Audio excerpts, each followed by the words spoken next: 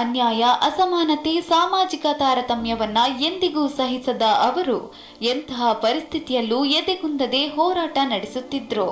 ತನ್ನ ಸಹೋದರ ಶಾಸಕರಾಗಿದ್ದ ಕೆ. ಚಿದಾನಂದ ಬಂಗೇರರ ನಿಧನದ ನಂತರ ನಡೆದ ಉಪಚುನಾವಣೆಯಲ್ಲಿಯೇ ಗೆದ್ದು ಬೀಗಿದ ವಸಂತ ಬಂಗೇರರು 5 ಅವಧಿಯಲ್ಲಿ ಗೆದ್ದು ಇತಿಹಾಸ ನಿರ್ಮಾಣ ಮಾಡಿದ್ದಾರೆ. ತನ್ನ ಸ್ವಂತ ತಮ್ಮ ಪ್ರಭಾಕರ ಬಂಗೇರರು 2 ಬಾರಿ ಗೆಲ್ಲುವ ಮೂಲಕ ಕೇದೆ ಮನೆತನದಿಂದ 3 ಸಹೋದರರು ಗೆದ್ದ ಇತಿಹಾಸ ಕೂಡ ಇದೆ. ತನ್ನನ್ನ ನಂಬಿದ್ದ ಕಾರ್ಯಕರ್ತರ ಕಷ್ಟ ಸುಖದಲ್ಲಿ ಸಮಾನವಾಗಿ ಭಾಗಿಯಾಗುತ್ತಿದ್ದ ಬಂಗೇರರು ತಾನು ಮತದಾರರಿಗೆ ನೀಡಿದ ಭರವಸೆಗಳನ್ನ ಈಡೇರಿಸುವ ತನಕ ಹಠ ಹಿಡಿದು ಬೆನ್ನತ್ತುತ್ತಿದ್ರು.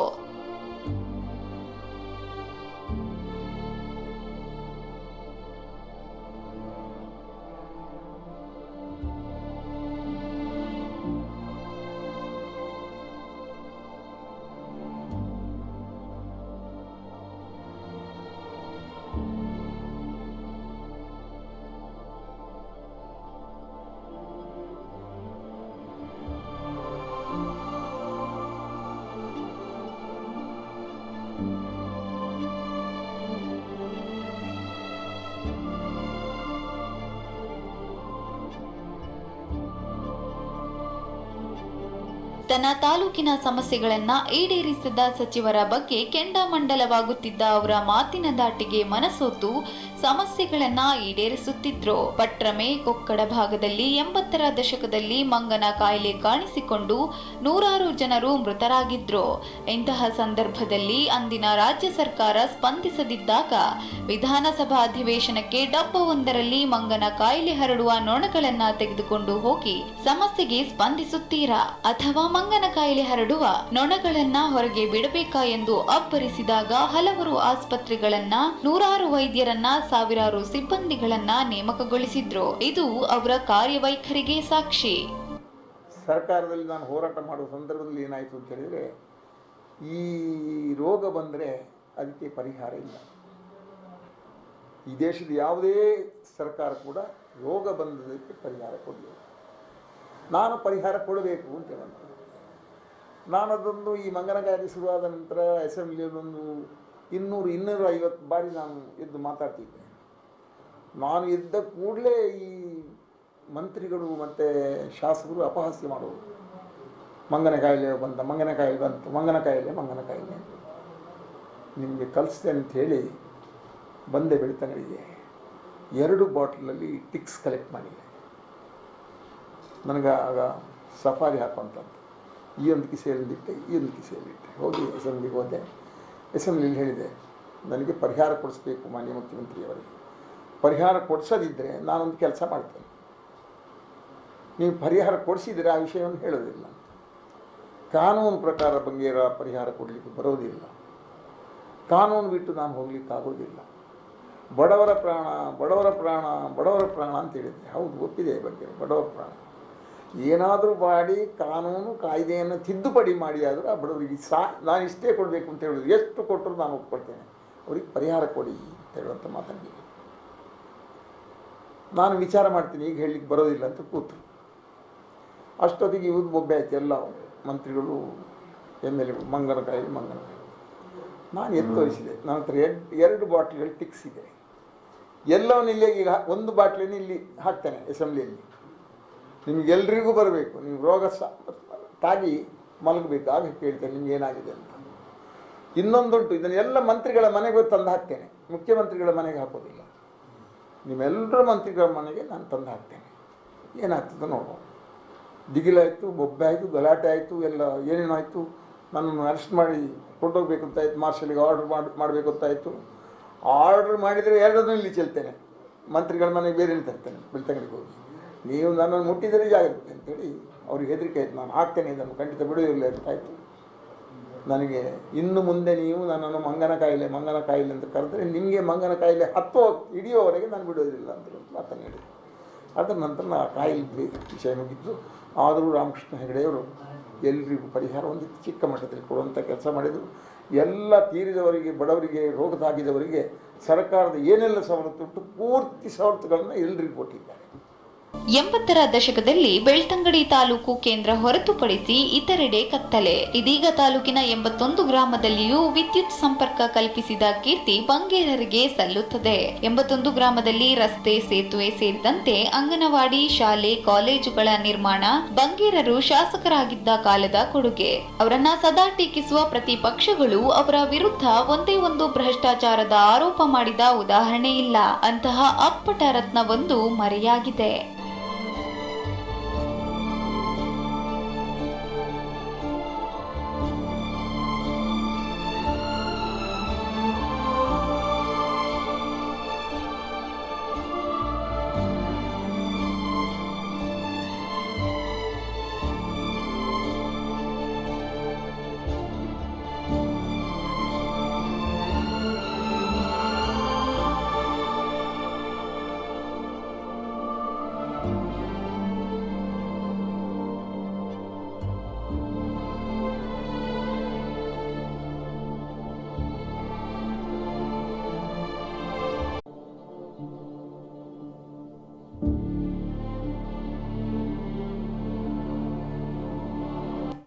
ಇದು ಗೇಣಿ ಒಕ್ಕಲುಗಳು ನಮಗೆ ಕೊಡಬೇಕಾದ ಬಾಕಿ ಹಣದ ದಾಖಲೆಯ ಪುಸ್ತಕ. ಆದ್ರೆ ನನ್ನ ನಂತರ ಇದನ್ನ ನಾಶ ಮಾಡಬೇಕು, ಕೇಳಲು ಹೋಗಬಾರ್ದು ಎಂದು ತಂದೆ ಹೇಳಿದ ತಕ್ಷಣ ಅದಕ್ಕೆ ನೀವು ಮರಣಿಸುವವರೆಗೆ ಕಾಯುತ್ತೇಕೆ ಎಂದು ಬಾಕಿಗಳ ಲೆಕ್ಕದ ಪುಸ್ತಕಗಳನ್ನ ಅಲ್ಲೇ ಉರಿಯುತ್ತಿದ್ದ ಒಲೆಯೊಳಗೆ ಹಾಕಿ ಸುಟ್ಟವರು ವಸಂತ ಬಂಗೇರರು. ಒಬ್ಬ ಒಕ್ಕಲು ಗೇಣಿ ಕೊಡಲು ಹಣ ಇಲ್ಲದೆ ರಾತ್ರೋರಾತ್ರಿ ಪಲಾಯನ ಮಾಡಲು ಹೊರಟದ್ದು ಗೊತ್ತಾದ ತಕ್ಷಣ ತಂದೆ ಕೇದಿ ಸುಬ್ಬ ಪೂಜಾರಿ, ಮಗ ವಸಂತ ಬಂಗೇರ ಇಬ್ಬರು ಹೋಗಿ ಅವರನ್ನ ನಿಲ್ಲಿಸಿ, ನಮಗೆಷ್ಟು ಸಾಧ್ಯವೋ ಅಷ್ಟು ಕೊಡಿ, ಹಾಗೆಂದು ಪಲಾಯನ ಮಾಡಲು ಇಲ್ಲ ಎಂದು ಒಕ್ಕಲುಗಳ ಪರವಾಗಿ ನಿಂತ ಜಮೀನ್ದಾರಿ ಹಿನ್ನೆಲೆಯ ವಸಂತ ಬಂಗೇರರು ಜಮೀನ್ದಾರಿಗೆ ಹೋದ ಮೇಲೆಯೂ ಅದೇ ಗತ್ತನ್ನು ಕಾಪಾಡಿಕೊಂಡವರು. ಆದರೆ 5 ಬಾರಿ ಶಾಸಕರಾದ ನಂತರವೂ ಸಾಲದ ಹೊರೆಯನ್ನು ಹೊತ್ತುಕೊಂಡೇ ಓಡಾಡುವರು. ಮಾನವೀಯತೆ ಮತ್ತು ಪ್ರಾಮಾಣಿಕತೆಗೆ ಜೀವಂತ ಸಂಕೇತ ಎಂದರೆ ವಸಂತ ಬಂಗೇರರು.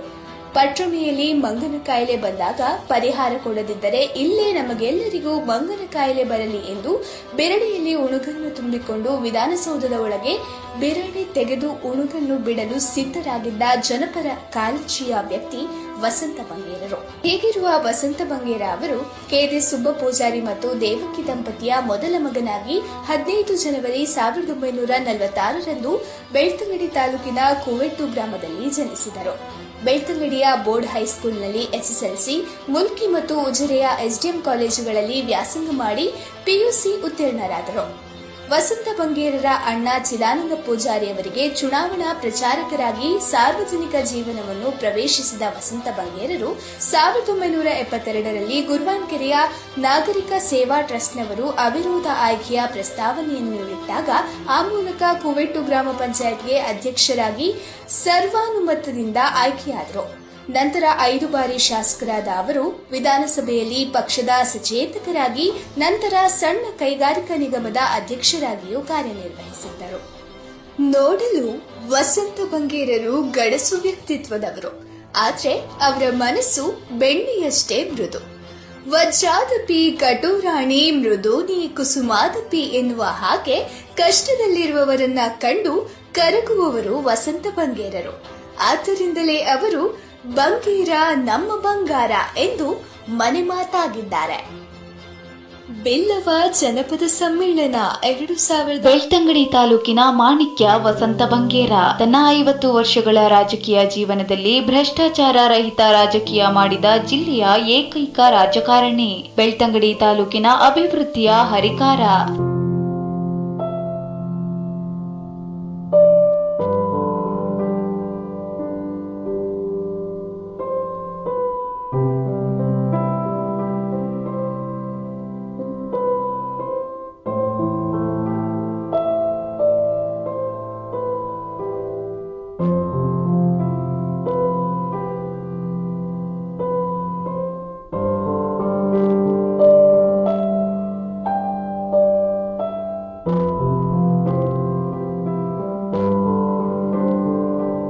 ಭ್ರಷ್ಟಾಚಾರಿ ಅಧಿಕಾರಿಗಳಿಗೆ ಸಿಂಹ ಸ್ವಪ್ನರಾಗಿ ಕಾಡಿದ ಬೆಳ್ತಂಗಡಿಯ ಹುಲಿಯಾಗಿ ಖ್ಯಾತರಾದ ವಸಂತ ಬಂಗೇರರ ಅಗಲಿಕೆ ಇಡೀ ರಾಜ್ಯಕ್ಕೆ ತುಂಬಲಾರದ ನಷ್ಟ.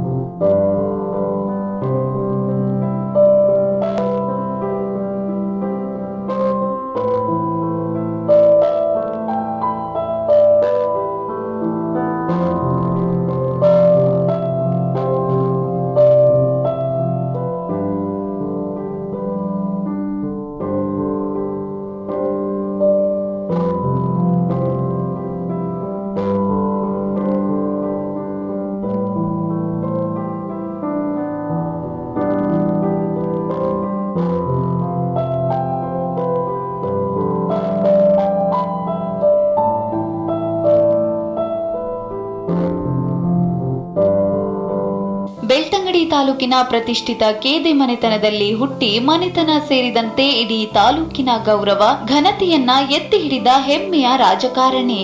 ಯಾವುದೇ ಸಂದರ್ಭದಲ್ಲಿ ಸಮಸ್ಯೆ ಎಂದು ಬಂದವರನ್ನ ಬರಿಗೈಯಲ್ಲಿ ಖಾಲಿ ಹೊಟ್ಟೆಯಲ್ಲಿ ಕಳುಹಿಸಿದ ಉದಾಹರಣೆಯೇ ಇಲ್ಲ. ಕಠೋರ ಮನಸ್ಸಿನ ತಾಯಿ ಹೃದಯದ ಬಂಗೀರರಿಗೆ ಬಂಗೇರರೇ ಸಾಟಿ.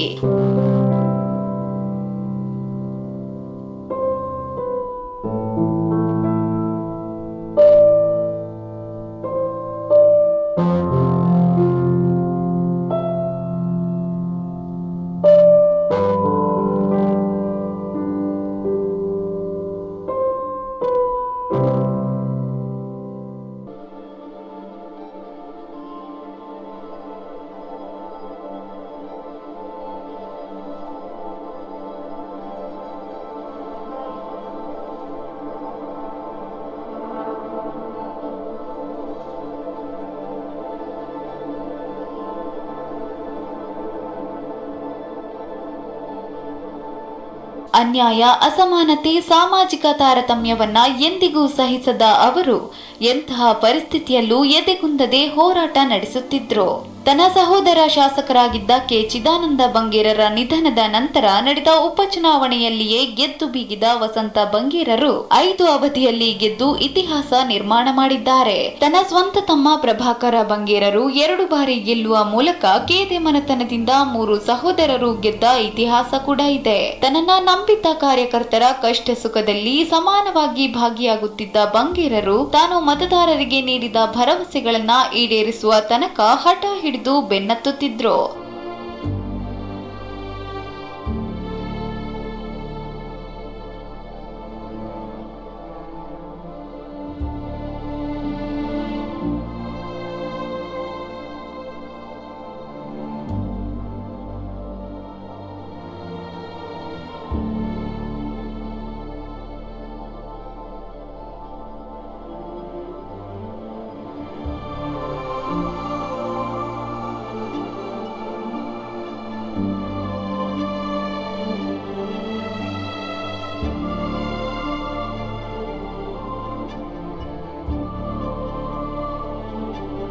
ತನ್ನ ತಾಲೂಕಿನ ಸಮಸ್ಯೆಗಳನ್ನ ಈಡೇರಿಸಿದ ಸಚಿವರ ಬಗ್ಗೆ ಕೆಂಡಾಮಂಡಲವಾಗುತ್ತಿದ್ದ ಅವರ ಮಾತಿನ ದಾಟಿಗೆ ಮನಸೋತು ಸಮಸ್ಯೆಗಳನ್ನ ಈಡೇರಿಸುತ್ತಿದ್ರು. ಪಟ್ರಮೆ, ಕೊಕ್ಕಡ ಭಾಗದಲ್ಲಿ 80ರ ದಶಕದಲ್ಲಿ ಮಂಗನ ಕಾಯಿಲೆ ಕಾಣಿಸಿಕೊಂಡು 100 ಜನರು ಮೃತರಾಗಿದ್ರು.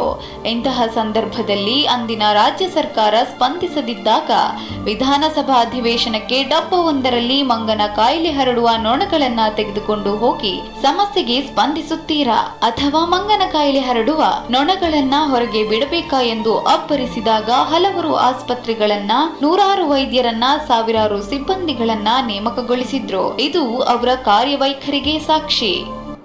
ಸರ್ಕಾರದಲ್ಲಿ ನಾನು ಹೋರಾಟ ಮಾಡುವ ಸಂದರ್ಭದಲ್ಲಿ ಏನಾಯಿತು ಅಂತ ಹೇಳಿದರೆ, ಈ ರೋಗ ಬಂದರೆ ಅದಕ್ಕೆ ಪರಿಹಾರ ಇಲ್ಲ. ಈ ದೇಶದ ಯಾವುದೇ ಸರ್ಕಾರ ಕೂಡ ರೋಗ ಬಂದದಕ್ಕೆ ಪರಿಹಾರ ಕೊಡಬೇಕು. ನಾನು ಪರಿಹಾರ ಕೊಡಬೇಕು ಅಂತ ಹೇಳಂತ ನಾನು ಅದೊಂದು ಈ ಮಂಗನ ಕಾಯಿಲೆ ಶುರುವಾದ ನಂತರ ಅಸೆಂಬ್ಲಿಯಲ್ಲೊಂದು 200-250 ಬಾರಿ ನಾನು ಎದ್ದು ಮಾತಾಡ್ತಿದ್ದೆ. ನಾನು ಎದ್ದ ಕೂಡಲೇ ಈ ಮಂತ್ರಿಗಳು ಮತ್ತು ಶಾಸಕರು ಅಪಹಾಸ್ಯ ಮಾಡೋರು. ಮಂಗನ ಕಾಯಿಲೆ ಬಂತು, ಮಂಗನ ಕಾಯಿಲೆ ನಿಮಗೆ ಕಲಿಸ್ತೇನೆ ಅಂಥೇಳಿ ಬಂದೆ ಬೆಳಿತಂಗಡಿಗೆ 2 ಬಾಟ್ಲಲ್ಲಿ ಟಿಕ್ಸ್ ಕಲೆಕ್ಟ್ ಮಾಡಿದೆ. ನನಗೆ ಆಗ ಸಫಾರಿ ಹಾಕುವಂಥದ್ದು. ಈ ಒಂದು ಕಿಸೆಯಲ್ಲಿಟ್ಟೆ, ಹೋಗಿ ಅಸೆಂಬ್ಲಿಗೆ ಹೋದೆ. ಅಸೆಂಬ್ಲಿಯಲ್ಲಿ ಹೇಳಿದೆ, ನನಗೆ ಪರಿಹಾರ ಕೊಡಿಸ್ಬೇಕು ಮಾನ್ಯ ಮುಖ್ಯಮಂತ್ರಿಯವರಿಗೆ. ಪರಿಹಾರ ಕೊಡಿಸೋದಿದ್ದರೆ ನಾನೊಂದು ಕೆಲಸ ಮಾಡ್ತೇನೆ, ನೀವು ಪರಿಹಾರ ಕೊಡಿಸಿದರೆ ಆ ವಿಷಯವನ್ನು ಹೇಳೋದಿಲ್ಲ. ಕಾನೂನು ಪ್ರಕಾರ ಬಂಗೇರ ಪರಿಹಾರ ಕೊಡಲಿಕ್ಕೆ ಬರೋದಿಲ್ಲ. ಕಾನೂನು ಬಿಟ್ಟು ನಾನು ಹೋಗ್ಲಿಕ್ಕಾಗೋದಿಲ್ಲ. ಬಡವರ ಪ್ರಾಣ ಅಂತ ಹೇಳಿದೆ. ಹೌದು, ಒಪ್ಪಿದೆ ಬಗ್ಗೆ ಬಡವರ ಪ್ರಾಣ. ಏನಾದರೂ ಮಾಡಿ ಕಾನೂನು ಕಾಯ್ದೆಯನ್ನು ತಿದ್ದುಪಡಿ ಮಾಡಿ ಆದರೂ ಆ ಬಡವರಿಗೆ ನಾನು ಇಷ್ಟೇ ಕೊಡಬೇಕು ಅಂತ ಹೇಳೋದು. ಎಷ್ಟು ಕೊಟ್ಟರು ನಾನು ಒಪ್ಕೊಳ್ತೇನೆ, ಅವ್ರಿಗೆ ಪರಿಹಾರ ಕೊಡಿ ಅಂತ ಹೇಳುವಂಥ ಮಾತಂಗೆ ನಾನು ವಿಚಾರ ಮಾಡ್ತೀನಿ, ಈಗ ಹೇಳಲಿಕ್ಕೆ ಬರೋದಿಲ್ಲ ಅಂತ ಕೂತರು. ಅಷ್ಟೊತ್ತಿಗೆ ಇವ್ದು ಬೊಬ್ಬೆ ಆಯ್ತು. ಎಲ್ಲ ಮಂತ್ರಿಗಳು, MLA ಮಂಗನ ಕಾಯಿಲೆ. ನಾನು ಎತ್ತೋರಿಸಿದೆ. ನನ್ನ ಹತ್ರ 2 ಬಾಟ್ಲಿಗಳು ಟಿಕ್ಸ್ ಇದೆ. ಎಲ್ಲವನ್ನ ಇಲ್ಲೇ ಈಗ 1 ಬಾಟ್ಲಿನ ಇಲ್ಲಿ ಹಾಕ್ತೇನೆ ಅಸೆಂಬ್ಲಿಯಲ್ಲಿ. ನಿಮಗೆಲ್ರಿಗೂ ಬರಬೇಕು. ನೀವು ರೋಗ ತಾಗಿ ಮಲಗಬೇಕು, ಆಗ ಕೇಳ್ತೇನೆ ನಿಮ್ಗೆ ಏನಾಗಿದೆ ಅಂತ. ಇನ್ನೊಂದುಂಟು, ಇದನ್ನೆಲ್ಲ ಮಂತ್ರಿಗಳ ಮನೆಗೆ ತಂದು ಹಾಕ್ತೇನೆ, ಮುಖ್ಯಮಂತ್ರಿಗಳ ಮನೆಗೆ ಹಾಕೋದಿಲ್ಲ. ನಿಮ್ಮೆಲ್ಲರ ಮಂತ್ರಿಗಳ ಮನೆಗೆ ನಾನು ತಂದು ಹಾಕ್ತೇನೆ. ಏನಾಗ್ತದೆ ನೋಡುವ. ದಿಗಿಲಾಯಿತು, ಬೊಬ್ಬೆ ಆಯಿತು, ಗಲಾಟೆ ಆಯಿತು, ಎಲ್ಲ ಏನೇನಾಯಿತು. ನನ್ನನ್ನು ಅರೆಸ್ಟ್ ಮಾಡಿ ಕೊಂಡೋಗ್ಬೇಕು ಅಂತಾಯಿತು, ಮಾರ್ಷಲಿಗೆ ಆರ್ಡ್ರ್ ಮಾಡಬೇಕು ಅಂತಾಯಿತು. ಆರ್ಡ್ರ್ ಮಾಡಿದರೆ ಎರಡನ್ನೂ ಇಲ್ಲಿ ಚೆಲ್ತೇನೆ, ಮಂತ್ರಿಗಳ ಮನೆಗೆ ಬೇರೆ ತರ್ತೇನೆ ಬೆಳ್ತಂಗಡಿಗೆ ಹೋಗಿ. ನೀವು ನನ್ನನ್ನು ಮುಟ್ಟಿದರೆ ಜಾಗ್ರತೆ ಅಂತೇಳಿ ಅವ್ರಿಗೆ ಹೆದರಿಕೆ ಆಯಿತು. ನಾನು ಹಾಕ್ತೇನೆ, ಇದನ್ನು ಖಂಡಿತ ಬಿಡುವುದಿಲ್ಲ ಅಂತಾಯಿತು. ನನಗೆ ಇನ್ನು ಮುಂದೆ ನೀವು ನನ್ನನ್ನು ಮಂಗನ ಕಾಯಿಲೆ ಅಂತ ಕರೆದರೆ ನಿಮಗೆ ಮಂಗನ ಕಾಯಿಲೆ ಹಿಡಿಯೋವರೆಗೆ ನಾನು ಬಿಡೋದಿಲ್ಲ ಅಂತ ಮಾತನ್ನು ಹೇಳಿದೆ. ಅದರ ನಂತರ ನಾ ಕಾಯಿಲೆ ವಿಷಯ ಮುಗಿದ್ದು. ಆದರೂ ರಾಮಕೃಷ್ಣ ಹೆಗಡೆಯವರು ಎಲ್ರಿಗೂ ಪರಿಹಾರ ಒಂದು ಚಿಕ್ಕ ಮಟ್ಟದಲ್ಲಿ ಕೊಡುವಂಥ ಕೆಲಸ ಮಾಡಿದರು. ಎಲ್ಲ ತೀರಿದವರಿಗೆ, ಬಡವರಿಗೆ, ರೋಗ ತಾಗಿದವರಿಗೆ ಸರ್ಕಾರದ ಏನೆಲ್ಲ ಸವಲತ್ತು ಉಂಟು ಪೂರ್ತಿ ಸವಲತ್ತುಗಳನ್ನು ಎಲ್ರಿಗೂ ಕೊಟ್ಟಿದ್ದಾರೆ. 80ರ ದಶಕದಲ್ಲಿ ಬೆಳ್ತಂಗಡಿ ತಾಲೂಕು ಕೇಂದ್ರ ಹೊರತುಪಡಿಸಿ ಇತರೆಡೆ ಕತ್ತಲೆ. ಇದೀಗ ತಾಲೂಕಿನ 81 ಗ್ರಾಮದಲ್ಲಿಯೂ ವಿದ್ಯುತ್ ಸಂಪರ್ಕ ಕಲ್ಪಿಸಿದ ಕೀರ್ತಿ ಬಂಗೇರರಿಗೆ ಸಲ್ಲುತ್ತದೆ. 81 ಗ್ರಾಮದಲ್ಲಿ ರಸ್ತೆ, ಸೇತುವೆ ಸೇರಿದಂತೆ ಅಂಗನವಾಡಿ, ಶಾಲೆ, ಕಾಲೇಜುಗಳ ನಿರ್ಮಾಣ ಬಂಗೇರರು ಶಾಸಕರಾಗಿದ್ದ ಕಾಲದ ಕೊಡುಗೆ. ಅವರನ್ನ ಸದಾ ಟೀಕಿಸುವ ಪ್ರತಿಪಕ್ಷಗಳು ಅವರ ವಿರುದ್ಧ ಒಂದೇ ಒಂದು ಭ್ರಷ್ಟಾಚಾರದ ಆರೋಪ ಮಾಡಿದ ಉದಾಹರಣೆ ಇಲ್ಲ. ಅಂತಹ ಅಪ್ಪಟ ರತ್ನವೊಂದು ಮರೆಯಾಗಿದೆ.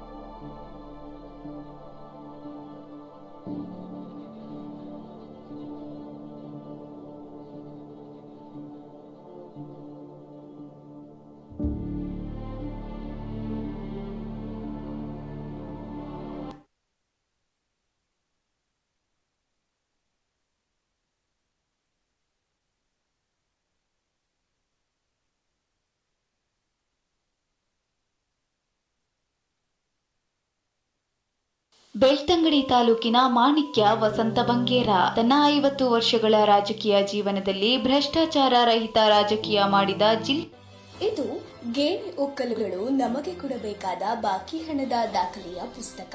ಆದ್ರೆ ನನ್ನ ನಂತರ ಇದನ್ನ ನಾಶ ಮಾಡಬೇಕು, ಕೇಳಲು ಹೋಗಬಾರ್ದು ಎಂದು ತಂದೆ ಹೇಳಿದ ತಕ್ಷಣ ಅದಕ್ಕೆ ನೀವು ಮರಣಿಸುವವರೆಗೆ ಕಾಯುತ್ತೇಕೆ ಎಂದು ಬಾಕಿಗಳ ಲೆಕ್ಕದ ಪುಸ್ತಕಗಳನ್ನ ಅಲ್ಲೇ ಉರಿಯುತ್ತಿದ್ದ ಒಲೆಯೊಳಗೆ ಹಾಕಿ ಸುಟ್ಟವರು ವಸಂತ ಬಂಗೇರರು. ಒಬ್ಬ ಒಕ್ಕಲು ಗೇಣಿ ಕೊಡಲು ಹಣ ಇಲ್ಲದೆ ರಾತ್ರೋರಾತ್ರಿ ಪಲಾಯನ ಮಾಡಲು ಹೊರಟದ್ದು ಗೊತ್ತಾದ ತಕ್ಷಣ ತಂದೆ ಕೇದಿ ಸುಬ್ಬ ಪೂಜಾರಿ, ಮಗ ವಸಂತ ಬಂಗೇರ ಇಬ್ಬರು ಹೋಗಿ ಅವರನ್ನ ನಿಲ್ಲಿಸಿ ನಮಗೆಷ್ಟು ಸಾಧ್ಯವೋ ಅಷ್ಟು ಕೊಡಿ, ಹಾಗೆಂದು ಪಲಾಯನ ಮಾಡಲು ಇಲ್ಲ ಎಂದು ಒಕ್ಕಲುಗಳ ಪರವಾಗಿ ನಿಂತ ಜಮೀನ್ದಾರಿ ಹಿನ್ನೆಲೆಯ ವಸಂತ ಬಂಗೇರರು ಜಮೀನ್ದಾರಿಗೆ ಹೋದ ಮೇಲೆಯೂ ಅದೇ ಗತ್ತನ್ನು ಕಾಪಾಡಿಕೊಂಡವರು. ಆದರೆ 5 ಬಾರಿ ಶಾಸಕರಾದ ನಂತರವೂ ಸಾಲದ ಹೊರೆಯನ್ನು ಹೊತ್ತುಕೊಂಡೇ ಓಡಾಡುವರು. ಮಾನವೀಯತೆ ಮತ್ತು ಪ್ರಾಮಾಣಿಕತೆಗೆ ಜೀವಂತ ಸಂಕೇತ ಎಂದರೆ ವಸಂತ ಬಂಗೇರರು. ಪಟ್ರಮೆಯಲ್ಲಿ ಮಂಗನ ಕಾಯಿಲೆ ಬಂದಾಗ ಪರಿಹಾರ ಕೊಡದಿದ್ದರೆ ಇಲ್ಲೇ ನಮಗೆಲ್ಲರಿಗೂ ಮಂಗನ ಕಾಯಿಲೆ ಬರಲಿ ಎಂದು ಬೆರಡೆಯಲ್ಲಿ ಉಣುಗನ್ನು ತುಂಬಿಕೊಂಡು ವಿಧಾನಸೌಧದ ಒಳಗೆ ಬೆರಡೆ ತೆಗೆದು ಉಣುಗನ್ನು ಬಿಡಲು ಸಿದ್ಧರಾಗಿದ್ದ ಜನಪರ ಕಾಳಜಿಯ ವ್ಯಕ್ತಿ ವಸಂತ ಬಂಗೇರರು. ಹೀಗಿರುವ ವಸಂತ ಬಂಗೇರ ಅವರು ಕೇದಿ ಸುಬ್ಬ ಪೂಜಾರಿ ಮತ್ತು ದೇವಕಿ ದಂಪತಿಯ ಮೊದಲ ಮಗನಾಗಿ 15 ಜನವರಿ 1946ರಂದು ಬೆಳ್ತಂಗಡಿ ತಾಲೂಕಿನ ಕೂವೆಟ್ಟು ಗ್ರಾಮದಲ್ಲಿ ಜನಿಸಿದರು. ಬೆಳ್ತಂಗಡಿಯ ಬೋರ್ಡ್ ಹೈಸ್ಕೂಲ್ನಲ್ಲಿ ಎಸ್ಎಸ್ಎಲ್ಸಿ, ಮುಲ್ಕಿ ಮತ್ತು ಉಜಿರೆಯ ಎಸ್ಡಿಎಂ ಕಾಲೇಜುಗಳಲ್ಲಿ ವ್ಯಾಸಂಗ ಮಾಡಿ ಪಿಯುಸಿ ಉತ್ತೀರ್ಣರಾದರು. ವಸಂತ ಬಂಗೇರರ ಅಣ್ಣ ಚಿದಾನಂದ ಪೂಜಾರಿ ಅವರಿಗೆ ಚುನಾವಣಾ ಪ್ರಚಾರಕರಾಗಿ ಸಾರ್ವಜನಿಕ ಜೀವನವನ್ನು ಪ್ರವೇಶಿಸಿದ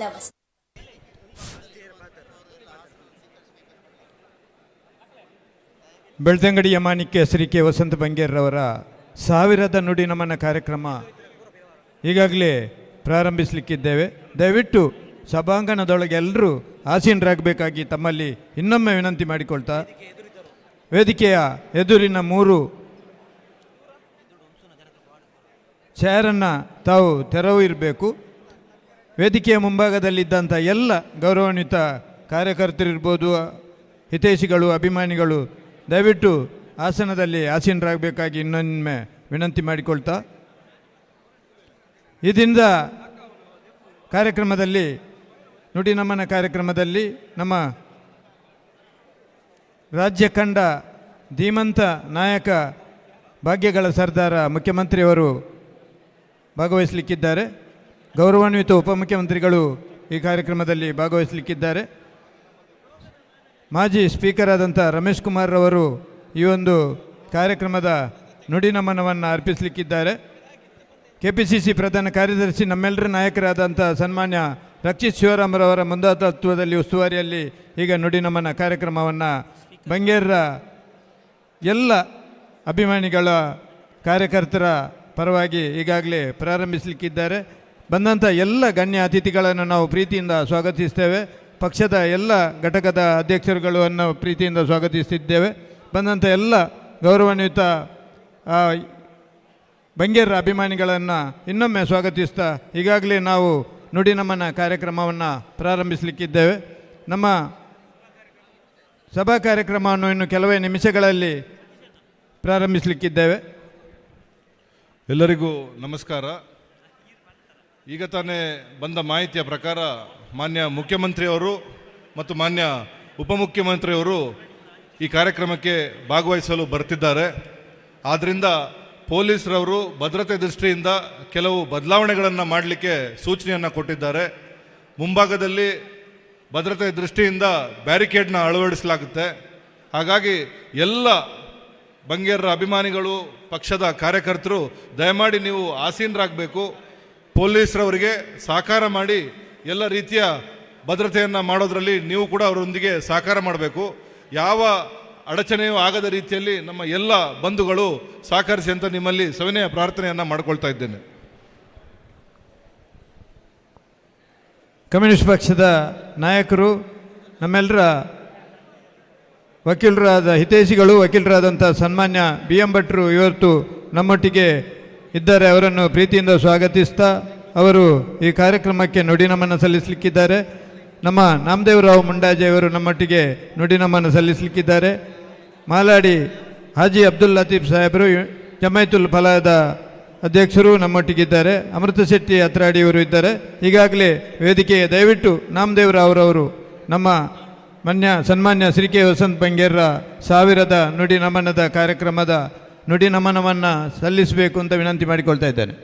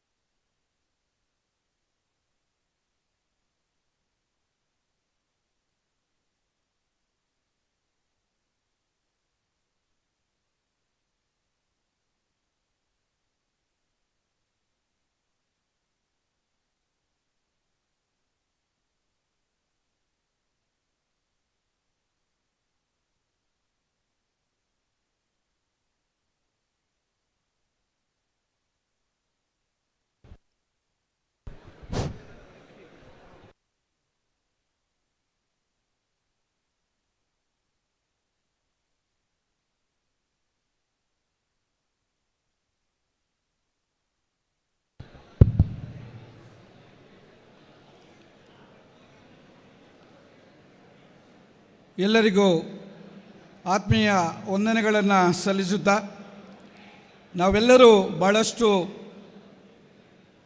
ದುಃಖದ ಸನ್ನಿವೇಶದಲ್ಲಿದ್ದೇವೆ. ಬೆಳ್ತಂಗಡಿ ತಾಲೂಕಿನ ಮಾಣಿಕ ಅಂತೇಳಿ ಖ್ಯಾತಿ ಪಡೆದಂಥ ನಮ್ಮೆಲ್ಲರ ಮಾರ್ಗದರ್ಶಕರು, ನಾಯಕರಾದ ಸನ್ಮಾನ್ಯ ಶ್ರೀ ಕೆ ವಸಂತ್ ಬಂಗೇರವರ ಈ ಒಂದು ಶ್ರದ್ಧಾಂಜಲಿ ಸಭೆಯಲ್ಲಿ ನಾವೆಲ್ಲರೂ ಭಾಗವಹಿಸ್ತಿದ್ದೇವೆ. ವಸಂತ್ ಬಂಗೇರ ಬಗ್ಗೆ ಪ್ರತಿಯೊಬ್ಬರಿಗೂ ಗೊತ್ತಿದೆ. ನಾವೇನು ವಿಶೇಷವಾಗಿ ಹೇಳುವಂಥ ವಿಚಾರಧಾರೆಗಳಿಲ್ಲ. ಆದರೆ ಬದುಕಿನಲ್ಲಿ ಕರ್ಮಣೆ ವಾದಿಕಾರಸ್ತೆ ಮಾಫಲೇಶು ಕದಾಚನಂ ಅಂದರೆ ಶ್ರೀಕೃಷ್ಣ ಪರಮಾತ್ಮ ಹೇಳ್ತಾನೆ ಅರ್ಜುನನಿಗೆ, ಎಲೆ ಅರ್ಜುನ, ನೀನು ನಿನ್ನ ಕರ್ತವ್ಯವನ್ನು ಮಾಡು, ಅದರ ಫಲಾಪೇಕ್ಷೆಗಳ ಎಲ್ಲವನ್ನು ನನಗೆ ಬಿಟ್ಟು ಬಿಡು ಅಂತೇಳಿ.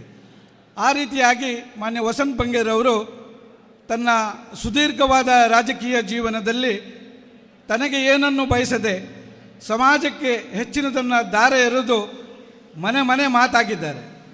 ಇವತ್ತು ಈ ಒಂದು ಸಂದರ್ಭದಲ್ಲಿ ಭಗವಂತನಲ್ಲಿ ನನ್ನ ಪ್ರಾರ್ಥನೆ ಇಷ್ಟೇ, ಭಗವಂತನವರ ಆತ್ಮಕ್ಕೆ ಚಿರಶಾಂತಿಯನ್ನು ಕೊಡಲಿ, ಅವರ ಮನೆಯವರಿಗೆ ಆ ದುಃಖವನ್ನು ಸಹಿಸತಕ್ಕಂಥ ಶಕ್ತಿಯನ್ನು ಪರಮಾತ್ಮ ಕೊಡಲಿ ಅಂತ ಹೇಳಿ ಎಲ್ಲ ರಾಜಕಾರಣಿ ಬಂಧುಗಳು ಒಂದೇ ರೀತಿಯ ಭಾಷಣದಲ್ಲಿ ಹೇಳ್ತಾರೆ, ಸರ್ವ ಜನಾಂಗದ ಶಾಂತಿಯ ತೋಟ ಆಗಬೇಕಂತೇಳಿ.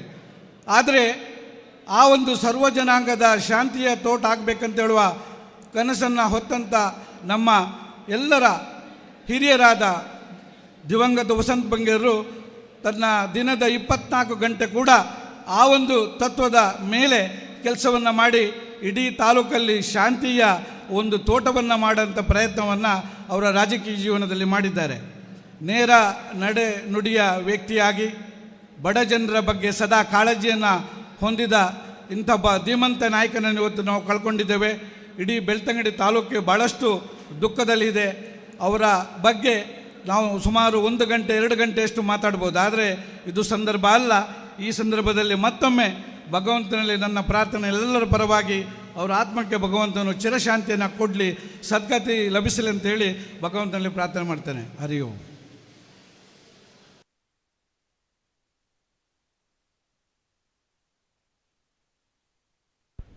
ಧನ್ಯವಾದಗಳು ನಾಮದೇವರವರವರೇ.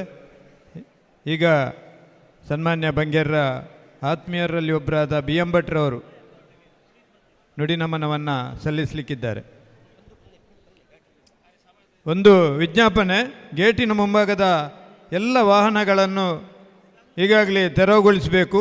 ಮತ್ತು ರಸ್ತೆ ಬದಿಯಲ್ಲಿ ಅಡ್ಡಾದಿಡ್ಡಿ ವಾಹನಗಳನ್ನು ನಿಲ್ಲಿಸಿದ್ದಾರಂತೆ, ತಾವು ದಯವಿಟ್ಟು ಅದನ್ನು ತೆರವುಗೊಳಿಸಬೇಕು. ಭದ್ರತೆಯ ದೃಷ್ಟಿಯಿಂದ ಈಗ ಇನ್ನು ಕೆಲವೇ ಬದಲಾವಣೆಗಳಾಗಲಿಕ್ಕಿದೆ, ದಯವಿಟ್ಟು ಸಹಕರಿಸಬೇಕಾಗಿ ತಮ್ಮಲ್ಲಿ ವಿನಂತಿ ಮಾಡಿಕೊಳ್ತಾ ಇದ್ದೇವೆ.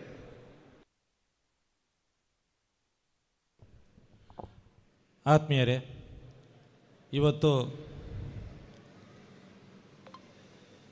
ಬಂಗೇರರಿಲ್ಲದ ಬೆಳ್ತಂಗಡಿಯಲ್ಲಿ ಬಂಗೇರರ ಬಗ್ಗೆ ಹೇಗೆ ಮಾತಾಡೋದು ಅಂತೇಳಿ ಯೋಚಿಸ್ತಾನೆ 1-2 ಮಾತನ್ನು ಆಡಲಿಕ್ಕೆ ಇಷ್ಟಪಡ್ತೇನೆ.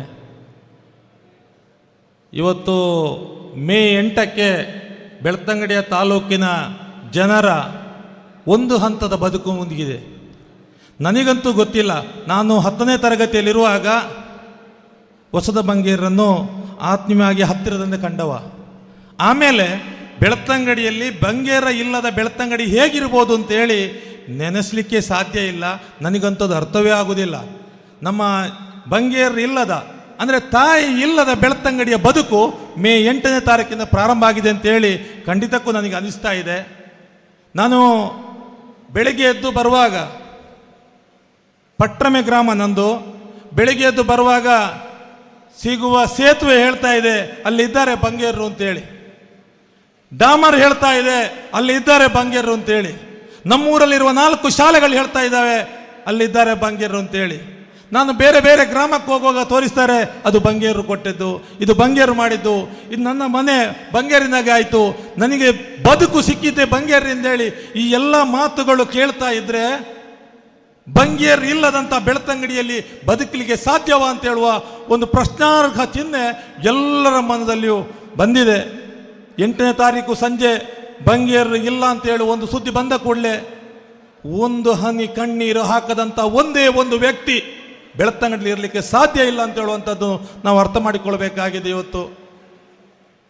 ಹಾಗೆ ಬಂಗೇರಿಗೆ ಕೂಡ ಒಂದು ಶ್ರದ್ಧಾಂಜಲಿ ನಾನು ಹೇಳೋದಾದರೆ, ಆ ಬಂಗೇರ ದಿಟ್ಟ ನಡೆ, ಅನ್ಯಾಯಕ್ಕೆ ಯಾವತ್ತೂ ತಲೆಬಾಗದೆ ನ್ಯಾಯಕ್ಕಾಗಿ ಸತ್ಯಕ್ಕಾಗಿ ಹೇಗೆ ತನ್ನ ಹೆಜ್ಜೆಯನ್ನು ಮುಂದೆ ಇಟ್ಟುಕೊಂಡು ಹೋಗಿದಾರ, ಆ ರೀತಿಯಲ್ಲಿ ನಮ್ಮಿಂದ ಕನಿಷ್ಠ 5 ಪೈಸೆಯಷ್ಟಾದರೂ ಆ ರೀತಿಯಲ್ಲಿ ನಡಿಲಿಕ್ಕೆ ಸಾಧ್ಯ ಆಗೋದಿದ್ರೆ ಅದು ನಾವು ಅವರಿಗೆ ಕೊಡುವಂಥ ಶ್ರದ್ಧಾಂಜಲಿ ಆಗ್ತದೆ. ಜನರ ಕಷ್ಟಗಳಿಗೆ ಸ್ಪಂದನೆ ಮಾಡಬೇಕು ಅಂತೇಳಿ ನನಗೆ ಮೊನ್ನೆ ಅವರ ಮಗಳು ಮಾತಾಡಿದಾಗ ಅರ್ಥ ಆಯಿತು.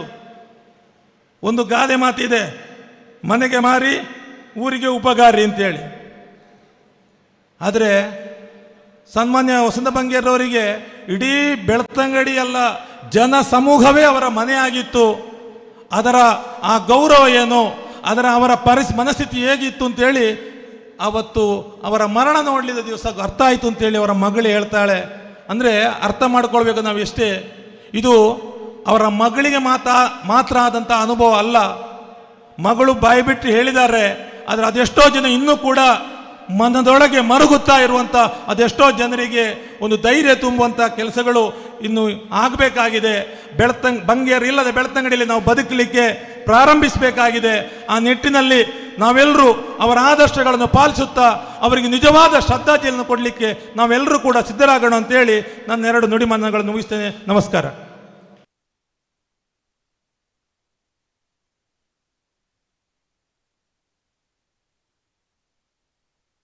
ಧನ್ಯವಾದಗಳು ಸನ್ಮಾನ್ಯ BM ಭಟ್ರವರೇ.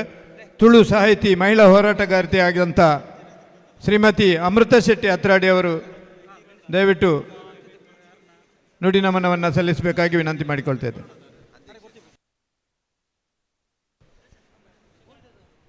ಸಭಾಂಗಣದ ಮುಂಭಾಗದಲ್ಲಿರುವವರು ದಯವಿಟ್ಟು ಆಸೀನರಾಗಬೇಕು.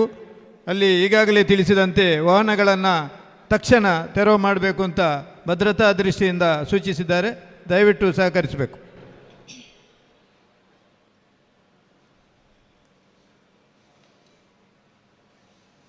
ಮಾತೆರೆಗ್ಲ ಸೊಲ್ಮೇಲು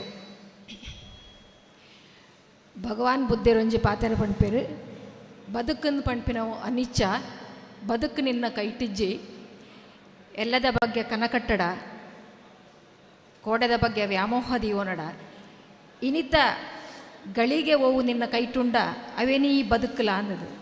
ಬಹುಶಃ ವಸಂತ ಬಂಗೇರು ಕೋಡೆದ ಕನಕಟ್ಟಂದೆ ಎಲ್ಲದ ಬಗ್ಗೆ ವ್ಯಾಮೋಹದಿ ಒಂದೆ ತನ್ನ ಬದುಕದ ಕ್ಷಣನೂ ಬದುಕದೇರು ಪಣ್ಣಂದಂಡ ಬಹುಶಃ ಅವು ವಸಂತ ಬಂಗೇರಿಗೆ ಅವು ಮಾತೆರೆಗ್ಲ ಸಾಧ್ಯ ಆಪಿನಂಚಿನ ಕಜ್ಜಲಾತ್ ಅಣ್ಣನ ವಸಂತ ಬಂಗೇರು ಬದುಕಿಯರು. ನಮಕ್ ಮಾತೆರೆಗ್ಲ ಗೊತ್ತುಂಡು ಒಂಜಿ ಪ್ರತಿ ಒರಿಯನ ಬದುಕಡ್ಲ ಒಂಜಿ ಗುಟ್ಟು ಒಂದು ಪಣಿಪಿನ ಇಪ್ಪುಂಡು.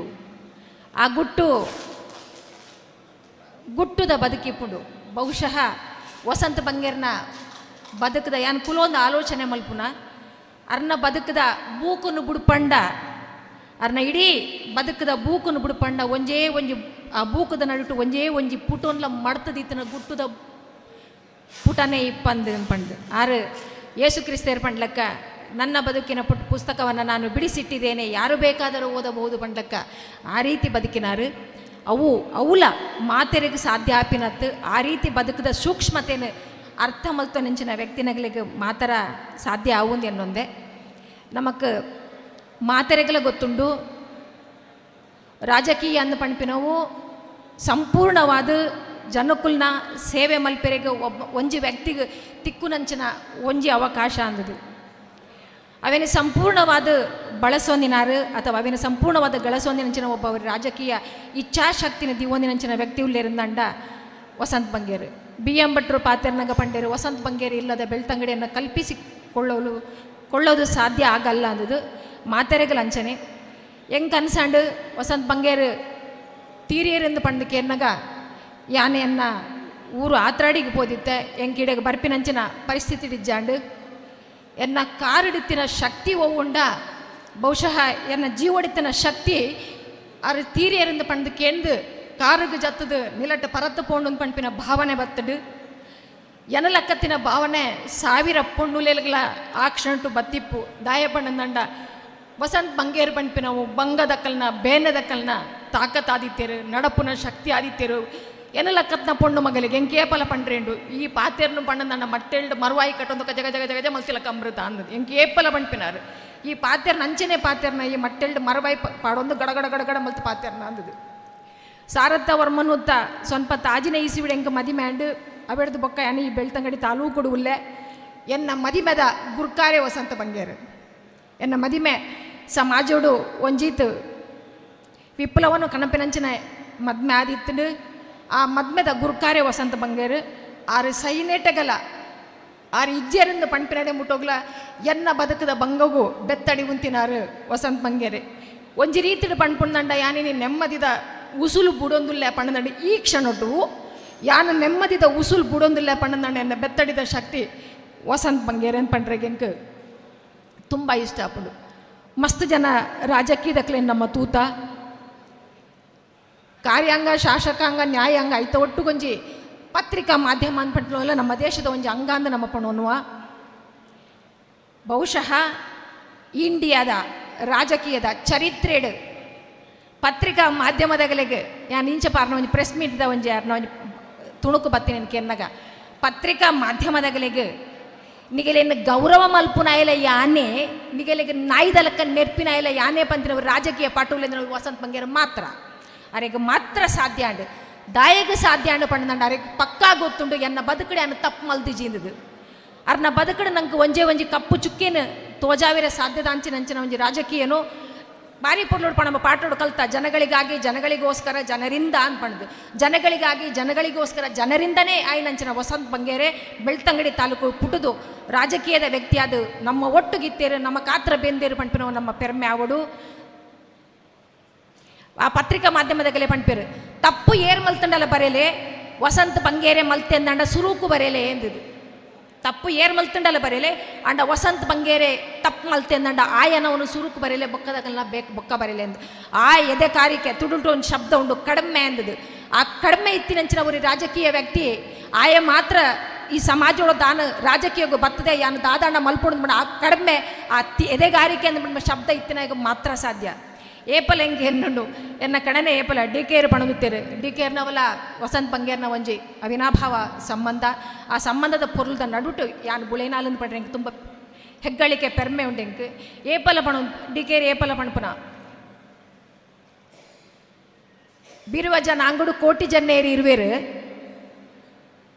ಕೋಟಿ ಸೈತೆ ಎಂದು ಪಂಡದು ಚೆನ್ನಯ್ಯೇ ಗುವೆಲ್ದ ದಂಡೆಗೆ ಮಂಡೆ ಹಾಕದ ಸೈತೆ ಎಂದು ಪಂಡು ನಮ್ಮ ಕತೆಕುಲು ಪಣ್ಪ ಆಹಾ ಚೆನ್ನೈ ಅಂಚೆ ಸೈತಿನದು ಚೆನ್ನೈಯ ಕೋಟಿನ ಸಾವುದ ರೀತಿನ ನಾಡೊಂದು ಪೋಯಿನಾಯೇ ಬಹುಶಃ ಬೆಳ್ತಂಗಡಿ ತಾಲೂಕುಡು ಕೋಟಿ ಎಂಕು ಓಲ್ಲಾ ತುವೇರಿ ಸಿಕ್ಕದಿದೆ ಅಂಡ ಒರಿ ಚೆನ್ನಯ್ಯ ಉಲ್ಲೆ ವಸಂತ ಬಂಗೇರೆ ಪಂಡು ಚೆನ್ನಯ್ಯಡ ಇತ್ತಿನಂಚಿನ ಮಾತ್ರ ತಾಕತ್ತಿತ್ತಿನಿ ವಸಂತ ಬಂಗೇರಡ ಮಾತ್ರ ಅರು ಬಿರುವ ಜನಾಂಗೋಡು ಪುಟುದಿಪ್ಪು ಅರ್ನ ದೇಕಿ ತೂಲೆ ಅರ್ನ ಜೀವ ತೂಲೆ ಅರ್ನ ಪಾತೆರೆ ತೂಲೆ ಹೆಂಗೆ ಕನಸ ಉಂಡು ಆರೆ ಓಲಾಂಡ ತಿಕ್ಕೇರಂದಂಡ ಎನ್ನಕೆನ್ನ ಎನ್ನ ಬದುಕಡು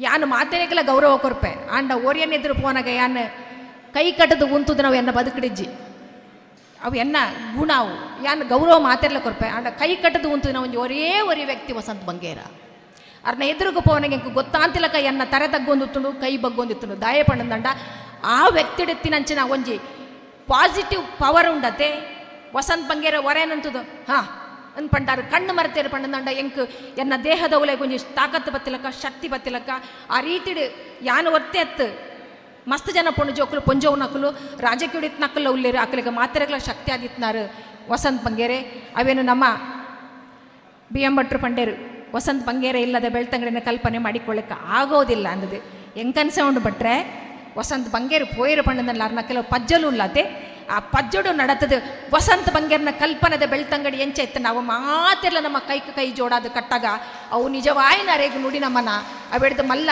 ನುಡಿ ನಮ್ಮ ಮಲ್ಪೆರೆಗೆ ಸಾಧ್ಯಜ್ಜಿ ನಮ್ಮ ಮೂಲು ಪಾಡೊಂದ 1000 ನುಡಿ ನಮ್ಮನ ಅಂದದು ವಸಂತ ಬಂಗೇರರಿಗೆ 1000 ನುಡಿ ನಮ್ಮನಂದು 1000 ಒಂಜಿ 40 1000 ನುಡಿ ನಮ್ಮನ ಸಾವು ಇರದ ನುಡಿ ನಮ್ಮನ ಲಾಲ ಉಂದೆ 1000 ಮಾತ್ರ ಸಾವು ಇರದ ನುಡಿ ನಮ್ಮನ ನಮ್ಮ ದೊಕ್ಕೆಡು ಉಸುಲಿಪ್ಪಮುಟ ನಮ್ಮ ದೊಕ್ಕೆಡು ಉಸುಲು ಬರಮುಟ್ಟ ನಮ್ಮ ಪ್ರತಿದಿನಲ ವಸಂತ ಬಂಗೇರಿಗೆ ನಮ್ಮ ಪರವಾದ ನಮ್ಮ 1000 ನುಡಿ ನಮ್ಮನವನ್ನು ಸಲ್ಲಿಸೋಂದೇ ಇಪ್ಪುಣಂಚಿನ ಕೃತಜ್ಞರು ನಮ್ಮ ಆದಿಪೋಡು ದಾಯಪಣದ ನಮ್ಮ ಮಾತೆರ್ಲ ಬಿ ಎಂ ಭಟ್ರು ಪೊರ್ಲುಡು ಪಂಡಿರಿ ಇನಿ ಪುಟ್ಟಿನ ಬಾಲ್ಯದ ಸೈರೆ ಪೊಪ್ಪಿನ ಪರಬಮುಟ ಪ್ರತಿವರೆಗಳ ನಂಗೆ ವಸಂತ ಬಂಗೇನ ಋಣ ಉಂಡು ಆ ಋಣಡು ಋಣ ಮುಕ್ತರೆ ಆವಡದ ನಮ್ಮ ಪ್ರತಿದಿನ ರೇಗು 1000 ನುಡಿ ನಮ್ಮನನ್ನು ಸಲ್ಲಿಸಾದು ಅರ್ನ ಕನವು ಇತ್ತಂಡ ಅವೇನು ನಮ್ಮ ಕನಕ ಜೀವನಗೂ ಕನಕ ಅಂದ್ಬಿಟ್ಟು ನಾವು ಅರ ಟಿವಿಡ್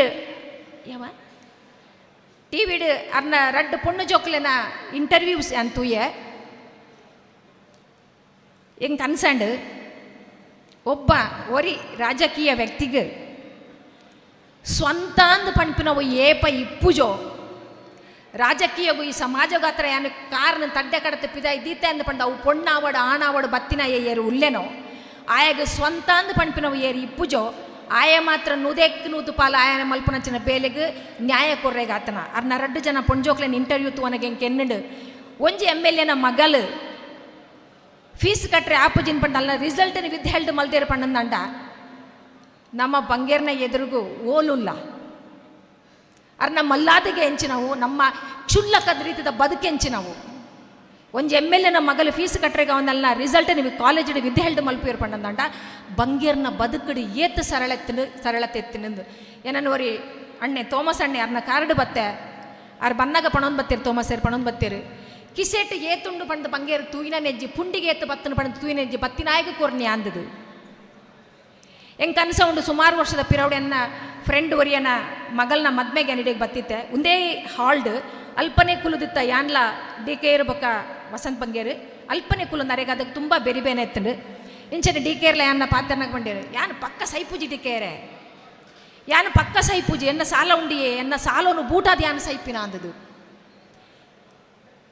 ಒಂಜಿ 5 ವರ್ಷದ ಅವಧಿನ ಮುಗಿಪನ ಇತ್ತದ ಕಾಲೋಡೆ MLA ಕುಡೊಂಜಿ ಎಲೆಕ್ಷನ್ ಉಂತನಗ ಆಯನ ಏತು ಉಂಡು ಆಯನ ಅಬೇನ ದುಡ್ಡು ಕಾಸದೇನು ಕೊನ್ನಗ ಮೂಜಿ ಪಟ್ಟು ಜಾಸ್ತಿ ಆದಿಪ್ಪುಂಡು ಒರಿ ಬೆಳ್ತಂಗಡದ MLA 5 ವರ್ಷ ಗೆಂದಿನಂಚಿನ ವ್ಯಕ್ತಿ ಯಾನು ಸೈಯೋಡುಂದಂಡ ಯಾನು ಪಕ್ಕ ಸೈಪುಜಿ ಯಾನು ಸೈಯೋಡುಂದಂಡ ಸಾಲ ಬುಟ್ಟೋಡು ಪಣದಂಡ ಆಯ ಏತು ನಿರ್ಮೋಹಿ ಆದಿಪ್ಪೋಡು ತನ್ನ ಬಗ್ಗೆ ನಿಸ್ವಾರ್ಥತೆ ವಸಂತ ಬಂಗೇರಡೆ ಏತಿಪ್ಪೋಡು ಅವೇನು ಮಾತೇವರ್ಲ ನಮ್ಮ ಉಲೈ ದಿವೊಂದು ನಮ್ಮ ಬದುಕೊಡಾತನನ್ನು ಪಣೊಂದು ಅರೆಗೆ ನಮ್ಮ ಸಾವಿರದ ನುಡಿ ನಮ್ಮನ್ನು ಸಲ್ಲಿಸಾಗ ಅರೆಗೆ ಕೃತಜ್ಞತೆಯನ್ನು ಸಲ್ಲಿಸೋನ ರೀತಿಯೇ ಒಂದೊಂದು ಎನ್ನೊಂದು ಎನ್ನ ಪಾತ್ರೆಯನ್ನು ಏನು ಉಂತವೆ ಸೊಲ್ಬೇಲು. ಧನ್ಯವಾದಗಳು ಅಮೃತ ಅಕ್ಕ. ಇತ್ತೆ ನಮ್ಮ ಬೆಳ್ತಂಗಡಿ ತಾಲೂಕು ಪತ್ರಕರ್ತ ಸಂಘದ ಪರವಾಗಿ ಪತ್ರಕರ್ತ ಸಂಘದ ಮಾಜಿ ಅಧ್ಯಕ್ಷರು ಆದಂಥ ಶಿಬಿ ಇವರು ನುಡಿ ನಮನವನ್ನು ಸಲ್ಲಿಸಲಿಕ್ಕಿದ್ದಾರೆ.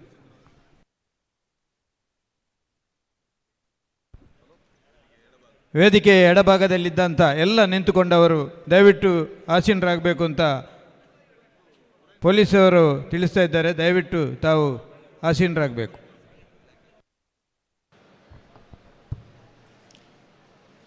ಬೆಳ್ತಂಗಡಿ ತಾಲೂಕಿನ ನಿಜವಾದ ಜನನಾಯಕರಾಗಿದ್ದ ವಸಂತ ಬಂಗೇರ ಅವರಿಗೆ ನುಡಿನಮನ ಸಲ್ಲಿಸುವಂತಹ ಒಂದು ಅಪರೂಪದ ಕ್ಷಣ ಇದು.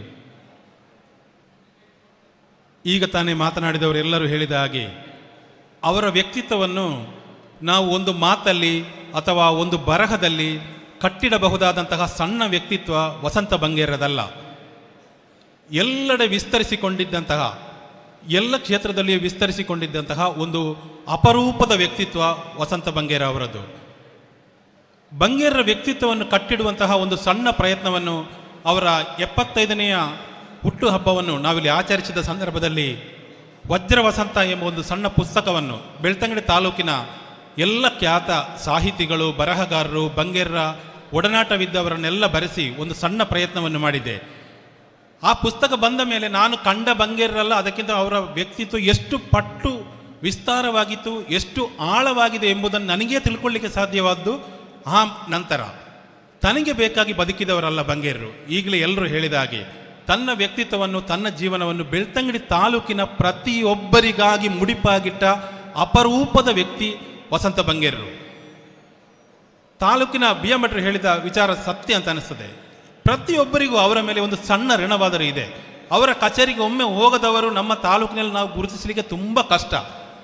ಪಕ್ಷ ರಾಜಕೀಯವನ್ನು, ಆ ವ್ಯಕ್ತಿ ರಾಜಕೀಯ ಎಲ್ಲ ಮೀರಿ ನಿಂತಹ ರಾಜಕೀಯ ಚೌಕಟ್ಟುಗಳಿರ್ಬೋದು, ಅದರ ಪರಿಮಿತಿಗಳಿರ್ಬೋದು, ಆ ಎಲ್ಲ ಪರಿಧಿಗಳನ್ನು ಮೀರಿ ನಿಂತಹ ಒಂದು ಅಪರೂಪದ ವ್ಯಕ್ತಿತ್ವವನ್ನು ಬೆಳ್ತಂಗಡಿ ತಾಲೂಕಿನಲ್ಲಿ ಅವರು ಸ್ಥಾಪಿಸಿಕೊಂಡಿದ್ದರು. ಅವರು ತಮ್ಮ ರಾಜಕೀಯ ಜೀವನವನ್ನು ಆರಂಭಿಸಿದ್ದು ಪಂಚಾಯತಿನಲ್ಲಿ ಅವಿರೋಧವಾಗಿ ಆಯ್ಕೆಯಾಗುವ ಮೂಲಕ. ಆದರೆ 83ರ ಚುನಾವಣೆಯ ನಂತರ ಬೆಳ್ತಂಗಡಿ ತಾಲೂಕಿನ ರಾಜಕೀಯದಲ್ಲಿ ಏನು ನಡಿಬೇಕು ಎಂಬುದನ್ನು ನಿರ್ಧರಿಸುವ ಶಕ್ತಿ ವಸಂತ ಬಂಗೇರರಾಗಿದ್ದರು. ಅವರು ಯಾವ ರೀತಿಯಲ್ಲಿ ಬೆಳ್ತಂಗಡಿ ತಾಲೂಕಿನ ರಾಜಕೀಯವನ್ನು ಕೊಂಡೋಗಬೇಕಂತ ಬಯಸ್ತಿದ್ರೋ ಅದೇ ದಾರಿಯಲ್ಲಿ ಬೆಳ್ತಂಗಡಿ ತಾಲೂಕಿನ ರಾಜಕೀಯ ಸಾಗ್ತಿತ್ತು. ಅದೇ ರೀತಿಯಲ್ಲಿ ಆ ರಾಜಕೀಯವನ್ನು ನಿಯಂತ್ರಿಸುವ ಶಕ್ತಿಯನ್ನು ಕೂಡ ಬಂಗೇರರು ಹೊಂದಿದ್ರು. ತಮ್ಮ ವ್ಯಕ್ತಿ ಪ್ರಭಾವ ಒಂದರಿಂದ ಮಾತ್ರ ತಾಲೂಕಿನ ಪ್ರತಿಯೊಬ್ಬ ವ್ಯಕ್ತಿಯ ಮೇಲೆ ಕೂಡ ಒಂದಲ್ಲ ಒಂದು ರೀತಿಯಲ್ಲಿ ತನ್ನ ಪ್ರಭಾವವನ್ನು ಬೀರಿದಂತಹ ಒಂದು ಅಪರೂಪದ ವ್ಯಕ್ತಿಗಳು. ರಾಜಕೀಯದಲ್ಲಿ ನಾವು ಬೇರೆ ಬೇರೆ ರೀತಿಯ ವ್ಯಕ್ತಿಗಳನ್ನು ಕಾಣ್ತೇವೆ, ಉನ್ನತ ಹುದ್ದೆಗಳನ್ನು ಹೇರಿದವರನ್ನು ಕಾಣ್ಬೋದು. ಆದರೆ ಒಂದು ಸಣ್ಣ ತಾಲೂಕಲ್ಲೇ ಇದ್ದುಕೊಂಡು ಅವರ ವ್ಯಕ್ತಿತ್ವ ಪ್ರಭಾವ ಇಡೀ ರಾಜ್ಯಕ್ಕೆ ಪರಿಚಿತವಾಗಿತ್ತು. ಬಂಗೇರ್ ಅಂದರೆ ಎಲ್ರಿಗೂ ಪರಿಚಯ. ಅವರು 5 ಬಾರಿ ಶಾಸಕರಾದರು ಎಂಬ ಕಾರಣಕ್ಕಲ್ಲ, ಶಾಸಕರಾಗಿ ಅವರು ಏನು ಮಾಡಿದರು ಎಂಬ ಕಾರಣಕ್ಕೆ ಅವರು ಪ್ರತಿಯೊಬ್ಬರಿಗೂ ಪರಿಚಿತರಾಗಿದ್ದರು. ನನ್ನ ಬಾಲ್ಯದ, ನನ್ನ ಶಾಲಾ ದಿನಗಳಲ್ಲಿ ನಾನು ವಸಂತ ಬಂಗೇರನ್ನು ನೋಡಿದವ. ಅವರು ಇಲ್ಲ ಅಂತ ನಮಗೆ ಒಪ್ಪಿಕೊಳ್ಳಲಿಕ್ಕೆ ಸಾಧ್ಯ ಇಲ್ಲ. ಆ ರೀತಿಯ ಒಂದು ಸಂಬಂಧವನ್ನು ಅವರ ಜೊತೆ ಇಟ್ಟುಕೊಳ್ಳಿಕ್ಕೆ ನನಗೆ ಸಾಧ್ಯ ಆಗಿತ್ತು. ನಾನು ನನ್ನ ಬಾಲ್ಯದ ದಿನಗಳಿಂದ ಅವರನ್ನು ನೋಡಿ ಅವರೊಂದಿಗೆ ಬೆರೆತು ಅವರೊಂದಿಗೆ ಬೆಳಲಿಕ್ಕೆ ಸಾಧ್ಯ ಆಯಿತು. ಅವರು ಚುನಾವಣೆ ಸೋಲು ಗೆಲುವು ಎಂಥದೇ ಇರಲಿ, ಬಂಗೇರೇ ಆಗಿದ್ದರು. ಬಂಗೇರು ಕುಗ್ಗಿದ್ದೂ ಇಲ್ಲ, ಹಿಗ್ಗಿದ್ದೂ ಇಲ್ಲ. ಶಾಸಕರಾದ ಅಂತೇಳಿ ಅವರ ಯಾವ ಶೈಲಿಯೂ ಬದಲಾಗಲಿಲ್ಲ. ಚುನಾವಣೆ 2-3 ಸಾರಿ ಸೋತರು ಅಂತೇಳಿ ಅವರು ಎಂದಿಗೂ ತನ್ನ ಕಚೇರಿಯನ್ನು ಬರದಿರಲಿಲ್ಲ. ಆ 99ರ ನಂತರದ 2 ಅವಧಿಗಳು ಬಂಗೇರರ ರಾಜಕೀಯ ಜೀವನದಲ್ಲಿ ಅತ್ಯಂತ ಹಿನ್ನಡೆಯ ಒಂದು ಕಾಲಘಟ್ಟ ಅದಾಗಿತ್ತು. ಆದರೆ ಆ ಸಂದರ್ಭದಲ್ಲಿ ಅವರ ಕಚೇರಿಯಲ್ಲಿ ಬೇಕಾದಷ್ಟು ಜನರು ಇರ್ತಿದ್ರು. ಪ್ರತಿದಿನ ಬೆಳಿಗ್ಗೆ ಬಂದರೆ ಎಂದಿನಂತೆ ಅವರು ಶಾಸಕರಾಗಲಿ ಇಲ್ಲದಿರಲಿ ಅವರ ಕಚೇರಿ ಜನಸಾಮಾನ್ಯರಾಗಿ ತೆರೆದಿರ್ತಿತ್ತು.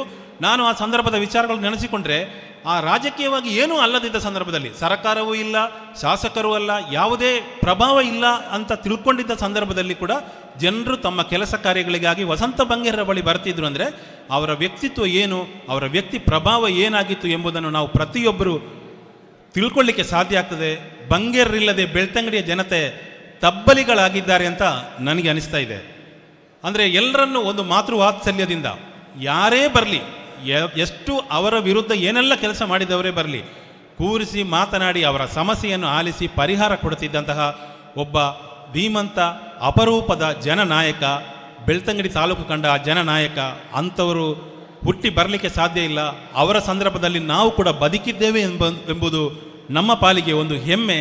ಇಂತಹ ಒಬ್ಬ ಅಪರೂಪದ ನಾಯಕನೊಂದಿಗೆ ನಾವು ಬದುಕಿದ್ದೇನೆ, ನಾವು ಅವರೊಟ್ಟಿಗೆ ಒಡನಾಟ ಇಟ್ಟುಕೊಂಡಿದ್ದೇವೆ ಎಂಬುದನ್ನು ಹೆಮ್ಮೆಯಿಂದ ಹೇಳಿಕೊಳ್ಳುವ ಅವಕಾಶ ಬೆಳ್ತಂಗಡಿ ತಾಲೂಕಿನ ನಮಗೆ ಪ್ರತಿಯೊಬ್ಬರಿಗೂ ಸಿಕ್ಕಿದೆ. ಅಂತಹ ಅಪರೂಪದ ಆ ಜನನಾಯಕನಿಗೆ ನುಡಿ ನಮನಗಳನ್ನು ಸಲ್ಲಿಸ್ತಾ ನನ್ನ ಮಾತನ್ನು ಕೊನೆಗೊಳಿಸ್ತೇನೆ. Thank you. ಧನ್ಯವಾದಗಳು ಸನ್ಮಾನ್ಯ ಶಿಬಿಯವರೇ. ಸ್ಕೌಟ್ ಮತ್ತು ಗೈಡ್ ಅಧ್ಯಕ್ಷರು, ಜಮಾಯಿತುಲ್ ಫಲಾನ ಅಧ್ಯಕ್ಷರು ಆಗಿರ್ತಕ್ಕಂಥ ಮಾಲಾಡಿ ಹಾಜಿ ಅಬ್ದುಲ್ ಲತೀಫ್ ಸಾಹೇಬರು, ಅವರ ಆತ್ಮೀಯರು, ಅವರು ನುಡಿ ನಮನವನ್ನು ಸಲ್ಲಿಸಬೇಕಾಗಿ ವಿನಂತಿ.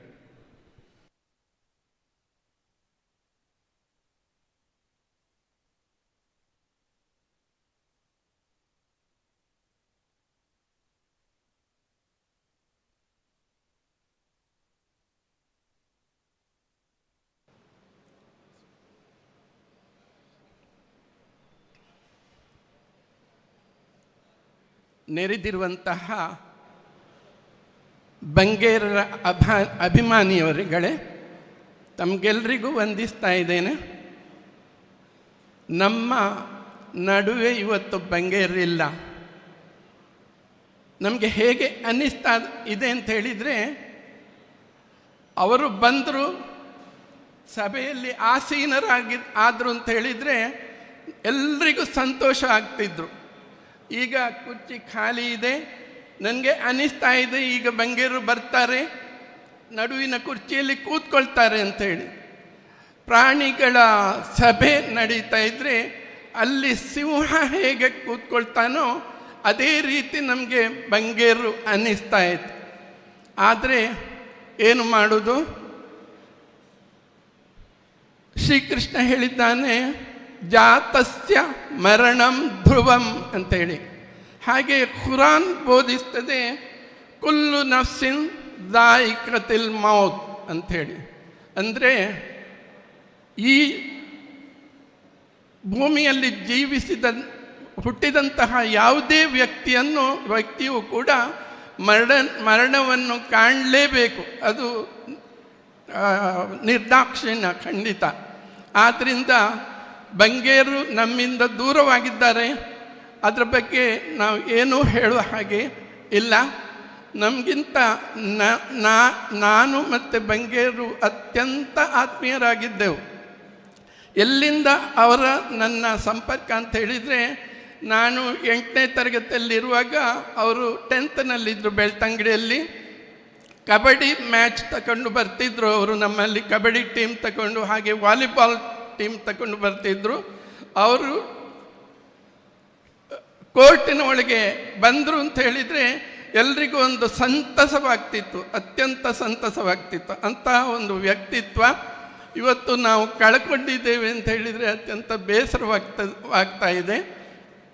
ನಾನು ಶ್ರೀಯುತರ ಬಗ್ಗೆ, ಅಂದರೆ ಅವರು ಹೇಗೆ ವ್ಯವಹರಿಸುತ್ತಿದ್ದರು ಅಂತ ಹೇಳುವುದರ ಬಗ್ಗೆ ಒಂದೆರಡು ಉದಾಹರಣೆಗಳೊಂದಿಗೆ ಹೇಳಲಿಕ್ಕೆ ಬಯಸ್ತಾ ಇದ್ದೇನೆ. ನಾನು ಇನ್ನೂ ರಾಜಕೀಯಕ್ಕೆ ಬರುವುದಕ್ಕಿಂತ ಮೊದಲೇ ನನ್ನ ಮಗ 10ನೇ ತರಗತಿಯಲ್ಲಿ ಓದ್ತಾ ಇದ್ದ.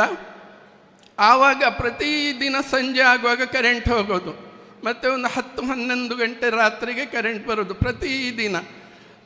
ನನ್ನ ಮಗ ನನಗೆ ಹೇಳಲಿಲ್ಲ. ಒಂದು ದಿನ ಬಂಗೇರಿಗೆ ಸೀದಾ ಫೋನ್ ಮಾಡಿದ, ಸರ್ ನಮಗೆ ಕರೆಂಟ್ ಹೋಗ್ತಾ ಇದೆ ಪ್ರತಿದಿನ, SSLC ಪರೀಕ್ಷೆ ಬರ್ತಾ ಇದೆ, ನಾವು ಹೇಗೆ ಓದೋದು ಸರ್ ಅಂತೇಳಿ. ಆವಾಗ ಬಂಗೇರು ಹೇಳಿದರು, ಬೇಸರ ಮಾಡಬೇಡ, ಇನ್ನೂ ಖಂಡಿತ ಕರೆಂಟ್ ಹೋಗದ ಹಾಗೆ ನಾನು ಮಾಡ್ತೇನೆ, ಕರೆಂಟ್ ಹೋಗೋದಿಲ್ಲ ಅಂತ ಹೇಳಿದರು. ಆಮೇಲೆ ಕರೆಂಟ್ ಹೋಗಲಿಲ್ಲ. ಆ ರೀತಿಯ ಕೆಲಸ ಅವರದು. ಅದೇ ರೀತಿ ನಾನು ಇನ್ನೂ ಒಂದೆರಡು ಉದಾಹರಣೆ ಹೇಳಲಿಕ್ಕೆ ಬಯಸ್ತಾ ಇದ್ದೇನೆ. ನಾನು ಗೌರ್ಮೆಂಟ್ ಜೂನಿಯರ್ ಕಾಲೇಜ್ ಪುಂಜಾಲ್ಕಟ್ಟೆಯಲ್ಲಿ ಕೆಲಸ ಮಾಡಿದವ. ಅಲ್ಲೇ ರಿಟೈರ್ ಆದೆ. ಆಮೇಲೆ ಅದನ್ನು ಅಲ್ಲಿನ ಆ್ಯಕ್ಟಿವ್ ಪ್ರೆಸಿಡೆಂಟಾಗಿ ಕೂಡ ಬಂಗೇರು ಮಾಡಿದರು. ಅಲ್ಲಿ ಸೈನ್ಸ್ ವಿಭಾಗ ಇರಲಿಲ್ಲ. ವಾಮದಬದವು ಕಾಲೇಜಿನಲ್ಲಿ ಸೈನ್ಸ್ ವಿಭಾಗ ಇತ್ತು. ಅಲ್ಲಿ ಮಕ್ಕಳು ಕಡಿಮೆ ಆಗಿ ಕಡೆಗೆ ಒಬ್ಬ ಹುಡುಗ ಇದ್ದಂತೆ. ಆ ಸಂದರ್ಭದಲ್ಲಿ ನಾವು ಪ್ರಯತ್ನಿಸಿದೆವು. ಪುಂಜಾಲ್ಕಟ್ಟೆಯಲ್ಲಿ ವಿಜ್ಞಾನ ವಿಭಾಗ ಆರಂಭವಾಯಿತು. ನಮಗೆ ಆದೇಶ ಬಂತು. ಅದರ ಜೊತೆಯಲ್ಲಿ ವಾಮದ ಪದವಿನ ಇಡೀ ಸ್ಟಾಫ್ ಮತ್ತು ಲ್ಯಾಬ್ ಕೂಡ ನಮ್ಮಲ್ಲಿಗೆ ಶಿಫ್ಟ್ ಆಯಿತು, ಆದೇಶ ಬಂತು. ಆವಾಗ ಬಂಟ್ವಾಳದ ಶಾಸಕರು, ತಮಗೆಲ್ಲ ಪರಿಚಯ ಇದೆ ಅವರಿಗೆ, ಅವರು ಎಚ್ಚರ ಆದರು. ಆಗಿ ಅಲ್ಲಿ ವಿದ್ಯಾರ್ಥಿಗಳನ್ನು ನಾವು ಕಲೆಕ್ಟ್ ಮಾಡ್ತೇವೆ, ನಮ್ಮ ವಿಭಾಗ ಯಾವುದಿದೆಯೋ ನಮ್ಮ ಅಧ್ಯಾಪಕರುಗಳು ಆಗಲಿ, ಇಲ್ಲಿಂದ ಲ್ಯಾಬ್ ಆಗಲಿ ಟ್ರಾನ್ಸ್ಫರ್ ಆಗಬಾರ್ದು ಅಂತೇಳಿ ಪ್ರಯತ್ನಿಸಿದ್ರು. ಆ ಸಂದರ್ಭದಲ್ಲಿ ನಾನು ಆ್ಯಕ್ಟಿವ್ ಪ್ರೆಸಿಡೆಂಟ್ ಆಗಿದ್ದೆ. ಬಂಗೇರಲ್ಲಿ ಮೀಟ್ ಆದೆ, ಸರ್ ಹೀಗೆ ಆಗ್ತಾ ಇದೆ, ಏನು ಮಾಡೋದು ಅಂತೇಳಿ. ಬಂಗೇರು ಹೇಳಿದರು, ನಾಳೆ ನೀವು ಬ್ಯಾಂಗ್ಳೂರಿಗೆ ಹೊರಟು ಬನ್ನಿ, ನಾನು ಕೂಡ ಬರ್ತೇನೆ, ಬ್ಯಾಂಗ್ಳೂರಿಗೆ ಹೋಗುವ ಅಂತ ಹೇಳಿದರು. ಬಂಗೇರ ಜೊತೆ ಬ್ಯಾಂಗ್ಳೂರಿಗೆ ಹೋದೆ ನಾನು. ಅವರ ಶಾಸಕರ ಕೋಣೆಯಲ್ಲೇ ನಾವು ಕೂಡ ಉಳ್ಕೊಳ್ಳೋದು, ನಮ್ಮ ಖರ್ಚೆಲ್ಲವೂ ಕೂಡ ನೋಡೋದು ಬಂಗೇರೇ. ಅವರ ಕಾರಿನಲ್ಲೇ ಬ್ಯಾಂಗ್ಳೂರು ಬೇಕಿದ್ದರೆ ತಿರುಗಬಹುದು ಕೂಡ. ಅಂತಹ ಒಬ್ಬ ವ್ಯಕ್ತಿಯವರು ಅಪಾಯಿಂಟ್ಮೆಂಟ್ ತಗೊಂಡು, ಗೋವಿಂದೇಗೌಡರು ವಿದ್ಯಾಮಂತ್ರಿ ಆಗಿದ್ದರು. ಆವಾಗ ಅಪಾಯಿಂಟ್ಮೆಂಟ್ ತಗೊಂಡು ಬನ್ನಿ ಸಾಹೇಬ್ರೆ ಹೋಗುವ, ನಾವು ಮಾತಾಡುವ ಅಂತ ಹೇಳಿದರು. ಹೋಗುವಾಗ ಅಲ್ಲಿ ಬಂಗೇರು ಹೇಳಿದರು ಮೀಟಿಂಗ್ ಆಗ್ತಾಯಿದ್ದು. ಅವರು ಹೇಳಿದರು, 3 ಶೆಟ್ಟಿ ಮಕ್ಕಳು ಒಟ್ಟಿಗೂ ಸೇರಿದೆ. 3 ಶೆಟ್ಟಿ ಮಕ್ಕಳು ನಿಮಗೆ ಯಾರು ಅಂತ ಗೊತ್ತಾಗ್ಬೋದು. ಒಂದು ಅಮರ್ನಾಥ್ ಶೆಟ್ಟು, ಒಂದು ಜಯಪ್ರಕಾಶ್ ಹೆಗ್ಡೆಯವರು, ಒಂದು ಬಂಟ್ವಾಳದ ಶಾಸಕರು. 3 ಸೇರಿಕೊಂಡು ಗೋವಿಂದೇಗೌಡರ ಹತ್ರ ಮಾತನಾಡ್ತಾ ಇದ್ದರು ಇದೇ ವಿಷಯವಾಗಿ. ಬಂಗೇರು ಹೇಳಿದರು, ಬೇಡ ಇತ್ತ ಪಾತ್ರನ ಬಿಡ್ತಿ ಅಂಕ್ಲು, ಬಲೆ ಯಾನ್ ತೂಪೆ ಬಲೆ ಅಂತೇಳಿ ನನ್ನನ್ನು ಕರ್ಕೊಂಡು ಬಂದು ನನ್ನನ್ನು ಕಳಿಸಿದ್ರು. ನೀವು ಹೋಗಿ ನಾನು ನೋಡ್ತೇನೆ ಅಂತೇಳಿ. ಆಮೇಲೆ ವಿಜ್ಞಾನ ವಿಭಾಗ ಯಾವುದಿದೆಯಾ ಅದು ಪುಂಜಾಲ್ಕಟ್ಟೆಯಲ್ಲೇ ಉಳಿಯಿತು. ಎಲ್ಲ ಸ್ಟಾಫ್ ಕೂಡ ಪುಂಜಾಲ್ಕಟ್ಟೆಯಲ್ಲೇ ಉಳಿಯಿತು. ಅಂತಹ ಸಾಮರ್ಥ್ಯ ಬಹುಶಃ ಬಂಗೇರಿಗೆ ಮಾತ್ರ ಇತ್ತು ಅಂಥೇಳಿ ಖಂಡಿತ ಹೇಳಲಿಕ್ಕೆ ನಾನು ಬಯಸ್ತಾ ಇದ್ದೇನೆ. ಹಾಗೂ ಬಂಗೇರಿನಿಂದ ಹಲವಾರು ಉಪಕೃತಗಳು ನನಗೆ ಆಗಿವೆ. ನಾನು ಕೇಳಿದ್ದೆ, ಮಾಲಾಡಿ ವಿಲೇಜಿಗೆ ಹೈಸ್ಕೂಲ್ ಕೊಡಿ ಅಂತೇಳಿ ನಾನು ಕೇಳಿದ್ದೆ. ಆವಾಗ ಹೈಸ್ಕೂಲ್ ಕೊಡಲಿಕ್ಕೆ ಆಗೋದಿಲ್ಲ ಅಂತ ಹೇಳಿದರು. ಆಮೇಲೆ ಬೆಳ್ತಂಗಡಿಗೆ ಸರಕಾರಿ ITI ಮಂಜೂರಾಯಿತು. ITI ಮಂಜೂರು ಆಗುವಾಗ ನನ್ನನ್ನು ಕರೆದು ಕೇಳಿದರು, ಸಾಹೇಬ್ರೆ ನಿಮಗೆ ITI ಸಿಕ್ಕಿದರೆ ಆದೀತಾ ಅಲ್ಲ ಪ್ರೌಢಶಾಲೆ ಬೇಕಾ ಅಂತೇಳಿ. ನಾನು ಹೇಳಿದೆ ITI ಕೂಡ ಆದೀತು ಸರ್ ಅಂತೇಳಿದೆ. ITIಯನ್ನು ಮಾಲಾಡಿಗೆ ಶಿಫ್ಟ್ ಮಾಡಿದರು. ಹಾಗೂ ಎಲ್ಲ ಸ್ಟಾಫ್ ಕೂಡ ತರಿಸಿದರು. ಅದರ ಜೊತೆಯಲ್ಲಿ ಹೇಳಿದರು, ಆವಾಗ DCM ಆಗಿದ್ದರು, ಉಪಮುಖ್ಯಮಂತ್ರಿಗಳಾಗಿದ್ದರು ಸಿದ್ದರಾಮಯ್ಯನವರನ್ನು ನಾನು ಕರೆಸ್ತೇನೆ ಉದ್ಘಾಟನೆಗೆ ಅಂತ ಹೇಳಿದರು. ಅದೇ ರೀತಿ ಸಿದ್ದರಾಮಯ್ಯನವರನ್ನು ಕರೆಸಿದರು. ಸಿದ್ದರಾಮಯ್ಯನವರಿಗೂ BA ಮೊಯ್ದೀನ್, ಜಯಪ್ರಕಾಶ್ ಹೆಗ್ಡೆ ಮುಂತಾದವರಿಗೆ ಆತಿಥ್ಯ ನೀಡುವಂತಹ ಒಂದು ಭಾಗ್ಯ ಕೂಡ ನನಗೆ ಸಿಕ್ಕಿತು ಅಂತೇಳಿ ಈ ಸಂದರ್ಭದಲ್ಲಿ ನಾನು ನೆನಪಿಸಲಿಕ್ಕೆ ಬಯಸ್ತಾ ಇದ್ದೇನೆ. ಹಾಗೂ ಬಂಗೇರರ ಬಗ್ಗೆ ಮಾತಾಡಿದ ತುಂಬ ಇದೆ. ಅವರ ಬಗ್ಗೆ ಮಾತಾಡುವುದು ಅಂತ ಹೇಳಿದರೆ ಸೂರ್ಯನ ಎದುರು ನಾವು ದೀಪವನ್ನು ಹಿಡಿದಂತೆ ಅಂತ ಹೇಳಿ ಖಂಡಿತ ಹೇಳ್ಬೋದು. ಅವರು ದೀನ ದಲಿತರ ಬಗ್ಗೆ ಅತ್ಯಂತ ಕಾಳಜಿ ವಹಿಸಿಕೊಳ್ತಿದ್ದು. ದೀನ ದಲಿತರ ಯಾವುದೇ ಕಂಪ್ಲೇಂಟ್ ಬರಲಿ ಅದರ ಬಗ್ಗೆ ಕೂಡಲೇ ಆ್ಯಕ್ಷನ್ ತಗೊಳ್ತಿದ್ರು. ಇಂತಹ ಸಂದರ್ಭದಲ್ಲಿ ಅವರು ಸ್ವಲ್ಪ ನಿಷ್ಠುರವಾಗಿ ಕೂಡ ವರ್ತಿಸಬೇಕಾಗ್ತಿತ್ತು. ಅಧಿಕಾರಿಗಳ ಜೊತೆ ಮುಖ್ಯವಾಗಿ ನಿಷ್ಠುರವಾಗಿ ವರ್ತಿಸಬೇಕಾಗ್ತಿತ್ತು. ಆ ನಿಷ್ಠುರದ ಜೊತೆಯಲ್ಲಿ ಅವರ ಹೃದಯ ಅತ್ಯಂತ ಮಮ್ಮಲವಾಗಿ ಮರುಗ್ತಾ ಇತ್ತು ಅಂತ ಹೇಳೋದನ್ನು ನಾವು ಖಂಡಿತ ತಿಳ್ಬೇಕಾದಂತಹ ಅವಶ್ಯಕತೆ ಖಂಡಿತ ಇದೆ ಅಂತೇಳಿ ಹೇಳ್ತಾ, ಇವತ್ತು ನನ್ನ ಆರೋಗ್ಯ ಚೆನ್ನಾಗಿಲ್ಲ. ಜನ ಸೇರಿದಲ್ಲಿ ನೀವು ಹೋಗಬೇಕು ಅಂತ ಹೋಗಬಾರ್ದು ಅಂತೇಳಿ ಡಾಕ್ಟ್ರು ಆದೇಶ ನೀಡಿದ್ದಾರೆ. ಅಂದರೆ ಇನ್ಫೆಕ್ಷನ್ ಆಗುವಂಥ ಸಾಧ್ಯತೆ ಇದೆ, ಆದ್ದರಿಂದ ಹೋಗಬಾರ್ದು ಅಂತ ಹೇಳಿದ್ದಾರೆ. ಆದರೂ ಕೂಡ ಬಂಗೇರರ ಮೇಲಿನ ಅಭಿಮಾನದಿಂದ ನಾನು ಇವತ್ತು ಬಂದಿದ್ದೇನೆ. ಬಂಗೇರರ ಬಗ್ಗೆ ಇನ್ನೂ ಹೇಳಲಿಕ್ಕಿದೆ. ಇವತ್ತು ನಾನು ಇನ್ನೊಮ್ಮೆ ಹೇಳಲಿಕ್ಕೆ ಬಯಸ್ತಾ ಇದ್ದೇನೆ.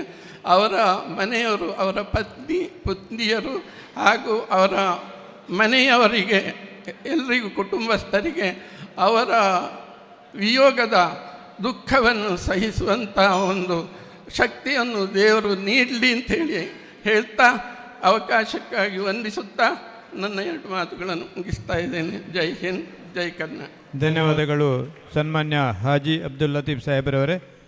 ಈಗ ನಮ್ಮ ಬಂಗೇರರ ನಿಕಟವರ್ತಿಯಾಗಿದ್ದು ವಕೀಲರು ಆದಂಥ ಸನ್ಮಾನ್ಯ ಮನೋಹರ್ ಕುಮಾರ್ ದಯವಿಟ್ಟು ನುಡಿ ನಮನವನ್ನು ಸಲ್ಲಿಸಬೇಕಾಗಿ ವಿನಂತಿ. ಈಗಾಗಲೇ ಹಳದಂಗಡಿ ಅಜಿಲ ಸೀಮೆಯ ಅರಸರು ಆದಂಥ ಪದ್ಮಪ್ರಸಾದ್ ಅಜಿಲರು ಆಗಮಿಸ್ತಾ ಇದ್ದಾರೆ. ಅವರನ್ನು ಪ್ರೀತಿಯಿಂದ ಸ್ವಾಗತ.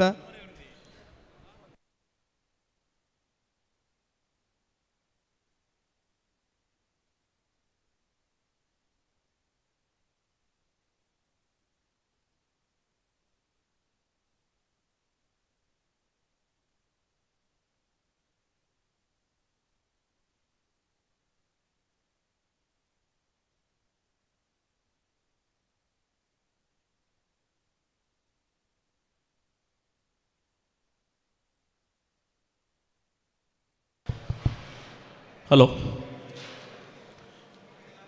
ಎಲ್ರಿಗೂ ನಮಸ್ಕಾರಗಳು. ಬಹುಶಃ ವಸಂತ ಬಂಗೇರರು ಕಳೆದ ಮೇ 8ರಂದು ದೈವಾಧೀನರಾದ ನಂತರ ನಾವೊಂದು ಇನ್ನೂ ಕೂಡ ಅವರು ಮರಣ ಹೊಂದಿದ್ದಾರೆ ಎನ್ನುವಂತಹ ಒಂದು ಭಾವನೆಯಿಂದ ಇನ್ನೂ ಕೂಡ ಹೊರಗೆ ಬರಲಿಲ್ಲ.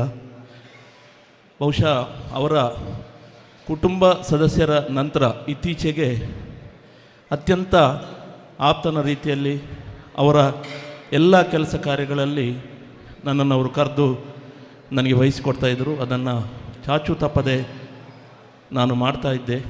ಈ ಸಂದರ್ಭದಲ್ಲಿ ಬಹುಶಃ ದಿನಂಪ್ರತಿ ನಿನ್ನೆ ಕೂಡ ನನಗೆ ರಾತ್ರಿ ಅವರ ಜೊತೆ ಇದ್ದಂತಹ ಕನಸು, ದಿನಾ ಕನಸು ಬೀಳ್ತಾ ಇದ್ದೆ. ಬೆಳಗ್ಗೆ ಅದು ನನಗೆ ನೆನಪಿರುವುದಿಲ್ಲ. ಆ ರೀತಿಯಾಗಿ ವಸಂತ ಬಂಗೇರರೊಂದಿಗೆ ಕಳೆದ ಒಂದು 15 ವರ್ಷಗಳಿಂದ ನಾವು ಕೆಲಸ ಮಾಡುವಂಥ ಒಂದು ಅವಕಾಶ ನಮಗೆ ಸಿಕ್ಕಿದ್ದು ನಮ್ಮ ಭಾಗ್ಯ. ಅವರು ಪತ್ರಿಕಾಗೋಷ್ಠಿ ನಡೆಸುವಂಥದ್ದು ಇರ್ಬೋದು, ಅವ್ರ ಜೊತೆ ಬೆಂಗಳೂರಿಗೆ ಹೋದಂಥದ್ದು ಇರ್ಬೋದು, ಅವ್ರ ಜೊತೆ ಮಲಗುವಂತಹ ಒಂದು ಸೌಭಾಗ್ಯ ಕೂಡ. ನಾವು ಬೆಂಗಳೂರಿಗೆ ಹೋದರೆ ಅವರು ಯಾವತ್ತೂ ನಮ್ಮನ್ನು ಕೆಳಗೆ ಅಥವಾ ಬೇರೆ ಕಡೆ ಮಲಗಲಿಕ್ಕೆ ಬಿಡ್ತಾ ಇರಲಿಲ್ಲ. ಅವ್ರ ಜೊತೆಯೇ ಮಲಗಲಿಕ್ಕೆ ಬಿಟ್ಟು ಅವ್ರ ಜೊತೆಯೇ ಊಟ ತಿಂಡಿ ಎಲ್ಲವನ್ನು ಮಾಡಿ ಈ ದಿನ ಅವರು ನಮ್ಮ ಜೊತೆ ಇಲ್ಲ ಎನ್ನುವಂಥದ್ದನ್ನು ಅರಗಿಸಿಕೊಳ್ಳಲಿಕ್ಕೆ ಆಗ್ತಾಯಿಲ್ಲ. ಬಹುಶಃ ಮೊನ್ನೆ ನಾನು ಕೆಲವೊಂದು ಅವರ ಬಗ್ಗೆ ವಿಚಾರಗಳನ್ನು ನಾನು ಸಂಗ್ರಹ ಮಾಡಿದ್ದೆ. ಅದರಲ್ಲಿ 1-2 ವಿಚಾರಗಳನ್ನು ಮಾತ್ರ ನಾನು ಓದಲಿಕ್ಕೆ ಇಚ್ಛಿಸ್ತೇನೆ, ನನಗೆ ಅವಕಾಶ ಕೊಟ್ಟ ಈ ಸಂದರ್ಭದಲ್ಲಿ. ಒಂದು ಜಮೀನ್ದಾರಿ ಕುಟುಂಬದಿಂದ ಬಂದಂತಹ ಬಂಗೇರ್ರ ಅವರು ಘನತೆಯಲ್ಲಿ ಬದುಕನ್ನು ಬಾಳಿದವರು. ಒಂದು ಗುತ್ತು ಮನೆತನದ ಗತ್ತು ಅವರಲ್ಲಿತ್ತು. ವೈಯಕ್ತಿಕ ಘನತೆ, ಜನ್ಮ ಕೊಟ್ಟ ತಂದೆ ತಾಯಿಗಳ ಘನತೆ, ತಾನು ಹುಟ್ಟಿ ಬೆಳೆದ ಮನೆತನದ ಘನತೆ, ತಾನು ಸ್ವೀಕರಿಸಿದ ವೃತ್ತಿಯ ಘನತೆ, ತಾನು ಕುಳಿತ ಪೀಠದ ಘನತೆ, ಇದನ್ನೆಲ್ಲ ಒಂದು ಕಾಪಾಡಿಕೊಂಡು ಬಂದಂತಹ ಓರ್ವ ಘನತೆವೆತ್ತ ನಮ್ಮ ಕ್ಷೇತ್ರದ ಶಾಸಕರಾಗಿದ್ದವರು.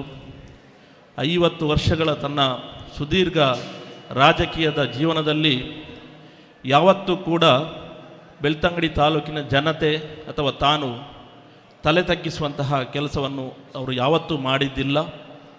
ತಾಲೂಕಿನ ಸರ್ವ ಧರ್ಮದ ಸರ್ವ ಜಾತಿಯ ಅವರಾಗಿದ್ದರು. ನಮ್ಮ ಸಮುದಾಯರೆನ್ನುವಂತಹ ಬಿಲ್ಲವ ಸಮುದಾಯದ ಪ್ರಭಾವಿ ನಾಯಕ ಎನ್ನುವಂತಹ ಒಂದು ಹೆಮ್ಮೆ ನಮ್ಮೆಲ್ಲ ಸಮಾಜದ ಬಾಂಧವರಲ್ಲಿ ಇದ್ದರೂ ಕೂಡ ತಾಲೂಕಿನ ಪ್ರತಿಯೊಂದು ಸಮುದಾಯದವರು ಅವರ ಬಾಗಿಲಿಗೆ ಬಂದಾಗ, ಅವರ ಕಚೇರಿಗೆ ಬಂದಾಗ, ಯಾನೊಲ್ಲೆ ನಿಕ್ಕು ಪೋಡಿಯೊಡ್ಚಿ ನಿಕ್ಕು ದಾದಾವಡು, ಅದು ರಾತ್ರಿ ಇರ್ಬೋದು, ಹಗಲಿರ್ಬೋದು, ಬೆಳಗ್ಗೆ ಇರ್ಬೋದು, ಅವ್ರ ಮನೆಗೆ ಹೋದವರಿಗೆ ಅವರು ನೀಡ್ತಾ ಇದ್ದಂತಹ ಒಂದು ಟ್ರೀಟ್ಮೆಂಟ್. ನನ್ನ ಅಣ್ಣನ ಗೃಹ ಪ್ರವೇಶದ ಕಾಗದವನ್ನು ನಾನು ಅಣ್ಣ ಹೋಗಿದ್ದೇವೆ, ಅವರು ಸೀದಾ ಒಳಗೆ ಹೋಗಿದ್ದಾರೆ. ಏನು ಮಾಡ್ತಾರೆ ಅಂತ ನನಗೆ ಗೊತ್ತಿಲ್ಲ, ನಾನು ಟಾಯ್ಲೆಟಿಗೆ ಹೋಗಿರ್ಬೋದು ಅಂತ ಭಾವಿಸಿದೆ. ಬರುವಾಗ ಸ್ವತಃ ಅವರೇ ಚಹಾವನ್ನು ತಯಾರು ಮಾಡಿ, ಆ ದಿನ ಅವರ ಮನೆಯಲ್ಲಿ ಯಾರು ಇರಲಿಲ್ಲ, ಸ್ವತಃ ತಾನೇ ಚಹಾವನ್ನು ತಯಾರು ಮಾಡಿ ನಮಗೆ ಕೊಟ್ಟಂಥದ್ದನ್ನು ನನ್ನ ಜೀವನದಲ್ಲಿ ಯಾವತ್ತೂ ನಾನು ಮರೀಲಿಕ್ಕಿಲ್ಲ. ಬಹುಶಃ ಬಂಗೇರರ ಜೊತೆ ಕಳೆದಂತಹ ಪ್ರತಿಯೊಂದು ಘಟನೆಗಳು ನಮಗೆ ಈಗ ಒಂದು ಎಪಿಸೋಡ್ನಾಗೆ ಬರ್ತಾ ಇದೆ. ಅವ್ರ ಜೊತೆ ನಾವು ಹೋಗ್ತಾ ಇದ್ದದ್ದು, ಅವರ ಮಾತುಗಾರಿಕೆ, ಅವರ ಸಿಟ್ಟು, ಅವರ ಅದೇ ಸಿಟ್ಟು ಕ್ಷಣಾರ್ಧದಲ್ಲಿ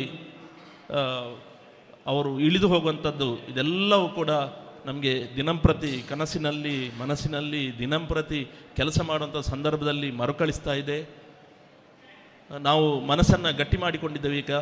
ಯಾಕೆಂತ ಹೇಳಿದರೆ ಹುಟ್ಟು ಸಾವು ಅದು ನಿಶ್ಚಿತ, ಅದನ್ನು ಯಾರಿಂದಲೂ ನಿಲ್ಲಿಸಲಿಕ್ಕೆ ಸಾಧ್ಯ ಇಲ್ಲ. ಈ ಸಂದರ್ಭದಲ್ಲಿ ಅವರು ಏನು ಕೆಲಸಗಳನ್ನು ಕಾರ್ಯಗಳನ್ನು ಮಾಡಿಕೊಂಡು ಹೋಗ್ತಾ ಇದ್ದರು, ಅದನ್ನು ಮುಂದಿನ ದಿನಗಳಲ್ಲಿ ಅವರ ಒಂದು ಅಭಿಮಾನಿ ಸಂಘಟನೆಯ ಮೂಲಕ ಮುಂದುವರಿಸಿಕೊಂಡು ಹೋಗುವಂತಹ ಒಂದು ಅಪೇಕ್ಷೆ ನಮ್ಮೆಲ್ಲರದ್ದಾಗಿದೆ. ಈ ಒಂದು ಸಂದರ್ಭದಲ್ಲಿ ನಾನು ಒಬ್ಬ ವ್ಯಕ್ತಿಯನ್ನು ನೆನೆಯಲೇಬೇಕು. ಈ ವೇದಿಕೆಯ ಮುಂಭಾಗದಲ್ಲಿದ್ದಾರೆ ಮಾನ್ಯ ಪದ್ಮನಾಭ ಮಾಣಿಂಜರವರು. ವಸಂತ ಬಂಗೇರ್ರ ಎಲ್ಲ ಏಳು ಬೀಳುಗಳಲ್ಲಿ ಅವರ ಹಿಂದೆ ಇದ್ದಂಥವರು ಹಿರಿಯರು. ಮಾನ್ಯ ಪದ್ಮನಾಭ ಮಾಣಿಂಜರು ಯಾವುದೇ ನಮಗೆ ಕೆಲವೊಂದು ಬಾರಿ ವಸಂತ ಬಂಗೇರ್ರ ಹತ್ರ ಸರ ಅಂಚ ಮಲ್ಪೊಡಿ ಸರ್ ಒಂದು ಚೂರು ಇಂಚ ಅಂತ ಹೇಳಲಿಕ್ಕೆ ನಮಗೆ ಧೈರ್ಯ ಇರಲಿಲ್ಲ. ಅವ್ರ ಹತ್ರ ಅವರನ್ನು ಕನ್ವಿನ್ಸ್ ಮಾಡುವಂತಹ ಯಾವುದೇ ಧೈರ್ಯ ನಮಗೆ ಇರಲಿಲ್ಲ. ಆ ಸಂದರ್ಭದಲ್ಲಿ ನಮಗೆ ಸಿಗ್ತಾ ಇದ್ದಂತಹ ವ್ಯಕ್ತಿ ಪದ್ಮನಾಭ ಮಾಣಿಂಜ ಸರ್.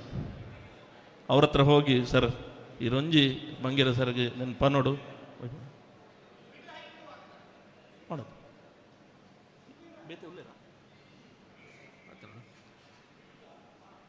ಪದ್ಮನಾಭ ಮಾಣಿಂಜ ಸರ್ ಅವ್ರ ಹತ್ರ ಹೇಳಿದಾಗ, ಪದ್ಮನಾಭ ಮಾಣಿಂಜ ಸರ್ ಅವರಿಗೆ ಬಂಗೇರ ಒಂದು ಇಂಚ ಮಲ್ಪಡು ಅಂತ ಹೇಳಿದರೆ ಅವರ ಮಾತನ್ನು ಅವರು ಕೇಳ್ತಾ ಇದ್ದದನ್ನು ಕೇಳ್ತಾ ಇದ್ದರು. ಹಾಗಾಗಿ ವಸಂತ ಬಂಗೇರ 55 ವರ್ಷಗಳ ಈ ರಾಜಕೀಯ ಇತಿಹಾಸದಲ್ಲಿ ಅವರ ಎಲ್ಲ ಏಳು ಬೀಳುಗಳಲ್ಲಿ ಅವರಿಗೆ ಕೈಯೊಡ್ಡಿ ಅವರನ್ನು ಶಕ್ತಿ ನೀಡಿ ಬೆಳೆಸ್ತಿದ್ದಂತಹ ಹಿರಿಯರಾದ ಪದ್ಮನಾಭ ಮಾಣಿಜಿ ಸರ್ ಇವರನ್ನು ನಾನು ಈ ಸಂದರ್ಭದಲ್ಲಿ ತುಂಬ ನೆನೆಸ್ಕೊಳ್ತೇನೆ.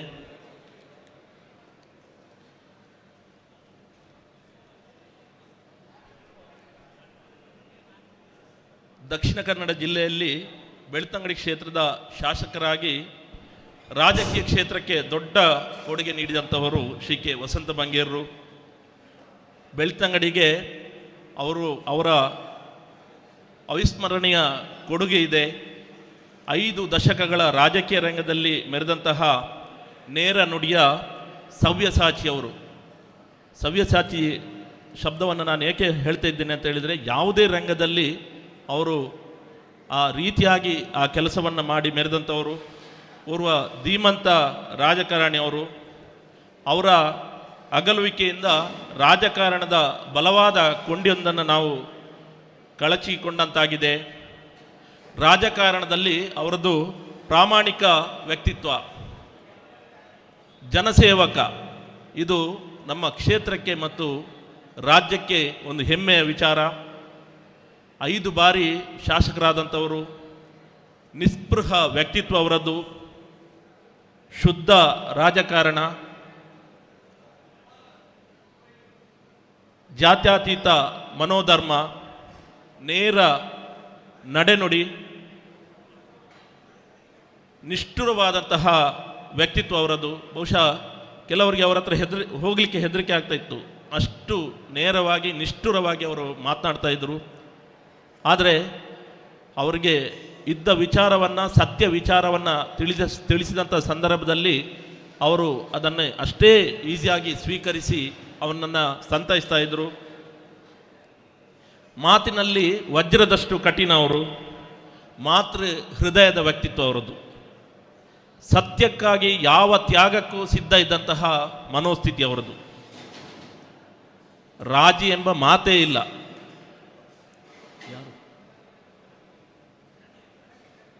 ಈ ಒಂದು ಕಾರ್ಯಕ್ರಮಕ್ಕೆ ಮಾಜಿ ಶಾಸಕರಾದ ಕೆ ವಸಂತ ಬಂಗೇರವರ ಪತ್ನಿ ಶ್ರೀಮತಿ ಸುಜಿತಾ ವಿ ಬಂಗೇರ ಮತ್ತು ಅವರ ಕುಟುಂಬದ ವರ್ಗದವರು ಈ ಸಭಾಂಗಣದ ಮುಂಭಾಗದಲ್ಲಿರುವಂತಹ ವಸಂತ ಬಂಗೇರರ ಭಾವಚಿತ್ರಕ್ಕೆ ದೀಪವನ್ನು ಉರಿಸಿ ಪುಷ್ಪಾರ್ಚನೆಯನ್ನು ಮಾಡಿ ಅವರಿಗೆ ಈ ಒಂದು ನುಡಿ ನಮನ ಕಾರ್ಯಕ್ರಮದಲ್ಲಿ ಭಾಗಿಗಳಾಗ್ತಾ ಇದ್ದಾರೆ.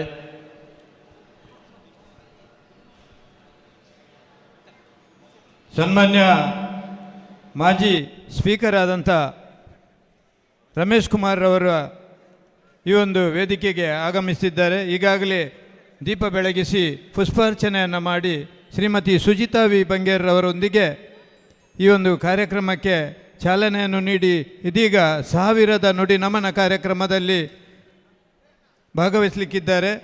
ರಮೇಶ್ ಕುಮಾರ್ ಅವರಿಗೆ ಎಲ್ಲರ ಪರವಾಗಿ ಪ್ರೀತಿಯಿಂದ ಸ್ವಾಗತಿಸ್ತಾ, 6 ಬಾರಿ ಶಾಸಕರಾಗಿ, 2 ಬಾರಿ ಸ್ಪೀಕರ್ ಆಗಿ, ದೇಶ ಕಂಡ ರಾಜ್ಯ ಕಂಡ ಅತ್ಯಂತ ಸರಳ ಒಬ್ಬ ಶಾಸಕರಾಗಿ ಕಾರ್ಯನಿರ್ವಹಿಸಿದಂಥ ಹೆಮ್ಮೆಯ ಶಾಸಕರು, ದೇವರಾಜ ಅರಸರವರ ಪಟ್ಟ ಶಿಷ್ಯ ಎಂದೇ ಗುರುತಿಸಿಕೊಂಡಿರುವಂಥ ರಮೇಶ್ ಕುಮಾರ್ ಇವರು ಈ ಒಂದು ನಮ್ಮ ಕಾರ್ಯಕ್ರಮದ ನುಡಿ ನಮನ 1000 ನುಡಿ ನಮನವನ್ನು ಅರ್ಪಿಸಲಿಕ್ಕೆ ನಮ್ಮೊಂದಿಗೆ ಪಾಲ್ಗೊಳ್ಳುವುದು ತುಂಬ ಹೆಮ್ಮೆಯ ವಿಚಾರವೆಂದು ಹೇಳುತ್ತಾ ಅವರನ್ನು ಎಲ್ಲರ ಪರವಾಗಿ ಇನ್ನೊಮ್ಮೆ ಪ್ರೀತಿಯಿಂದ ಸ್ವಾಗತಿಸ್ತಾ ಇದ್ದೇವೆ.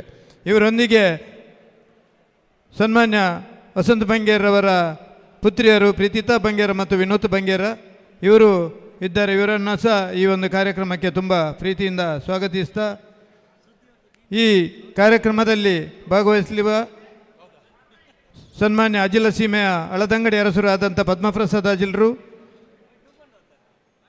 ಅತಾವುಲ್ಲಾ ಶಕಾಬಿ ಖತೀಜ ಜುಮ್ಮಾ ಮಸೀದಿ ಮೂರುಗೋಳಿ ಇವರು, ಫಾದರ್ ಪ್ರವೀಣ್ ಮಂಜೋಟಿಯವರು, ಪದ್ಮನಾಭ ಮಾನಿಂಜ ಅಧ್ಯಕ್ಷರು ಗುರುದೇವ ಬ್ಯಾಂಕ್ ಬೆಳ್ತಂಗಡಿಯವರು, ಬ್ಲಾಕ್ ಅಧ್ಯಕ್ಷರುಗಳಾದಂಥ ಗ್ರಾಮೀಣ KM ನಾಗೇಶ್ ಕುಮಾರ್ ಗೌಡ ಮತ್ತು ಸತೀಶ್ ಕುಮಾರ್ ಬಂಗೇರ ಕಾಶಿಪಟ್ನ ಇವರು, ನಮ್ಮೊಟ್ಟಿಗೆ ಉಪಸ್ಥಿತರಿದ್ದಾರೆ. ಈ ಎಲ್ಲ ಕಾರ್ಯಕ್ರಮದ ನಮ್ಮ ನಾಯಕರು ಕರ್ನಾಟಕ KPC ಪ್ರಧಾನ ಕಾರ್ಯದರ್ಶಿ ಆದಂಥ ರಕ್ಷಿತ್ ಶಿವರಾಮ್ ಇವರ ಒಂದು ಮುಂದಾಳತ್ವದಲ್ಲಿ ಈ ಕಾರ್ಯಕ್ರಮ ಯಶಸ್ವಿಯಾಗಿ ನಡೀತಿದೆ. ದಯವಿಟ್ಟು ಎಲ್ಲರೂ ತಮ್ಮ ತಮ್ಮ ಆಸೀನದಲ್ಲಿ ಆಸೀನರಾಗಬೇಕು. ನಮ್ಮ ಪ್ರೀತಿಯ ಮಾಜಿ ಸಭಾಪತಿಯಾದಂಥ ರಮೇಶ್ ಕುಮಾರ್ ಅವರನ್ನು ವೇದಿಕೆಗೆ ಪ್ರೀತಿಯಿಂದ ಬರಮಾಡಿಕೊಳ್ಬೇಕಂತ ವಿನಂತಿಸಿ ಮಾಡಿಕೊಳ್ತಾ ಇದ್ದೇವೆ.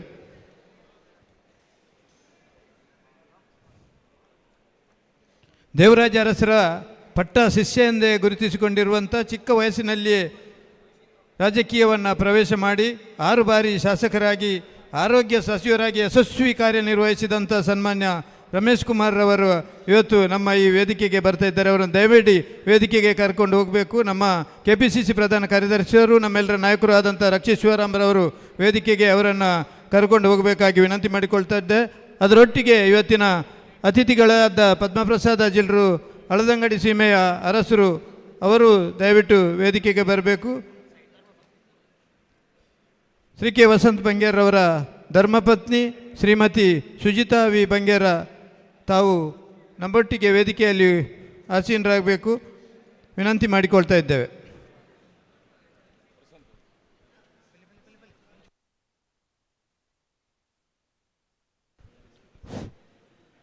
ಅತಾವುಲ್ಲಾ ಸಕಾಪಿ ಖತೀಬರು ಜುಮಾ ಮಸೀದಿ ಮುರುಗೋಳಿ ದಯವಿಟ್ಟು ತಾವು ವೇದಿಕೆಗೆ ಬರಬೇಕು. ಫಾದರ್ ಪ್ರವೀಣ್ ಮಂಜೋಟಿ ತಾವು ವೇದಿಕೆಗೆ ಬರಬೇಕು ವಿನಂತಿ ಮಾಡಿಕೊಳ್ತಾ ಇದ್ದೇವೆ. ಬ್ಲಾಕ್ ಅಧ್ಯಕ್ಷರುಗಳು ಅವರನ್ನು ವೇದಿಕೆಗೆ ಕರ್ಕೊಂಡು ಹೋಗಬೇಕಾಗಿ ವಿನಂತಿ ಮಾಡಿಕೊಳ್ತಾ ಇದ್ದೇವೆ.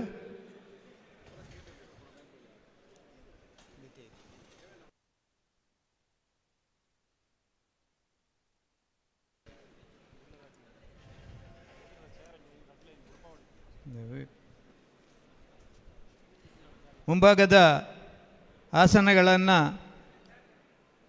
ಬರುವಂಥ ಮುಖ್ಯ ಅತಿಥಿಗಳಿಗೆ ಬಿಟ್ಟುಕೊಟ್ಟು ತಾವು ಇಲ್ಲಿಯ ಕಾರ್ಯಕರ್ತರು ಹಿಂಭಾಗದಲ್ಲಿ ಆಸೀನರಾಗಬೇಕು ಅಂತ ವಿನಂತಿ ಮಾಡಿಕೊಳ್ತಾ, ಬೆಳ್ತಂಗಡಿಯ ಮಾನಿಕ ಶ್ರೀ ಕೆ ವಸಂತ ಬಂಗೇರ ನೆನಪಿನಂಗಳದಲ್ಲಿ ನೇರ ನಡೆನುಡಿಯ ಸ್ವಾಭಿಮಾನ ನಾಯಕನಿಗೆ 1000 ನುಡಿ ನಮನಗಳು ಕಾರ್ಯಕ್ರಮದಲ್ಲಿ ಈಗಾಗಲೇ ಪಾಲ್ಗೊಂಡಂಥ ಸನ್ಮಾನ್ಯ ರಮೇಶ್ ಕುಮಾರ್ ಇವರನ್ನು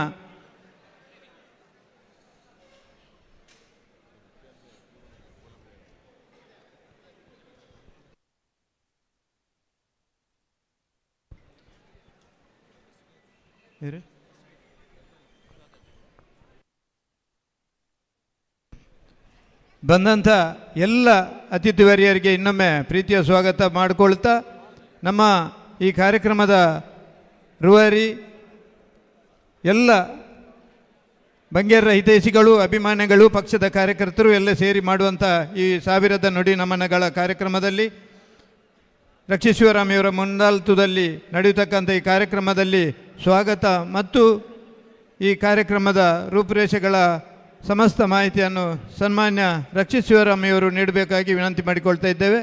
ಈ ಸಂದರ್ಭದಲ್ಲಿ ಬಂಗೇರ ಪ್ರೀತಿಯ ಪುತ್ರಿಗಳ ಪ್ರತೀತಾ ಮತ್ತು ವಿನುತಾ ಇವರು ಭಾಗವಹಿಸಬೇಕು.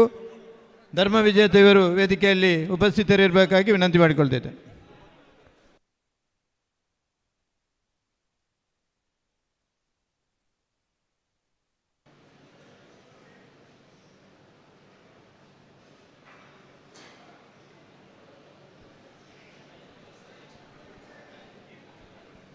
ಮಹಿಳಾ ಕಾಂಗ್ರೆಸ್ನ ಅಧ್ಯಕ್ಷರು ಸನ್ಮಾನ್ಯ ನಮಿತಾ ಹಾಗೂ ವಂದನಾ ಭಂಡಾರಿ ಇವರು ದಯವಿಟ್ಟು ವೇದಿಕೆಯಲ್ಲಿ ಉಪಸ್ಥಿತರಿರಬೇಕಾಗಿ ವಿನಂತಿ ಮಾಡಿಕೊಳ್ತಾ ಇದ್ದಾರೆ.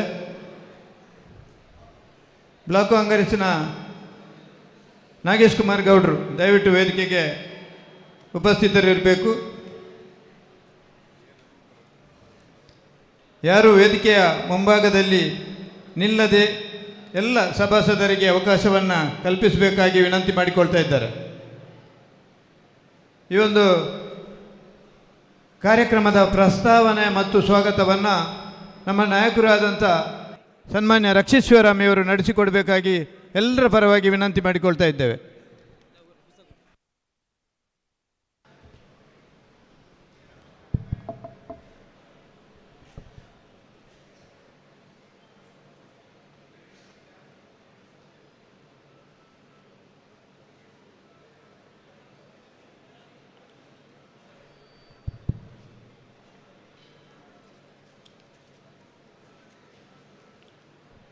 ಎಲ್ಲರಿಗೂ ನಮಸ್ಕಾರ. ಬೆಳ್ತಂಗಡಿಯ ಮಾಣಿಕ್ಯ ಶ್ರೀ ಕೆ ವಸಂತ್ ಬಂಗೇರರ ನೆನಪಿನಂಗಳದಲ್ಲಿ ಈ ಕಾರ್ಯಕ್ರಮದ 1000 ನುಡಿನಮನ ಕಾರ್ಯಕ್ರಮದ ವೇದಿಕೆಯಲ್ಲಿ ಆಸೀನರಾಗಿರುವಂಥ ಬಂಗೇರರ ಜೀವನದುದ್ದಕ್ಕೂ ಅವರ ಬಾಳ ಸಂಗಾತಿಯಾಗಿ ಒಂದು ದೊಡ್ಡ ಶಕ್ತಿಯಾಗಿ ಅವರ ಹಿಂದೆ ನಿಂದಂಥ ನಮ್ಮೆಲ್ಲರ ತಾಯಿ ಸುಜಿತಾ ವಿ ಬಂಗೇರರವ್ರನ್ನ ನಾನು ಅತ್ಯಂತ ಗೌರವಪೂರ್ವಕವಾಗಿ ಇಲ್ಲಿಗೆ ಸ್ವಾಗತವನ್ನು ಕೋರ್ತೇನೆ. ಈ ನಾಡಿನಲ್ಲಿ ನಮ್ಮೆಲ್ಲರ ಅಚ್ಚುಮೆಚ್ಚಿನ ನಾಯಕರು ಕೇವಲ ಕರ್ನಾಟಕ ರಾಜ್ಯದಲ್ಲಿ ಮಾತ್ರ ಅಲ್ಲ, ಇಡೀ ದೇಶದಲ್ಲಿ ಇವರು ಮಂಡಿಸಿರುವ ವಿಚಾರಗಳು, ಇವರ ಹೆಜ್ಜೆ ಗುರುತುಗಳು, ರಾಜಕಾರಣದ ಬೇರೆ ಬೇರೆ ಮಜಲಗಳಲ್ಲಿ ಕೆಲಸ ಮಾಡಿ ಅವರು ಬಂಗೇರ್ರ ಈ ನುಡಿನಮನ ಕಾರ್ಯಕ್ರಮದಲ್ಲಿ ಯಾಕೆ ಅವ್ರನ್ನ ಕರೆದ್ವಿ ಅಂದರೆ, ಬಹುಶಃ ಅವರು ಅತ್ಯಂತ ನಿಕಟವರ್ತಿಗಳಲ್ಲಿ ಒಬ್ಬರಾಗಿದ್ದರು.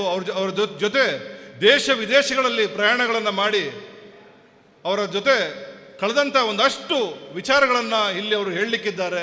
ನಮ್ಮೆಲ್ಲರ ಪ್ರೀತಿಯ ನಾಯಕರು, ಮಾಜಿ ಸ್ಪೀಕರ್ ಆದಂಥ ರಮೇಶ್ ಕುಮಾರ್ ಅವರಿಗೆ ನಾವು ತುಂಬ ಹೃದಯದ ಸ್ವಾಗತವನ್ನು ಕೋರಲಿಕ್ಕೆ ನಾನು ಇಷ್ಟಪಡ್ತಾ ಇದ್ದೇನೆ.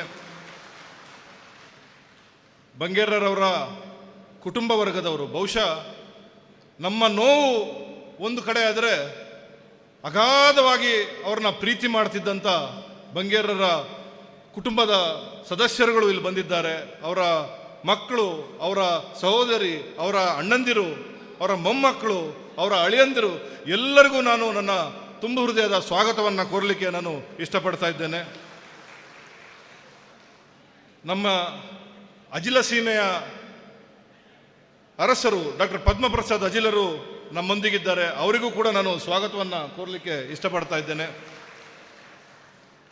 ನಮ್ಮ ಎಲ್ಲ ಕಾರ್ಯಕ್ರಮಗಳಲ್ಲಿ ಭಾಗವಹಿಸಿ ನಮಗೆ ಮಾರ್ಗದರ್ಶನವನ್ನು ಕೊಡ್ತಿರುವ ನಮ್ಮ ಧಾರ್ಮಿಯವರಿದ್ದಾರೆ, ಅವ್ರಿಗೂ ಕೂಡ ನಾನು ಸ್ವಾಗತವನ್ನು ಕೋರಲಿಕ್ಕೆ ಇಷ್ಟಪಡ್ತಾ ಇದ್ದೇನೆ. ನಮ್ಮ ಉಭಯ ಬ್ಲಾಕ್ನ ಅಧ್ಯಕ್ಷರು, ಮಹಿಳಾ ಘಟಕದ ಅಧ್ಯಕ್ಷರು ಸೇರಿರುವಂಥ ಎಲ್ಲ ಪಕ್ಷದ ಕಾರ್ಯಕರ್ತರು, ಬಂಗೇರರ ಸುದೀರ್ಘ ರಾಜಕಾರಣ ಜೀವನದಲ್ಲಿ ಅವರೊಂದಿಗೆ ಇದ್ದಂಥ ನಿಕಟವರ್ತಿಗಳು, ಅವರ ಅಭಿಮಾನಿಗಳು, ಮಾಧ್ಯಮದ ಮಿತ್ರರು, ಇಲ್ಲಿಗೆ ಬಂದೋಬಸ್ತನ್ನು ಒದಗಿಸಿದಂಥ ಎಲ್ಲ ಪೊಲೀಸ್ ಇಲಾಖೆಯ ಎಲ್ಲ ಸಿಬ್ಬಂದಿಗಳು ಎಲ್ಲರಿಗೂ ನಾನು ಸ್ವಾಗತವನ್ನು ಕೋರ್ತಾ ಒಂದೆರಡು ಮಾತುಗಳು ಬಂಗೇರರ ಬಗ್ಗೆ, ಅವರೊಂದಿಗೆ ನಾವು ಕಳೆದಂಥ ಕೆಲವು ಸವಿ ನೆನಪಿನ ಬಗ್ಗೆ ಹೇಳ್ತಾ ನನ್ನ ಮಾತನ್ನು ಮುಗಿಸ್ತೇನೆ. ಮೊಟ್ಟ ಮೊದಲನೇದಾಗಿ ಬಂಗೇರರವರು ತೀರಿಕೊಂಡ ದಿನ ನಮಗೆಲ್ಲ ದೊಡ್ಡ ಆಘಾತ ಆಯಿತು. ಭಾಳ ನೋವಿನಲ್ಲಿ ಈ ಕಾರ್ಯಕ್ರಮವನ್ನು ನಾವು ಮಾಡಬೇಕಾಗಿದೆ. ಬಂಗೇರರವರ ನಿಧನದ ವಾರ್ತೆ ಬಂದ ತಕ್ಷಣ ಇಡೀ ರಾತ್ರಿ ನಮಗೆ ಮಲಗಲಿಕ್ಕೆ ಸಾಧ್ಯವಾಗಲಿಲ್ಲ. ಕಾರ್ಯಕರ್ತರು ಬಂಗೇರರವ್ರನ್ನ ದಕ್ಷಿಣ ಕನ್ನಡದ ಹೆಬ್ಬಾಗಿಲು ಚಾರ್ಮಾಡಿ ಘಾಟ್ನಲ್ಲೇ ನಾವು ಅವ್ರನ್ನ ಸ್ವಾಗತ ಮಾಡಬೇಕು ಅನ್ನುವ ವಿಚಾರವನ್ನು ಮುಂದಿಟ್ಟಾಗ ಅಲ್ಲಿ ಬಂಗೇರರನ್ನ 3 ಗಂಟೆ ರಾತ್ರಿಗೆ ಸ್ವಾಗತ ಮಾಡಲಿಕ್ಕೆ ಸುಮಾರು 500 ಜನ ಅಲ್ಲಿಗೆ ಬಂದು ಸೇರಿದ್ರು ಅನ್ನೋದೇ ವಿಶೇಷ ಅಂತ ಹೇಳಲಿಕ್ಕೆ ನಾನು ಇಷ್ಟಪಡ್ತಾ ಇದ್ದೇನೆ. ರಾಜನಾಗಿ ಹುಟ್ಟಿ ರಾಜನಾಗೇ ನಮ್ಮನ್ನು ಅಗಲಿದ ಬಂಗೇರರು ಅವರಿಗೆ ಒಂದು ಗಜರಾಜನ ಆಶೀರ್ವಾದ ಕೂಡ ಚಾರ್ಮಾಡಿ ಘಾಟಲ್ಲಿ ಆಯಿತು, ಒಂದು ಆನೆಯ ಪ್ರತ್ಯಕ್ಷ ಕೂಡ ಚಾರ್ಮಾಡಿ ಘಾಟಲ್ಲಿ ಆಯಿತು ಅಂತ ಹೇಳಲಿಕ್ಕೆ ನಾನು ಇಷ್ಟಪಡ್ತಾ ಇದ್ದೇನೆ. ಮಾರನೇ ದಿನ ತಾಲೂಕು ಕ್ರೀಡಾಂಗಣದಲ್ಲಿ ವ್ಯವಸ್ಥೆಯನ್ನು ಮಾಡಿ, ಬಹುಶಃ ಕಾರ್ನಲ್ಲಿ ಬಂದವರು ವಿ ಐ ಪಿಗಳ ಸಂಖ್ಯೆ ಭಾಳ ಕಡಿಮೆ ಇತ್ತು. ಆದರೆ ಸಾಮಾನ್ಯ ಜನರು, ಕಾಲಿಗೆ ಚಪ್ಪಲಿ ಇಲ್ಲದ ಜನರು ಬಂಗೇರರನ್ನು ನೋಡಲಿಕ್ಕೆ 81 ಗ್ರಾಮದಿಂದ ಬಂತು. ಇಡೀ ತಾಲೂಕಿನ ಸುತ್ತ ಒಂದು ಲೈನ್ ಬಂದಿತ್ತಲ್ಲ, ಅವರಿಗೆ ನಾವು ನುಡಿನಮನ, ಅವರಿಗೆ ನಮ್ಮ ಈ ಎಲ್ಲ ಗೌರವ ಅವರಿಗೆ ಸಲ್ಲಬೇಕು ಅಂತ ನಾನು ಇಷ್ಟಪಡ್ತಾ ಇದ್ದೇನೆ. ಅಷ್ಟು ದೊಡ್ಡ ಸಂಖ್ಯೆಯಲ್ಲಿ ನಾವು ಎಂದಿಗೂ ಒಬ್ಬ ವ್ಯಕ್ತಿಯಲ್ಲ ಆತ ಒಬ್ಬ ಶಕ್ತಿಯ ಹಿಂದೆ ಜನರಿದ್ದನ್ನು ನಾವು ನೋಡಲಿಲ್ಲ.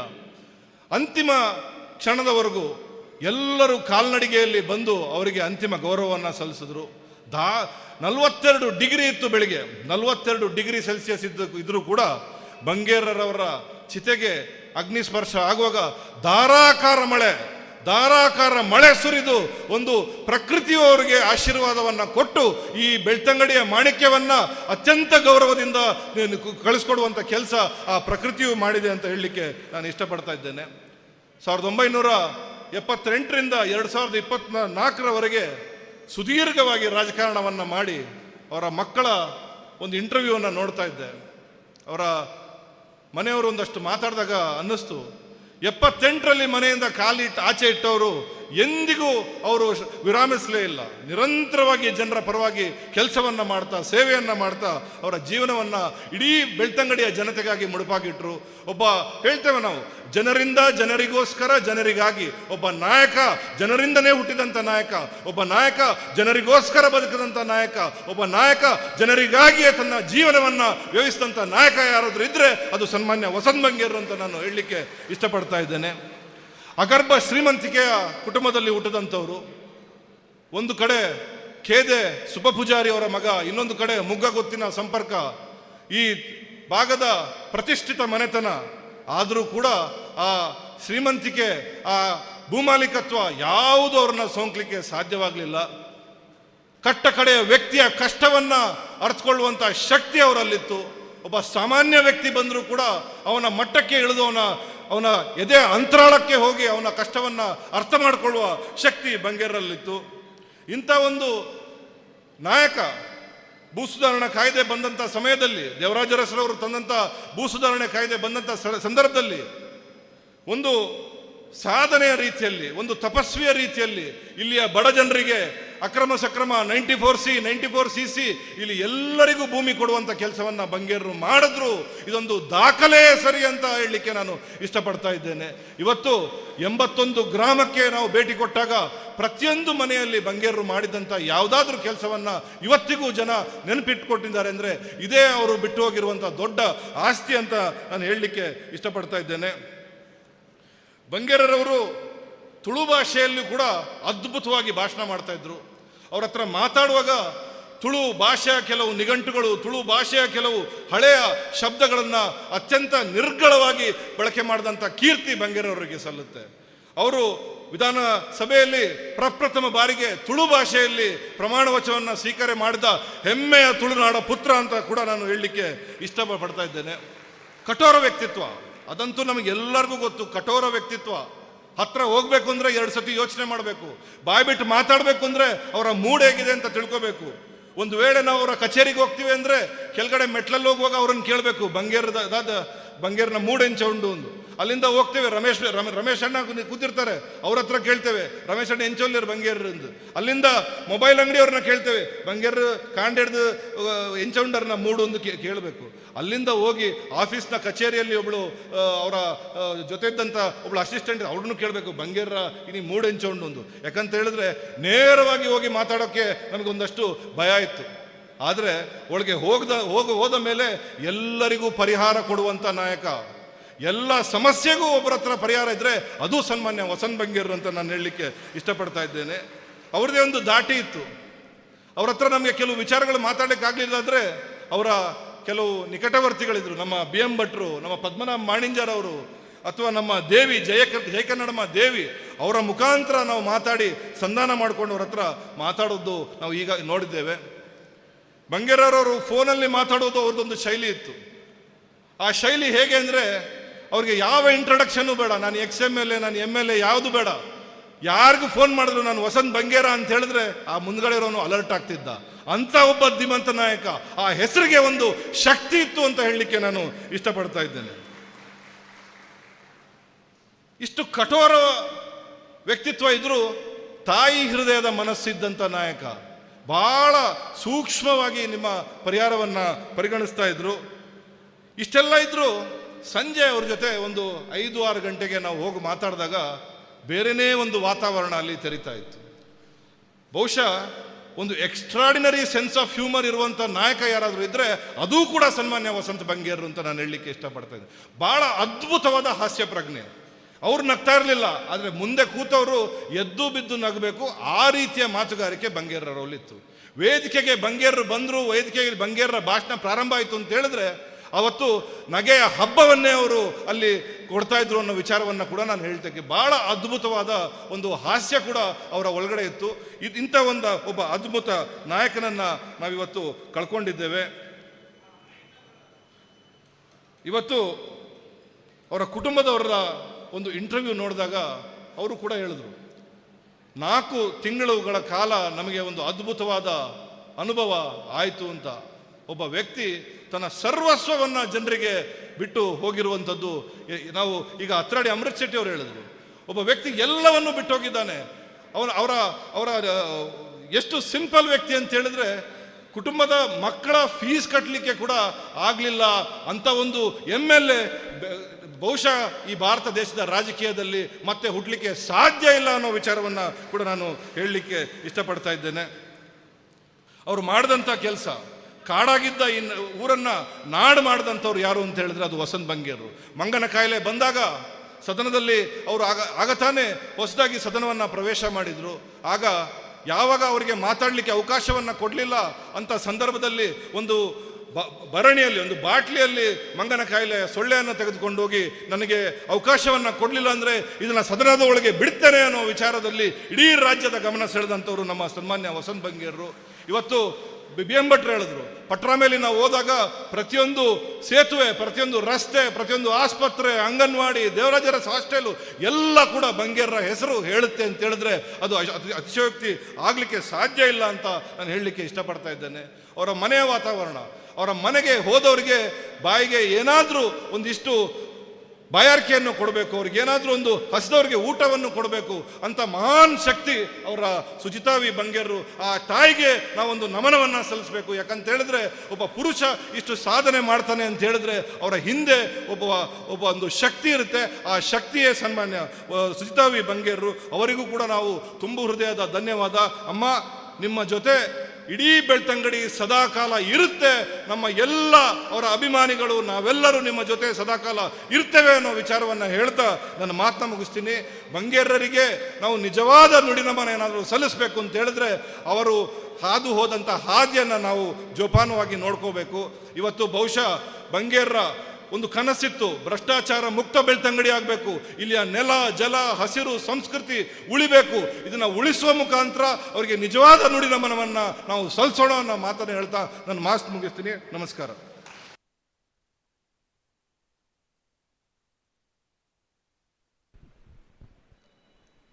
ಎಲ್ಲ ಗಣ್ಯರನ್ನು ಇನ್ನೊಮ್ಮೆ ಸ್ವಾಗತಿಸ್ತಾ, ಪತ್ರಿಕಾ ಮಾಧ್ಯಮದವರು, ದೃಶ್ಯ ಮಾಧ್ಯಮದವರು ನಮ್ಮೊಟ್ಟಿಗಿದ್ದಾರೆ, ಅವರನ್ನು ಪ್ರೀತಿಯಿಂದ ಸ್ವಾಗತಿಸ್ತಾ, ಭ್ರಷ್ಟಾಚಾರದ ಸಿಂಹಸ್ವಪ್ನರಾಗಿದ್ದಂಥ 6 ಬಾರಿ ಶಾಸಕರಾಗಿ 2 ಬಾರಿ ಸಭಾಪತಿಗಳಾಗಿ ಸಚಿವರಾಗಿ ವಸಂತ ಬಂಗೇರರ ಆತ್ಮೀಯ ನಿಕಟವರ್ತಿಯಾಗಿ ರಾಜಕೀಯದಲ್ಲೂ ಸತ್ಯ ನ್ಯಾಯಕ್ಕಾಗಿ ಬಡವರ ಪರವಾಗಿ ಜೀವನವನ್ನೇ ಮುಡುಪಾಗಿಟ್ಟುಕೊಂಡಂಥ ಹೃದಯವಂತ ನಾಯಕ ಇವತ್ತು ನಮ್ಮೊಂದಿಗೆ ಇರುವಂಥ ಮಾಜಿ ಸಭಾಪತಿಯವರು ಸನ್ಮಾನ್ಯ ರಮೇಶ್ ಕುಮಾರ್ ಅವರು. ಇವರು ಬೆಳ್ತಂಗಡಿಯ ಮಾಣಿಕ್ಯ ಶ್ರೀ ಕೆ ವಸಂತ ಬಂಗೇರರ ನೆನಪಿನಂಗಳದಲ್ಲಿ ನೇರ ನಡೆನುಡಿಯೋ ಸ್ವಾಭಿಮಾನಿ ನಾಯಕನಿಗೆ 1000 ನುಡಿ ನಮನಗಳನ್ನು ಸಲ್ಲಿಸಬೇಕಾಗಿ ತಮ್ಮಲ್ಲಿ ವಿನಯಪೂರ್ವಕವಾಗಿ ವಿನಂತಿ ಮಾಡಿಕೊಳ್ತಾ ಇದ್ದೇವೆ.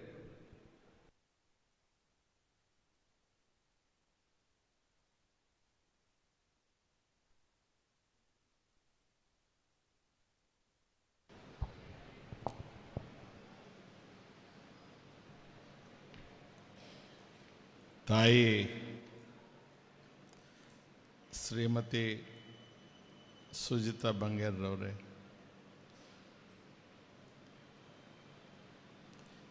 ಈ ಭಾಗದ ಎಲ್ಲ ಜನರ ಗೌರವಕ್ಕೆ ಪಾತ್ರರಾಗಿರ್ತಕ್ಕಂಥ ಅರಸರೇ, ನನ್ನ ಗೆಳೆಯ ರಕ್ಷಿತ್ ಶಿವರಾಮ್ ಅವರೇ, ವೇದಿಕೆ ಮೇಲಿರ್ತಕ್ಕಂಥ ಬ್ಲಾಕ್ ಕಾಂಗ್ರೆಸ್ ಅಧ್ಯಕ್ಷರುಗಳು, ಮಹಿಳಾ ಘಟಕದ ಅಧ್ಯಕ್ಷರುಗಳು, ಇನ್ನಿತರ ಎಲ್ಲ ಹಿರಿಯರೇ, ತಾಯಂದಿರೇ, ವಿಶೇಷವಾಗಿ ನನ್ನ ಆತ್ಮೀಯ ಗೆಳೆಯ ವಸಂತ ಬಂಗೇರರ ಮಕ್ಕಳು, ಅಳಿಯಂದರು, ಸಹೋದರಿ ಅಣ್ಣಂದರು, ತಮ್ಮಂದರು, ಮೊಮ್ಮಕ್ಕಳು ಎಲ್ಲ ಬಂದಿದ್ದೀರಿ ಅಂತ ಹೇಳ್ತೇನೆ. ನಾನು 1 ವರ್ಷದಿಂದ ಅಜ್ಞಾತದಲ್ಲಿದ್ದೇನೆ. ಎಲ್ಲೂ ಹೊರಗೆ ಬಂದೂ ಇಲ್ಲ, ಕಾಣಿಸ್ಕೊಂಡೂ ಇಲ್ಲ. ಸಭೆ ಸಮಾರಂಭಗಳಿಗೂ ನಾನು ಬಂದಿಲ್ಲ. ವಸಂತ್ ಬಂಗೇರ್ರವರು ನಮ್ಮನ್ನು ಅಗಲಿದ್ದಾರೆ ಅಂತ ನನಗೆ ವರ್ತಮಾನ ಬಂದಾಗ ಮನಸ್ಸಿಗೆ ಬಹಳ ದುಃಖ ಆಯಿತು.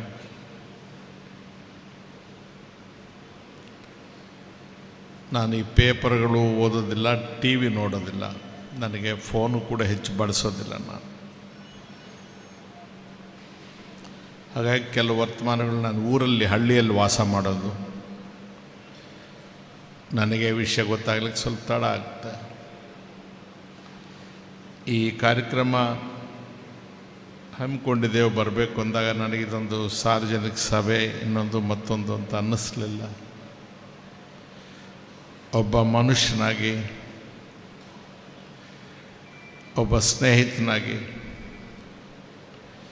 ನನ್ನ ಸ್ನೇಹಿತನನ್ನು ನಾನು ಕಳ್ಕೊಂಡಾಗ ನಾನು ಬಹಳ ದೂರದವನು ಇಲ್ಲಿಗೆ. ನೀವಿಲ್ಲಿ ಸ್ಥಳೀಯರು ಆತನನ್ನು ಎಷ್ಟು ಇಷ್ಟಪಡ್ಬೋದು, ಆದರೆ ಆತ ಈ ಎಲ್ಲ ಸರಹದ್ದುಗಳನ್ನು ಮೀರಿ ಅಲ್ಲಿವರೆಗೂ ತಲುಪಿದ್ದ ಅಂತ ನಿಮಗೆ ಹೇಳೋಕ್ಕೋಸ್ಕರ ಬಂದಿದ್ದೇನೆ ನಾನು.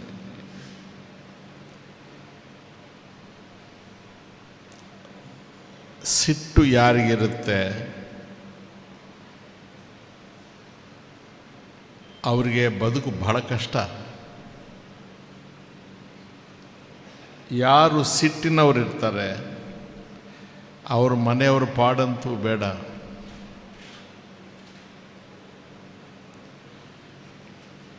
ನಾನು ನನ್ನ ಕಥೆಯನ್ನು ನಿಮ್ಮ ಮುಂದೆ ಅವರ ಹೆಸರಿನಲ್ಲಿ ಹೇಳ್ತಾ ಇದ್ದೇನೆ. ಈ ತಾಯಿ ವಸಂತ್ ಅವರು ನಾನು ಎಲ್ಲ ಒಟ್ಟಿಗೆ ಯುರೋಪ್ ಟೂರ್ಗೆ ಹೋಗಿದ್ವಿ.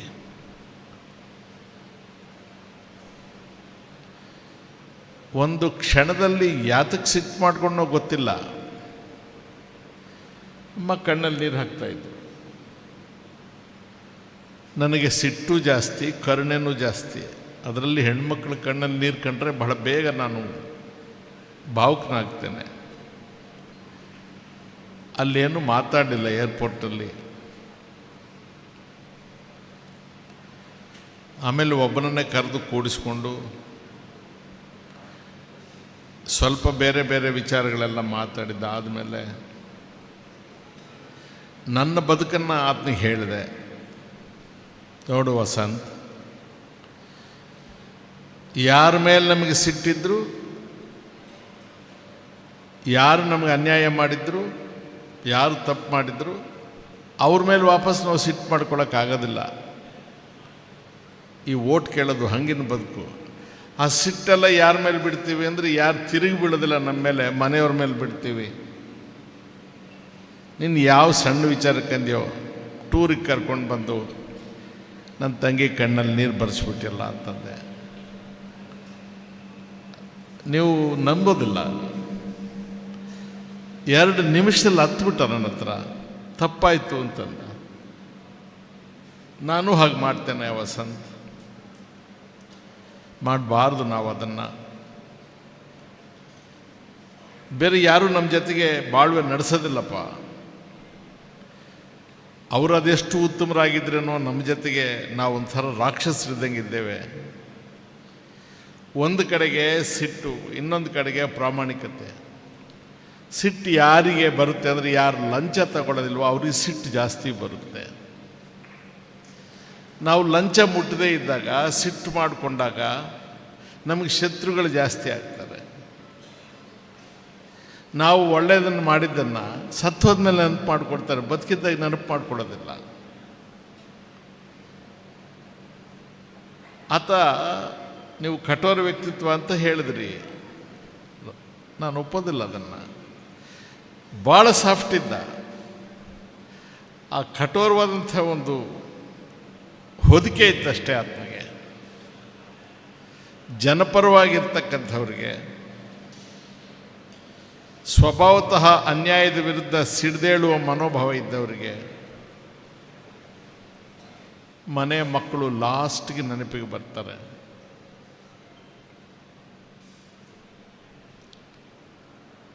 ಅವರು ಮನೆಯವ್ರನ್ನ, ಮಕ್ಕಳನ್ನು ಅವರು ಓದೋದು, ಅವ್ರ ಭವಿಷ್ಯತ್ತು, ಆಸ್ತಿ ಮಾಡೋದು, ಬಂಗ್ಲೆ ಮಾಡೋದು, ಒಡವೆ ಮಾಡಿಸೋದ್ರಲ್ಲಿ ಇದ್ದರೆ ಸಿಟ್ಟು ಇರೋಕ್ಕಾಗೋದಿಲ್ಲ. ಬಟ್ ಅಂಥವರೇ ಹೆಚ್ಚಿಗಿರೋ ಜಾಗದಲ್ಲಿ ನಾವು ಕಡಿಮೆ ಆಗಿಬಿಡ್ತೀವಿ. ಅಲ್ಪಸಂಖ್ಯಾತರು ನಾವು ಸೋತಾಗ ಅಥವಾ ಆರೋಗ್ಯ ಕೆಟ್ಟಾಗ, ಸುಸ್ತಾದಾಗ ನಮ್ಮನ್ನು ಆರೈಕೆ ಮಾಡಿ ಕುಳಿಯೋದು ಯಾರಂದರೆ ನಮ್ಮಿಂದ ಏನೂ ಉಪಕಾರ ಪಡ್ಕೊಳ್ದೆ ಬಯಸ್ಕೊಂಡವರು, ನಮ್ಮ ಸಿಟ್ಟಿಗೆ ಗುರಿಯಾದವರು ನಮ್ಮ ಮನೆಯವರು ಮಾತ್ರ. ಇದು ಅವ್ರ ಕುಟುಂಬಕ್ಕೂ ಆಗಿದೆ. ಇದನ್ನು ಯಾರೂ ಹೇಳೋದ ಅಗತ್ಯ ಇಲ್ಲ. ಹುಟ್ಟುವಾಗಲೇ ಕೆಲವರಿಗೆ ಆ ಗುಣ ಬಂದುಬಿಟ್ಟಿರುತ್ತೆ.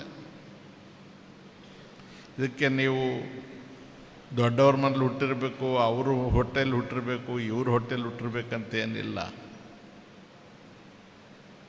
ನ್ಯಾಯ ನಿಷ್ಠೂರವಾಗಿ ಮಾತಾಡೋದಕ್ಕೆ, ಜನಪರವಾಗಿ ನಿಲ್ಲೋದಕ್ಕೆ ಸ್ವಲ್ಪ ರಕ್ತ ಕೂಡ ಕೆಲಸ ಮಾಡುತ್ತೆ.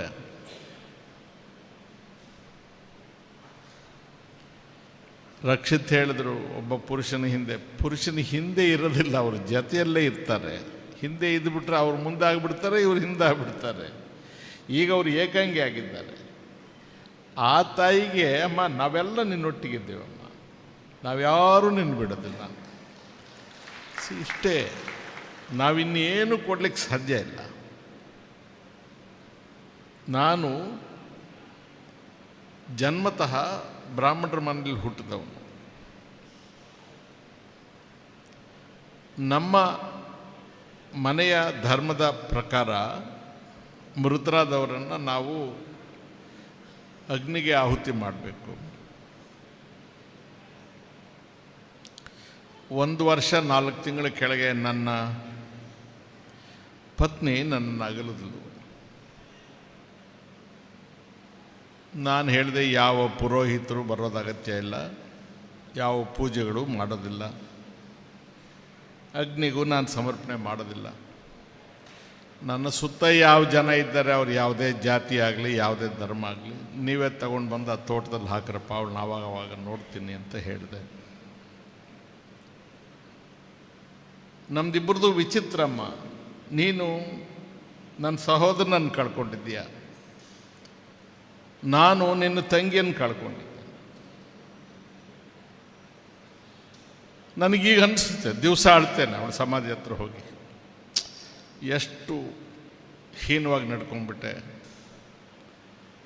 ಎಷ್ಟು ಸಿಟ್ಟಿನಿಂದ ಮಾತಾಡ್ಬಿಟ್ಟೆ, ಏನೇನಕ್ಕೆಲ್ಲ ಬೇಸರ ಮಾಡ್ಕೊಳ್ತಿದ್ದೆ, ಎಷ್ಟು ತಾಳ್ಮೆಯಿಂದ ನನ್ನ ಜೊತೆಗೆ ಬದುಕಿದ್ಲಪ್ಪ. ಅಯ್ಯೋ, ನಾನೆಷ್ಟು ಸಣ್ಣವನು ಅಂತ ನನಗೀಗ ಅನಿಸುತ್ತೆ. ಮನುಷ್ಯನ ಬದುಕೆ ಹೀಗೆ, ನಾವೆಲ್ಲ ಅನಂತರ ಪಶ್ಚಾತ್ತಾಪ ಪಡೋದು. ನೀನು ಗೆದ್ದಿದ್ದೀಯಮ್ಮ. ಬದುಕು ಅನ್ನೋ ಪ್ರಯಾಣದಲ್ಲಿ ಜೀವಪರ ಆಸಕ್ತಿ ಇದ್ದಂಥ ಒಬ್ಬ ಮನುಷ್ಯನ ಜೊತೆಗೆ ಆತನ ವೈಯಕ್ತಿಕ ದೌರ್ಬಲ್ಯಗಳನ್ನೆಲ್ಲ ನಿಭಾಯಿಸಿಕೊಂಡು, ಮಕ್ಕಳನ್ನು ಸಾಕಿಕೊಂಡು, ಮರ್ಯಾದಸ್ಥರನ್ನಾಗಿ ಮಾಡಿ, ಆತನಿಗೆ ಅಪಕೀರ್ತಿ ಬರದಂತೆ, ಆತನ ಕಡೆ ಕ್ಷಣದವರೆಗೂ ನೀನು ಆತನ ಜೊತೆಗೆ ನಿಂತಿದ್ದೀಯ ಅಂದರೆ ನಿನಗೆ ನಮಸ್ಕಾರಮ್ಮ. ನೀನು ಗೆದ್ದಿದ್ದೀಯ, ನೀನು ಗೆದ್ದುಬಿಟ್ಟಿಯಮ್ಮ. ಭಾಳ ಜನರಿಗೆ ಇದೇ ತೊಡಕು. ಈಗ ವಸಂತ ಸ್ಟ್ರಿಕ್ಟ್ ಆಗಿರಬಹುದು, ಅಮ್ಮ ತಹಸೀಲ್ದಾರ್ಗೆ, ಸಬ್ ಇನ್ಸ್ಪೆಕ್ಟ್ರಿಗೆ, ಇಂಜಿನಿಯರ್ಗೆ ಫೋನ್ ಮಾಡಿ ತಿಂಗಳ ದುಡ್ಡು ತಗೊಂಬ ಅಂದರೆ ವಸಂತ ಏನು ಮಾಡೋದು? ಡೈವರ್ಸ್ ಮಾಡೋಕ್ಕಾಗತ್ತಾ? ಹೊಡೆಯೋಕ್ಕಾಗತ್ತಾ? ಅಥವಾ ಮನೆಯವ್ರು ದುಡ್ಡು ತಗೊಳ್ತಾರೆ ಅಂತ ಅಂದಮೇಲೆ ವಸಂತ ಹೊರಗಡೆ ನಿಂತು ಧೈರ್ಯವಾಗಿ ಮಾತಾಡೋಕ್ಕಾಗತ್ತಾ? ಇದಕ್ಕೆ ಡಾಲರ್ಗಳು, ರೂಪಾಯಿಗಳು, ಕೋಟಿಗಳು, ಇನ್ನೊಂದು ಮತ್ತೊಂದು ಹೋಲಿಕೆ ಮಾಡೋಕ್ಕೆ ಬರೋದಿಲ್ಲ. ನಮ್ಮ ಜೊತೆಗೆ ಬಾಳ್ವೆ ನಡೆಸ್ತಕ್ಕಂಥವರು ಪ್ರಾಮಾಣಿಕವಾಗಿ ಇಲ್ಲದೆ ಹೋದರೆ, ನಮ್ಮ ಹಾಗೆ ಅವರು ಏನೂ ಬೇಡ ಅಂತ ವೈರಾಗ್ಯ ಮನೋಭಾವದಿಂದ ಬದುಕದೇ ಇದ್ದರೆ ಇಷ್ಟು ಜನ ಅವರ ಅಧಿಕಾರ ಕಳ್ಕೊಂಡು ಭಾಳ ದಿವಸ ಆಯಿತು. ಒಂದು ಶ್ರದ್ಧಾಂಜಲಿ ಸಭೆಗೆ ಇತ್ತೀಚಿನ ದಿನಗಳಲ್ಲಿ ಬರೋದನ್ನು ನಾನು ನೋಡ್ತಾ ಇರೋದು ಬಹಳ ಅಪರೂಪ. ನಿಮಗೆ ನಾವು ಗೌರವ ಕೊಡಬೇಕು. ಈ ಭಾಗದಲ್ಲಿ ಇನ್ನೂ ಕೂಡ ಕೆಲವು ಮೌಲ್ಯಗಳು, ಆದರ್ಶಗಳು ಇರೋ ಜನ ನೀವು ಬದುಕಿದ್ದೀರಿ ಅಂತ ನನಗೆ ಧೈರ್ಯ ಬರ್ತಾ ಇದೆ. ಈಗೆಲ್ಲ ಬರಬೇಕಂದ್ರೆ ಏನು ಕೊಡ್ತೀರಾ, ಹೋಗಬೇಕಂದ್ರೆ ಏನು ಕೊಡ್ತೀರಾ ಅನ್ನೋ ಕಾಲ ಬಂದುಬಿಟ್ಟಿದೆ. ಈಗ ನಾವು ಅಧಿಕಾರದಲ್ಲಿ ಇರಬೇಕಾಗಿದ್ದರೆ ನಮಗೆ ಬಿರುದುಗಳು ಕೊಡ್ತಾರೆ, ಶಾಲು ಹೊದಿಸ್ತಾರೆ, ಬೇಡ ಬೇಡ ಅಂದರೂ ಆ ಹಾರಗಳಾಗ್ತಾರೆ, ಆ ಪೇಟ ತಂದು ಇಡ್ತಾರೆ. ಅದು ಎಲ್ಲಿ ಇಡಬೇಕು, ನಾವಿರೋ ಮನೆಗಳು ಚಿಕ್ಕವು, ಜಾಗ ಇರೋದಿಲ್ಲ. ಅದು ಹೋಯಿತು ಅಂದ ತಕ್ಷಣ ಯಾರು ಕಾಣಿಸೋದು ಕೂಡ ಇಲ್ಲ. ಸುಮಾರು ಜನ ನಾವು ಸೋತಾಗ ಅನುಮಾನ ಪಡ್ತಾರೆ, ನಮ್ಮನ್ನು ನಮಸ್ಕಾರ ಮಾಡಬೇಕಾ ಬೇಡವೋ ಅಂತ. ಯಾಕೆಂದರೆ ವಾಪಸ್ಸು ಸಿಗೋದೇನಿರೋದಿಲ್ವಲ್ಲ. ವಿಶೇಷವಾಗಿ ವಿಧಾನಸೌಧದಲ್ಲಿ ನಾನು ಶಾಸಕನಾಗಿ, ಮಂತ್ರಿಯಾಗಿ, ವಿರೋಧ ಪಕ್ಷದಲ್ಲಿ, ಆಡಳಿತ ಪಕ್ಷದಲ್ಲಿ, ಮತ್ತು ಮಾಜಿ ಶಾಸಕನಾಗಿ, ಸಭೆಯ ಅಧ್ಯಕ್ಷಗೆ ಎಲ್ಲ ನೋಡಿದ್ದೇನೆ ನಾನು. ಆ ಬೆಂಗಳೂರಿನಲ್ಲಿ ವಾತಾವರಣ, ಆ ಭಾಗದಲ್ಲಿ ಜನ ಎಷ್ಟು ವ್ಯಾವಹಾರಿಕವಾಗಿರ್ತಾರೆ ಅಂತಂದರೆ ಇವತ್ತಿನವರೆಗೂ ನನಗೆ ನಮಸ್ಕಾರ ಮಾಡ್ತಾ ಇರ್ತಾರೆ. ಚುನಾವಣೆಯಾಗಿ ಫಲಿತಾಂಶ ಬಂದು ನಾನು ಸೋತೋಗಿದ್ದೀನಿ ಅಂತ ಆದಮೇಲೆ ಎಲ್ಲಾದರೂ ಕಾಣಿಸ್ಕೊಟ್ರೆ ಅವ್ನ ಕೈ ಎತ್ತೋದೇ ಇಲ್ಲ. ವೇಸ್ಟ್ ಅಲ್ವಾ, ಇವನಿಗೆ ಯಾಕೆ ನಮಸ್ಕಾರ ಹಾಕೋದು ಅಂತಾರೆ. ಅಂತಹ ಜಗತ್ತಿನಲ್ಲಿ ನಾವು ಬದುಕಿರೋದು. ಪರಿಚಯ ಮಾಡೋರು ನಾನು ಬರಬೇಕಾಗಿದ್ದರೆ ದೇವರಾಜ ಅರಸು ಅವರ ಅನುಯಾಯಿ ನಾನು ಅಂತ ಹೇಳಿದರು. ದೇವರಾಜ ಅರಸರವರು ನಮ್ಮನ್ನಾಗಲಿ ಈ ಜೂನ್ ತಿಂಗಳು ಬಂದರೆ 6ನೇ ತಾರೀಕಿಗೆ 42 ವರ್ಷ ಆಯಿತು.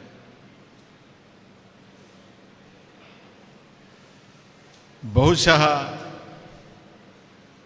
ಆ ಪರಿಚಯ ಮಾಡಿದವರಿಗೆ ನಾನು ಎಷ್ಟು ನನ್ನ ಕೃತಜ್ಞತೆಯನ್ನು ಸಲ್ಲಿಸಿದ್ರು ನನಗೆ ಯಾವ ಬಿರುದು ಈ ಜೀವನದಲ್ಲಿ ಬೇಕಾಗಿಲ್ಲ, ಯಾವ ಸ್ಥಾನನೂ ಬೇಕಾಗಿಲ್ಲ.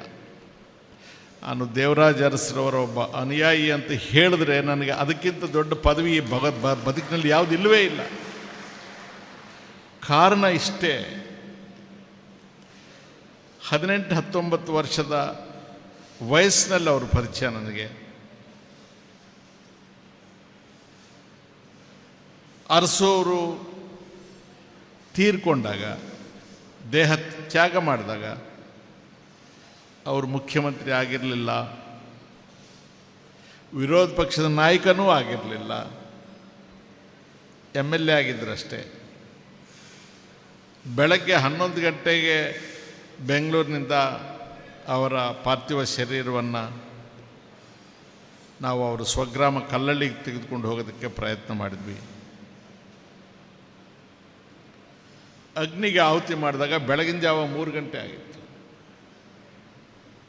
ಯಾವುದೇ ಅಧಿಕಾರದಲ್ಲಿಲ್ಲ, ಹಣ ಮಾಡಿರಲಿಲ್ಲ. ಅವರ ಜಾತಿಯವರು ಅಂತ ಹೇಳೋರು ಇಡೀ ರಾಜ್ಯದಲ್ಲಿ 1,000 ಜನ ಇಲ್ಲ, ಲಕ್ಷಗಟ್ಟಲೆ ಜನ ಅವರಿಗೆ ವಿದಾಯ ಹೇಳೋದಕ್ಕೆ ಸೇರಿದರು. ಸಾರ್ವಜನಿಕ ಜೀವನದಲ್ಲಿ ನಮ್ಮ ಹಿಂದೆ ಬರೋದು ಯಾವುದು ಅಂತಂದರೆ ನಾವು ಗಳಿಸಿದ ಕೀರ್ತಿ ಮಾತ್ರ. ವಸಂತ್ ಬಂಗೇರರಿಗೆ ಅವರು ಮಂತ್ರಿ ಕೂಡ ಆಗಲಿಲ್ಲ, ಮುಖ್ಯಮಂತ್ರಿ ಆಗೊಬ್ಬ ಮಾತಿರಲಿ, ಯಾರಿಗೂ ಹೋಗಿ ನನ್ನ ಮಾಡಿ ಅಂತ ಕೇಳ್ತಾನೂ ಇರಲಿಲ್ಲ. ಅವರು MLA ಆಗಿ ಈಗ 10 ವರ್ಷದ ಮೇಲೆ ಆಗೋಯ್ತು. ನೀವು ಇಷ್ಟು ಗೌರವ ತೋರಿಸ್ತಾ ಇದ್ದೀರಿ ಅಂದರೆ ಅವರು ಒಬ್ಬ ದೇವರಾಜ ಅರಸರೇ ಈ ಭಾಗಕ್ಕೆ. ದೇವರಾಜ ಅರಸರಿಗೆ ಇಡೀ ರಾಜ್ಯವನ್ನು 8 ವರ್ಷ ಆಳುವ ಅವಕಾಶ ಸಿಕ್ಕಿತ್ತು. ಇಡೀ ರಾಜ್ಯದ ಜನ ಬಂದಿದ್ದರು. ಅನೇಕ ವೇಳೆ ನಮ್ಮ ಬದುಕು ಎಷ್ಟು ವಿಚಿತ್ರವಾಗಿರುತ್ತೆ ಅಂತಂದರೆ, ವಿಶೇಷವಾಗಿ ನಾವು ಅಧಿಕಾರ ಕಳ್ಕೊಂಡಾಗ ಕೆಲವರು ತಮ್ಮ ಮನೆಗಳಲ್ಲಿ ಶುಭ ಕಾರ್ಯ ಆದರೆ ನಮಗೆ ಆ ಪತ್ರಿಕೆ ಕೊಡೋದಕ್ಕೂ ಕೂಡ ಹಿಂದೆ ಹಾಕ್ತಾರೆ. ಕಾರಣ ಇಷ್ಟೇ, ಭಾಳ ಕಾಸ್ಟ್ಲಿ ಪತ್ರಿಕೆಗಳು ಹೊರಡಿಸಿರ್ತಾರೆ. ಒಂದೊಂದು ಲಗ್ನ ಪತ್ರಿಕೆ ಅದು 500, 600, 1000 ರೂಪಾಯಿ ಆಗುತ್ತೆ. ಇವನು ಸೋತೋಗಿದ್ದಾನೆ, ಇವನಿಗೆ ಯಾಕೆ ಕೊಡೋದು ಅನ್ನೋ ಥರ ಕ್ಯಾಲ್ಕುಲೇಟ್ ಮಾಡ್ತಾರೆ. ಅಷ್ಟು ಕಳಪೆ ಬದುಕು ನಮ್ಮದು. ಮತ್ತೆ ಅವನಿಗೆ 8 ದಿವಸಕ್ಕೋ 10 ದಿವಸಕ್ಕೋ 6 ತಿಂಗಳಿಗೋ ಅವನ ಮಗಳಿಗೋ ಮೊಮ್ಮಗಳಿಗೋ ಒಂದು ಸೀಟ್ ಬೇಕು, ಅಥವಾ ಅಳಿಯನಿಗೊಂದು ಟ್ರಾನ್ಸ್ಫರ್ ಆಗಬೇಕು, ಇನ್ಯಾವುದೋ ಒಂದು ಉದ್ಯೋಗ ನಮ್ಮಿಂದ ಕೆಲಸ ಆಗುತ್ತೆ ಅಂದರೆ ಪುನಃ ಬಂದು ಮತ್ತೆ ನಮ್ಮ ಮುಂದೆ ನಿಲ್ತಾನೆ. ನಾವು ಸಿಟ್ಟೇ ಮಾಡ್ಕೊಳ್ಳೋ ಹಂಗಿಲ್ಲ. ಸಿಟ್ಟು ಬಂದರೂ ಒಂದು ಮಾತು ಅಂದುಬಿಡ್ಬೇಕು, ನುಂಗ್ಬಿಡ್ಬೇಕು. ವಸಂತರ ಕೇಸು ಇದೇ ಇತ್ತು ಅಂತ ತಿಳ್ಕೊಂಡು ನಾನು ಮಾತಾಡ್ತಾ ಇದ್ದೇನೆ. ನಾವು ಸಿಟ್ಟು ತಡ್ಕೊಳ್ಳೋಕ್ಕಾಗದೆ ಒಂದು ಮಾತು ಹೇಳಿದಾಗ ಆ ಮಾತು ಹೆಚ್ಚು ಪ್ರಚಾರಕ್ಕೆ ಬಂದ್ಬಿಡುತ್ತೆ. ಹೀಗಂದ್ರಂತೆ ಹೀಗಂದ್ರಂತೆ ಹೀಗಂದ್ರಂತೆ, ಹಾಗೆ ಅನ್ಬೋದಾ, ವಸಂತರು ಹೀಗೆ ಅನ್ಬೋದಾ ಅಂತ ಹೇಳಿ ಪ್ರಚಾರ ಆಗುತ್ತೆ. ಆ ಮಾತು ಅಂದಿರ್ತೀವಿ, ಮರ್ತೋಗಿರ್ತೀವಿ, ಮತ್ತು ಅವನಿಗೆ ಸಹಾಯ ಮಾಡಿರ್ತೀವಿ. ಆ ಮಾತು ಅನ್ನಬೇಕಾಗಿದ್ರೆ ಅವನಿಗೆ ಹೇಗೆ ನಡ್ಕೊಂಡಿರ್ತಾನಂತ ಯಾರೂ ಕೇಳೋದೇ ಇಲ್ಲ. ಆಮೇಲೆ ಚುನಾವಣೆ ಬಂದಾಗ ಈ ಎಲ್ಲ ಅಸ್ತ್ರಗಳನ್ನು ಉಪಯೋಗಿಸೋದು. ನಾವು ಟ್ರಾನ್ಸ್ಫರ್ಗೆ ಹೋಗಿದ್ವಿ, ವಸಂತ ಬಂಗೇರರು ನಮ್ಮನ್ನು ಹೀಗಂದರು. ಅವರು ಗೇಣಿದಾರರಿಗೆ ಭೂಮಿ ಕೊಡಿಸಿದ್ರು, ಊರಿಗೆ ರಸ್ತೆ ಹಾಕ್ಸಿದ್ರು, ಹಾಸ್ಪಿಟ್ಲ್ ಮಾಡಿಸಿದ್ರು ಅಂತ ಯಾರೂ ನೆನಪಿಟ್ಕೊಳ್ಳೋದಿಲ್ಲ. ಅಥವಾ ನಮ್ಮ ಹುಡುಗ ಲೋಕಾಯುಕ್ತದಲ್ಲಿ ಸಿಕ್ಕಾಕೊಂಡಿದ್ದು, ಸ್ವಾಮಿ ಯಾರು ತಿನ್ನೋದಿಲ್ಲ ದುಡ್ಡು, ನಮ್ಮ ಹುಡುಗನಿಗೆ ಸಹಾಯ ಮಾಡಿ ಅಂದ್ವಿ, ಮಾಡಲಿಲ್ಲ. ಸಾರ್ವಜನಿಕ ಕೆಲಸಗಳನ್ನು ಸಾರ್ವಜನಿಕವಾಗಿ ನಾವು ತೆಗೆದುಕೊಳ್ತಕ್ಕಂಥ ನಿಲುವು ನಿರ್ಧಾರಗಳನ್ನು ಗೌರವಿಸಿ ನಮ್ಮ ವ್ಯಕ್ತಿತ್ವವನ್ನು ಅಳೆಯತಕ್ಕಂಥ, ಅದಕ್ಕೆ ಗೌರವ ಕೊಡ್ತಕ್ಕಂಥ ಸ್ಥಿತಿಯನ್ನು ನಾವು ಈ ದೇಶದಲ್ಲಿ ದಾಟಿಬಿಟ್ಟಿದ್ದೇವೆ. ನಿಷ್ಠೂರವಾಗಿರ್ತಕ್ಕಂಥವ್ರಿಗೆ ಪ್ರಚಾರಕ್ಕಿಂತಲೂ ಅಪಪ್ರಚಾರಗಳೇ ಜಾಸ್ತಿ ಆಗುತ್ತೆ.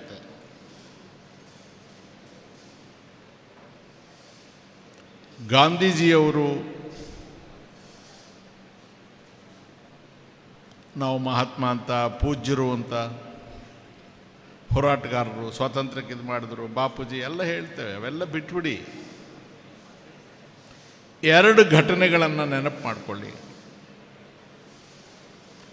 ಅವ್ರ ಮಕ್ಕಳಲ್ಲಿ ದೊಡ್ಡ ಮಗ ಮದ್ಯ ವ್ಯಸನಿ ಆಗ್ತಾನೆ,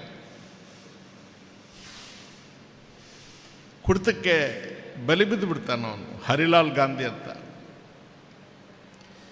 ತಾಯಿಗೆ ಮಗನನ್ನು ಬಿಡೋಕ್ಕೆ ಮನಸ್ಸಾಗೋದಿಲ್ಲ, ಅವನನ್ನು ಸುಧಾರಿಸಬೇಕು ಅಂತ ಪ್ರಯತ್ನ ಪಡ್ತಾರೆ. ಗಾಂಧಿಯವರು ಸ್ವಲ್ಪ ಮಟ್ಟಿಗೆ ಸಹಿಸ್ತಾರೆ, ಆಮೇಲೆ ಸಾಧ್ಯ ಇಲ್ಲ ಅಂತ ಕಸ್ತೂರ್ಬಾ ಅವ್ರಿಗೆ ಹೇಳ್ತಾರೆ, ಇಲ್ಲ ಇವನು ಸುಧಾರಿಸೋದಿಲ್ಲ. ಎಷ್ಟು ಕಠಿಣವಾದಂಥ ನಿರ್ಧಾರ ಗಾಂಧಿ ಅವರದು ಅಂದರೆ, ನಾನು ಸತ್ತ ಮೇಲೆ ಈ ಹರಿಲಾಲ್ ಗಾಂಧಿ ನನ್ನ ಪಾರ್ಥಿವ ಶರೀರವನ್ನು ಕೂಡ ಮುಟ್ಟಬಾರ್ದು ಅಂತ ಹೇಳಿ ಆರ್ಡರ್ ಮಾಡ್ತಾರೆ. ಇವತ್ತು ಏನೇನು ನಡೀತಾ ಇದೆ ಅಂತೆಲ್ಲ ನಾವು ನೋಡ್ತಾ ಇದ್ದೀವಲ್ಲ. ಕಸ್ತೂರ್ಬಾ ಗತಿ ಏನಾಗಿರಬೇಕು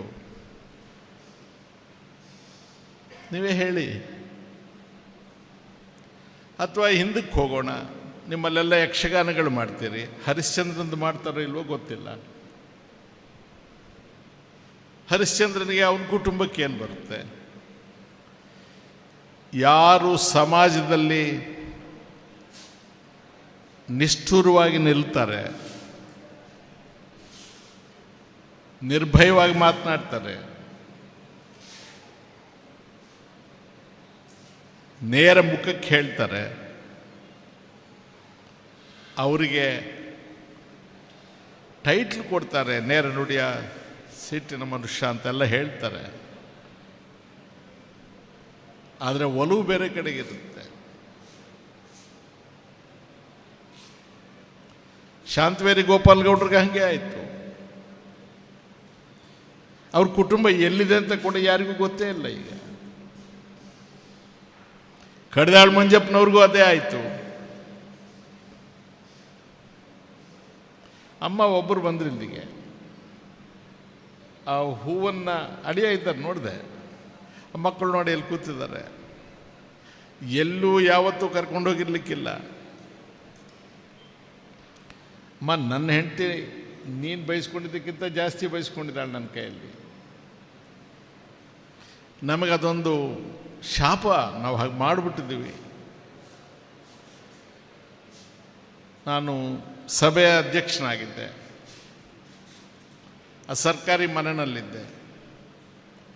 ಒಂದು ದಿವಸ ಮಧ್ಯಾಹ್ನ ಬಿಸಿಲು. ನಮಗೆ ಆ ಮನೆ ಏನು ಕೊಟ್ಟಿದ್ರು ಅಲ್ಲಿಂದ ಸ್ವಲ್ಪ ದೂರದಲ್ಲೇ ನಮ್ಗೆ ಆ ರೇಷನ್ ಕೊಡೋ ಅಂಗಡಿ ಇತ್ತು.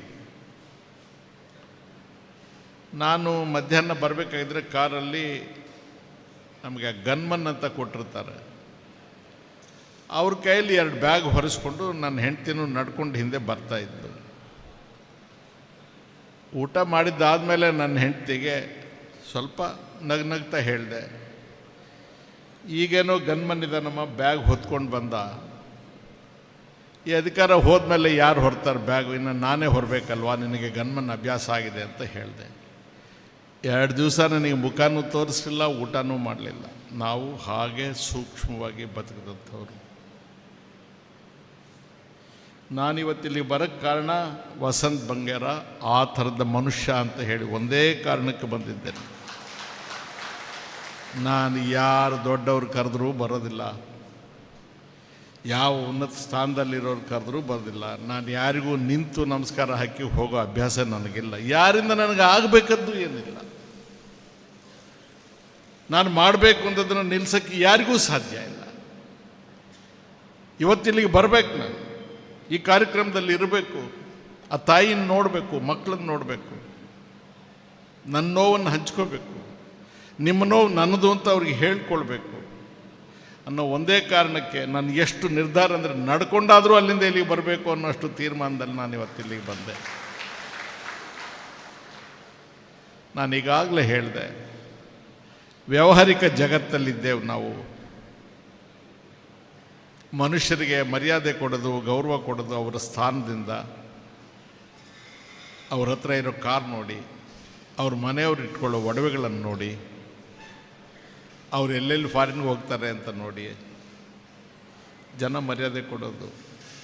ನಮ್ಮ ಪ್ರಾಮಾಣಿಕತೆಯನ್ನು, ಗೌರವವನ್ನು ನೋಡಿ ನಮಗೆ ಮರ್ಯಾದೆ ಕೊಡೋದು. ನಷ್ಟ ಇಲ್ಲ, ನಾವು ಅವ್ರ ಮೇಲೆ ಕಾಂಪಿಟೇಷನ್ಗೆ ಹೋಗೇ ಇಲ್ವಲ್ಲ. ವಸಂತ್ ಬಂಗೇರ್ರ ಮಕ್ಕಳು, ನೀವು ನನ್ನ ಮಕ್ಕಳಮ್ಮ. ತಂದೆ ತಲೆ ತಗ್ಗಿಸುವ ಕೆಲಸ ಮಾಡಿಲ್ಲ, ತಲೆ ಎತ್ತಿ ನಿಲ್ತಕ್ಕಂಥ ಗೌರವದ ಬದುಕನ್ನು ಮಾಡಿದ್ದಾರೆ. ನೀವು ಅವರ ಮಕ್ಕಳಾಗಿ ಹಾಗೇ ಬಾಳಬೇಕು ಅಂತ ನಿಮ್ಗೆ ಆಶೀರ್ವಾದ ಮಾಡಿ. ನನ್ನ ಮಕ್ಕಳಿಗೆ ನಾನು ಅದನ್ನೇ ಹೇಳ್ತೇನೆ. ತಲೆ ಯಾವಾಗ ವಾಲುತ್ತೆ? ನಾನು ಸತ್ತೋದಾಗ ತಲೆ ನನ್ನ ಕಂಟ್ರೋಲ್ ಹಿಡಿದಲ್ಲ ವಾಲುತ್ತೆ. ಬದುಕಿರುವವರಿಗೆ ತಲೆ ವಾಲಬಾರ್ದು, ತಲೆ ತಗ್ಗಿಸಬಾರ್ದು. ನನ್ನ ಮಕ್ಕಳಿಗೆ ಅಷ್ಟನ್ನೇ ನಾನು ಹೇಳೋದು. ನಿಮಗೆ ಕೀರ್ತಿಯನ್ನು ಬಿಟ್ಟು ಹೋಗಿದ್ದಾರೆ. ಬಹುಶಃ ಅವರು ಕೂತ್ಕೊಂಬ ಒಡವೆ ಮಾಡಿಟ್ಟಿದ್ರೆ, ಬೆಂಗಳೂರೆಲ್ಲ ಸೈಟ್ ಮಾಡಿಟ್ಟಿದ್ರೆ, ನೀವು ಜಗಳ ಮಾಡ್ಕೊಳ್ತಿದ್ರೆ ನೀವು ಒಟ್ಟಿಗಿರ್ತಿರ್ಲಿಲ್ಲ. ನನಗೇನು ಬೇಕು, ನಿನಗೇನು ಬೇಕು ಅಂತ. ಅವ್ರು ಏನೂ ಮಾಡದೇ ಇರೋದ್ರಿಂದ ನೀವೆಲ್ಲ ಒಟ್ಟಿಗೆ ಇದ್ದೀರಿ. ಈಗೆಲ್ಲ ಮಾಡಿದವ್ರ ಮನೆಗಳದ್ದು ಹಣೆ ಬರ ನೋಡ್ತಾ ಇದ್ದೀವಲ್ಲ. ಹಾಗೆ ಬದುಕಬೇಕಾ, ಹೀಗೆ ಸಾಯ್ಬೇಕಾ? ನಾನು ಹೇಳ್ತೇನೆ, ಈ ರೀತಿಯ ಮರಣ ಹುಟ್ಟಿದ ಮೇಲೆ ಸಾಯಲೇಬೇಕಲ್ಲ. ಏನು ನಾವೇನು ಶಾಶ್ವತವಾಗಿ ಇರೋದಿಲ್ವಲ್ಲ. ಹೇಗೆ ಸಾಯ್ತೀವಿ ಅನ್ನೋದು ಮುಖ್ಯ. ಜನರ ತಿರಸ್ಕಾರಕ್ಕೆ ಒಳಗಾಗದೆ ಗೌರವಕ್ಕೆ ಪಾತ್ರರಾಗಿ. ರಕ್ಷಿತ್ ಹೇಳಿದ್ರು, ಆ ಕತ್ಲಲ್ಲಿ ಚಾರ್ಮಡಿ ಘಾಟ್ ಹತ್ರಕ್ಕೆ ಅಷ್ಟು ಜನ ಬಂದಿತ್ತು. ಅದೇ ಸಂಪಾದನೆ, ಅದೇ ಆಸ್ತಿ, ಅದೇ ನಮ್ಮ ಗಳಿಕೆ. ಆ ಕಾರಣಕ್ಕಾಗಿ ನನಗೆ ಇದೆಲ್ಲ ಗೊತ್ತಿರಲಿಲ್ಲ. ಆದರೆ ನನ್ನ ನಂಬಿಕೆ ಆ ವಸಂತ ಬಂಗೇರ ಈ ಥರದವನೇ, ಹೀಗೇ ಆಗಿರುತ್ತೆ. ಹಾಗಾಗಿ ನಾನು ಇಲ್ಲಿಗೆ ನಾನು ಹೇಳಿದ್ನಲ್ಲ, 1 ವರ್ಷ ಆಗಿದೆ ನಾನು ಮೌನ, ಬಾಯಿ ಬಿಟ್ಟಿಲ್ಲ, ಮೈಕ್ ಮುಂದೆ ನಿಂತಿಲ್ಲ. ಯಾರು ಬಂದರೂ ನಾನು ಮುಖ ಕೂಡ ಕೊಟ್ಟು ಮಾತಾಡಿಲ್ಲ. ಇವತ್ತು ವಸಂತ್ ನನ್ನ ಎಬ್ಬಿಸಿ ಕರ್ಕೊಂಡು ಬಂದು ಮೈಕ್ ಮುಂದೆ ನಿಲ್ಲಿಸಿದ್ದಾರೆ. ನಾನಿನ್ನು ಹೆಚ್ಚು ಹೊತ್ತು ಅನಗತ್ಯವಾಗಿ ಮಾತನಾಡಿ ನಿಮಗೂ ಬೇಸರ ಉಂಟು ಮಾಡೋದಿಲ್ಲ. ನಮಗೆ ಗೊತ್ತಿದೆ ಬದುಕು ಎಷ್ಟು ವಿಚಿತ್ರವಾಗಿ ಇವತ್ತು ನಡೀತಾ ಇದೆ ಅನ್ನೋದನ್ನು. ನನಗಿಂತ ಹೆಚ್ಚಾಗಿ ನಿಮಗೆ ಗೊತ್ತಿದೆ. ವಸಂತ ಬಂಗೇರ ಥರ ಬದುಕೋದು ಬಹಳ ಕಷ್ಟದ ಕೆಲಸ. ಬದುಕು ಪೂರ್ಣ ಸಾಗಿಸಿ ಅವರು ದೇಹಾಂತ್ಯ ಮಾಡಿ ಹೋಗಬೇಕಾಗಿದ್ದರೆ ಆ ಪ್ರಯಾಣದಲ್ಲಿ ನೀನು, ಮಕ್ಕಳು, ನೀವು ಜೊತೆಗೆ ನಿಂತಿದ್ದೀರಿ. ಅವರು ಎಲ್ಲ ಕಷ್ಟವನ್ನು ನಿಮ್ಮ ಹೆಗಲಿಗೆ ಹಾಕ್ಕೊಂಡಿದ್ದೀರಿ. ಮಕ್ಕಳಿಗೆ ದುರಾಸೆ ಇದ್ದಿದ್ರೆ, ಮಕ್ಕಳಿಗೆ ಚಪಲ ಇದ್ದಿದ್ರೆ, ಮಕ್ಕಳು ಹಠ ಹಿಡಿದಿದ್ರೆ ಅವ್ರ ತಪಸ್ಸು ನೆರವೇರ್ತಾ ಇರಲಿಲ್ಲ. ನಿಜಲಿಂಗಪ್ಪನವರು ಈ ರಾಜ್ಯದಲ್ಲಿ ಮುಖ್ಯಮಂತ್ರಿ ಆಗಿದ್ದರು. ಅವರು ಸ್ವಾತಂತ್ರ್ಯ ಹೋರಾಟಗಾರರು. ಅವ್ರ ಮಕ್ಕಳು ಬೆಂಗಳೂರಿನ ಮಹಾರಾಣಿ ಕಾಲೇಜಲ್ಲಿ BA ಓದ್ತಾ ಇರ್ತಾರೆ. ಅವರು ಮುಖ್ಯಮಂತ್ರಿ ಆಗಿರ್ತಾರೆ. ಈ ಅಕ್ಟೋಬರ್ ತಿಂಗಳಲ್ಲಿ ಗಾಂಧಿ ಜಯಂತಿ ಬಂದಾಗ ಖಾದಿ ಬಟ್ಟೆ ಮೇಲೆ ರಿಬೇಟ್ ಕೊಡ್ತಾರೆ. ಆ ರಿಬೇಟ್ ಕೊಟ್ಟಾಗ ಖಾದಿ ಬಟ್ಟೆ ತರಿಸಿ ನಿಜಲಿಂಗಪ್ಪನವರು ತಮ್ಮ ಮಕ್ಕಳಿಗೆ ಬಟ್ಟೆ ಹೊಲಿಸ್ತಾ ಇದ್ರು. ಆ ಹೆಣ್ಮಕ್ಳು ವಯಸ್ಸಲ್ವಾ ಪಾಪ, ಅವ್ರ ತಾಯಿ ಹತ್ರ ಬಂದು ಗೋಳಾಡ್ತಾರೆ. ನಮಗೆ ಅಪ್ಪ ಯಾವಾಗಲೂ ಈ ದಪ್ಪನೆ ಬಟ್ಟೆ, ಖಾದಿ ಬಟ್ಟೆ ಕೊಡಿಸ್ತಾರೆ. ನಮ್ಮ ಸ್ನೇಹಿತರೆಲ್ಲ, ಕ್ಲಾಸ್ಮೇಟ್ಸ್ ಎಲ್ಲ ಒಳ್ಳೊಳ್ಳೆ ಚಂದ ಬಟ್ಟೆ ಹಾಕ್ಕೊಂಬರ್ತಾರೆ. ಅಪ್ಪನಿಗೆ ಹೇಳಿ ನಮ್ಗೆ ಒಳ್ಳೆ ಬಟ್ಟೆ ಕೊಡಿಸಿ, ಮಿಲ್ ಬಟ್ಟೆ ಕೊಡಿಸಿ ಅಂತ.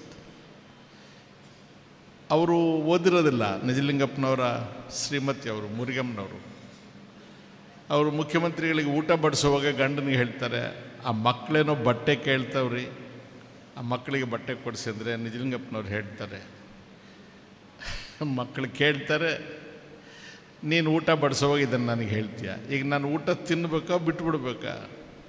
ಮಿಲ್ ಬಟ್ಟೆ ತರಬೇಕಾದ್ರೆ ದುಡ್ಡು ಬೇಕಮ್ಮ, ಎಲ್ಲಿದೆ ದುಡ್ಡು? ಖಾದಿ ಬಟ್ಟೆ ಅಂದರೆ ರಿಯಾಯಿತಿ ಕೊಡ್ತಾರೆ ಅಂತ ಹೇಳ್ತಾರೆ ನಿಜಲಿಂಗಪ್ಪನವರು. ಹಾಗೆ ಬದುಕಬೇಕು. ಅವರು ನಮಗೆ ಮಾರ್ಗದರ್ಶನ.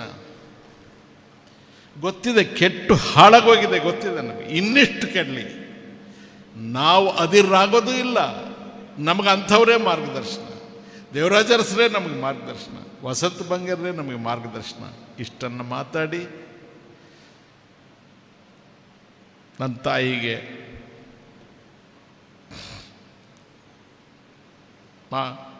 ನಾನೊಬ್ಬ ಸಹೋದರನನ್ನು ಕಳ್ಕೊಂಡಿದ್ದೇನೆ. ನೀನು ನಿನ್ನ ಬಾಳಿನ ಎಲ್ಲವೂ ಆಗಿದ್ದವನ್ನು ಕಳ್ಕೊಂಡಿದ್ದೀಯ. ಮಕ್ಕಳು, ತಂದೆಯನ್ನು ಕಳ್ಕೊಂಡಿದ್ದಾರೆ. ನಿಮ್ಮ ದುಃಖದಲ್ಲಿ ನಾನು ಭಾಗಿ. ನಾವಿಷ್ಟೇ ಕುಟುಂಬ ಅಲ್ಲ. ಇವತ್ತು ವಸಂತರು ಕೊಡೋದೇನಿಲ್ಲ, ಇವರೆಲ್ಲ ಬಂದಿದ್ದಾರಲ್ಲ. ನಿಮಗಿಂತ ಇವರಿನ್ನೂ ಶ್ರೇಷ್ಠ. ಯಾರೆಲ್ಲ ನೀವು ಇವತ್ತು ಅವರು ಕೊಡೋದು ಏನಿಲ್ಲದೆ ಹೋದರೂ ಕೂಡ 1000 ನುಡಿ ನಮನಕ್ಕೆ ನೀವು ಯಾರು ಬಂದಿದ್ದೀರಿ, ನಿಮ್ಮ ಪ್ರತಿಯೊಬ್ಬರ ಪಾದಗಳಿಗೂ ನಮಸ್ಕಾರ ಮಾಡಿ ನಿಮ್ಮ ಸಂಖ್ಯೆ ದೇಶದಲ್ಲಿ ಹೆಚ್ಚಾಗಲಿ, ನಿಮ್ಮಂಥ ಸಜ್ಜನರು ದೇಶದಲ್ಲಿ ಹೆಚ್ಚಾಗಲಿ, ಈ ಮೌಲ್ಯಗಳು ವೃದ್ಧಿ ಆಗಲಿ, ಈ ಕೃತಜ್ಞತಾ ಭಾವನೆ ಜನರಲ್ಲಿ ಬರಲಿ.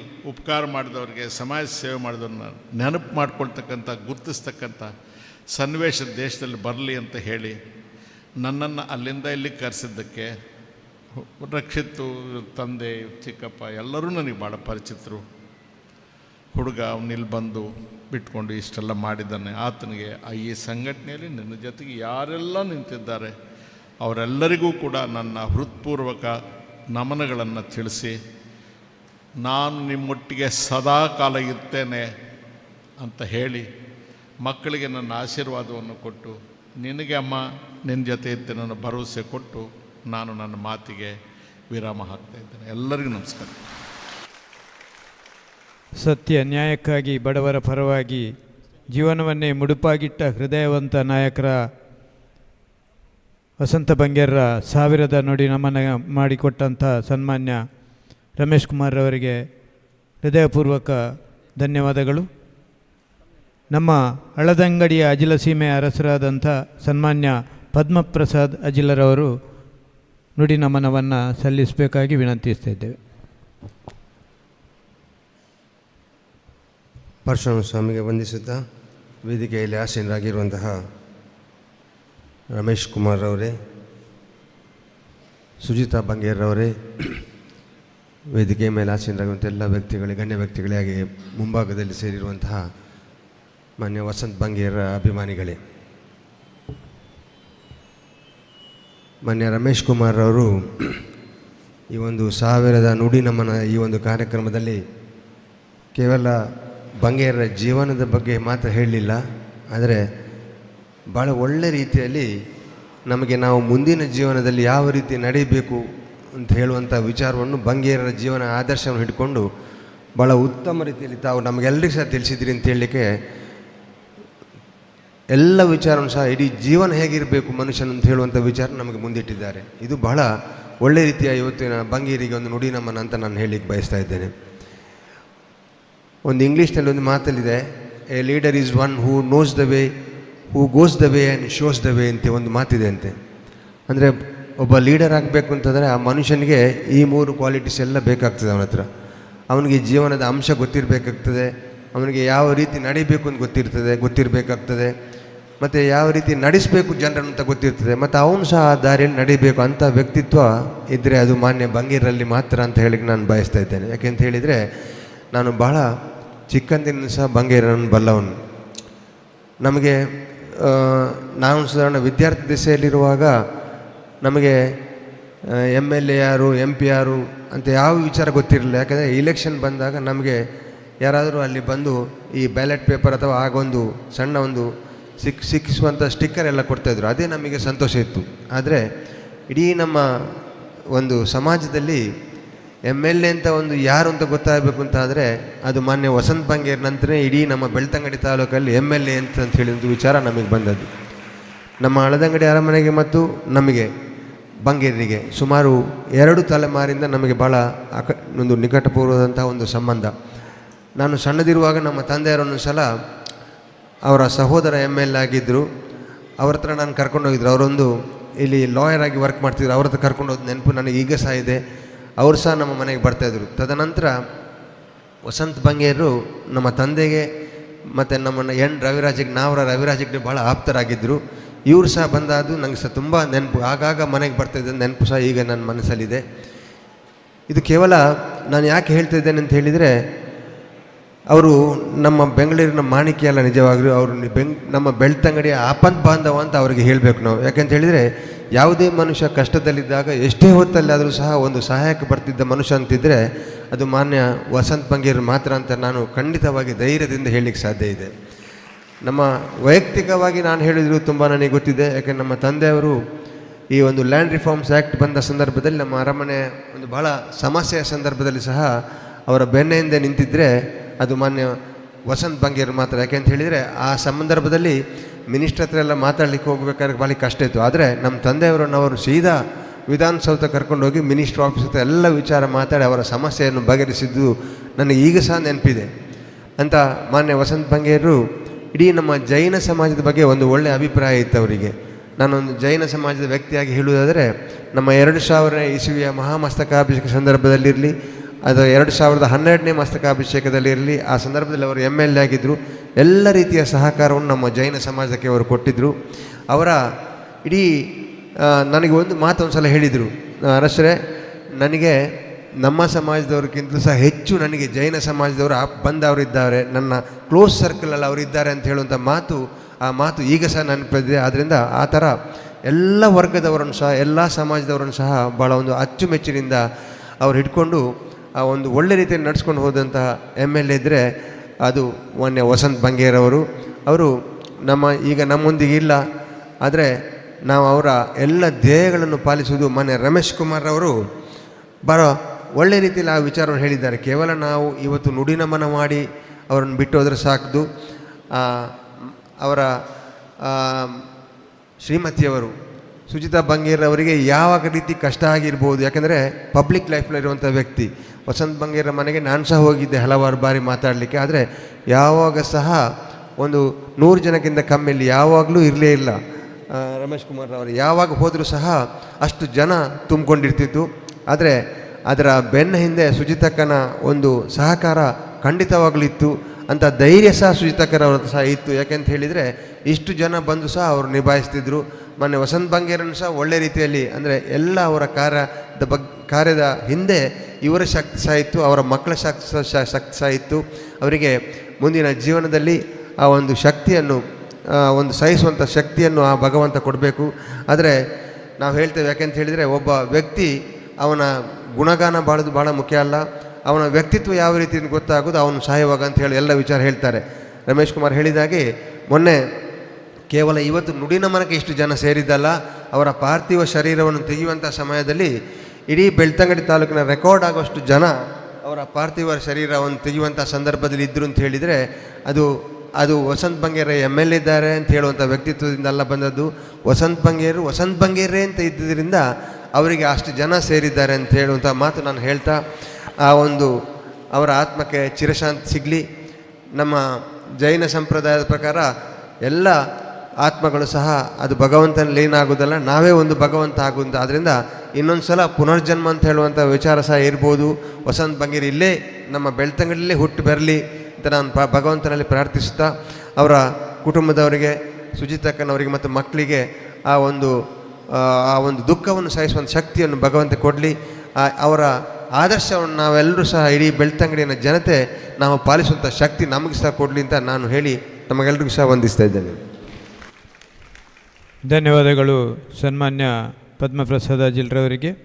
ಇನ್ನು ಮುಂದಕ್ಕೆ ಅತಾವುಲ್ಲಾ ಹಿಮಾಮಿ ಸಖಾಫಿ ಖತೀಬರು ಜುಮ್ಮಾ ಮಸೀದಿ ಮೂರುಗೋಳಿ ಇವರು ನುಡಿ ನಮನವನ್ನು ಸಲ್ಲಿಸಬೇಕಾಗಿ ವಿನಂತಿ.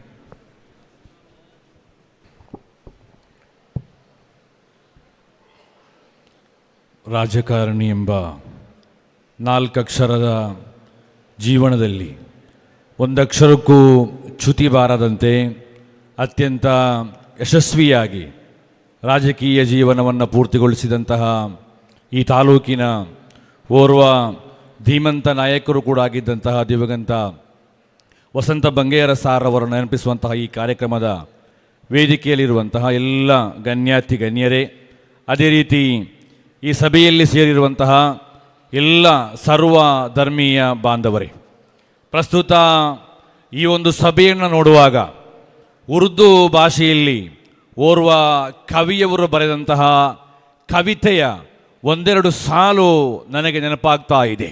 ಫೂಲ್ ಮರೆ ವಾಸ್ ರಹೆ, ಇನ್ಸಾನ್ ಮರೆ ಔಸಾಫ್ ರಹೆ. ಖಂಡಿತವಾಗಿಯೂ ನಾವೆಲ್ಲರೂ ಕೂಡ ಚಿಂತಿಸಲೇಬೇಕಾದಂತಹ ಒಂದು ಗೆರೆಯಾಗಿದೆ ಅದು. ಫೂಲ್ ಮರೆ ವಾಸ್ ರಹೆ, ಒಂದು ಪುಷ್ಪವು ಬೆಳೆದು ಅದು ಬಾಡಿ ಹೋಗುವಾಗ ಆ ಪುಷ್ಪವು ಕೊಟ್ಟಂತಹ ಸುಗಂಧ ಅದು ಇಲ್ಲಿ ಬಾಕಿಯಾಗಿರುತ್ತದೆ. ಆ ಗಂಧವನ್ನು ಆಸ್ವಾದಿಸುವಾಗ ಅದಿಂತಹ ಪುಷ್ಪವೆಂದು ನಮಗೆ ಭಾವಿಸಿಕೊಳ್ಳಬಹುದು. ಅದೇ ರೀತಿ ಇನ್ಸಾನ್ ಮರೆ ಔಸಾಫ್ ರಹೆ, ಒಬ್ಬ ಮನುಷ್ಯನು ಈ ಇಹಲೋಕದಲ್ಲಿ ಜೀವಿಸಿ ಮರಣ ಹೊಂದಿ ಹೋಗುವಾಗ ಆ ವ್ಯಕ್ತಿಯು ಬಾಕಿ ಬಿಟ್ಟಂತಹ ಕೃತ್ಯಗಳು ಅದು ಸದಾ ನೆನಪಾಗಿರುತ್ತದೆ.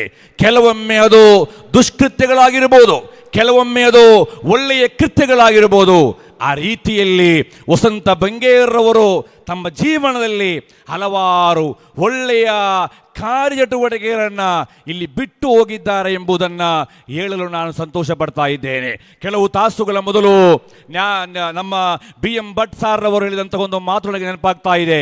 ವಸಂತ ಬಂಗೇರವರನ್ನು ನೆನೆಸಲು ನಮ್ಮ ತಾಲೂಕಿನಾದ್ಯಂತ ಅದೆಷ್ಟೋ ಬಸ್ ತಂಗುದಾಣಗಳಿವೆ, ಅದೆಷ್ಟೋ ಮನೆಗಳಿವೆ, ಅದೆಷ್ಟೋ ಶಾಲಾ ಕಾಲೇಜುಗಳಿದೆ, ಅದೆಷ್ಟೋ ರಸ್ತೆಗಳಿದೆ ಎಂದು ಅವರು ಅತ್ಯಂತ ಧೈರ್ಯವಾಗಿ ಹೇಳಿದರು.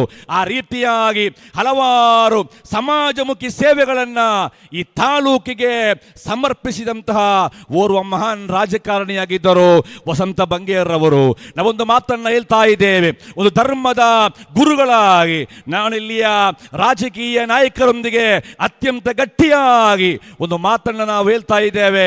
ನಮ್ಮ ಈ ವೇದಿಕೆಯಲ್ಲಿ ಹಲವಾರು ರಾಜಕೀಯ ನಾಯಕರಿದ್ದಾರೆ. ನೀವೊಂದು ಮಾತನ್ನು ತಿಳಿಯಬೇಕು, ನಿಮ್ಮ ರಾಜಕೀಯ ವೃತ್ತಿ ಸಮಾಜ ಸೇವೆ ಎಂಬುದು ಅದು ಅತ್ಯಂತ ಉತ್ತಮವಾದ ಸೇವೆಯಾಗಿದೆ. ಸ್ವಾಮಿ ವಿವೇಕಾನಂದರವರ ಒಂದು ಮಾತು ನನಗೀಗ ನೆನಪಾಗ್ತಾ ಇದೆ.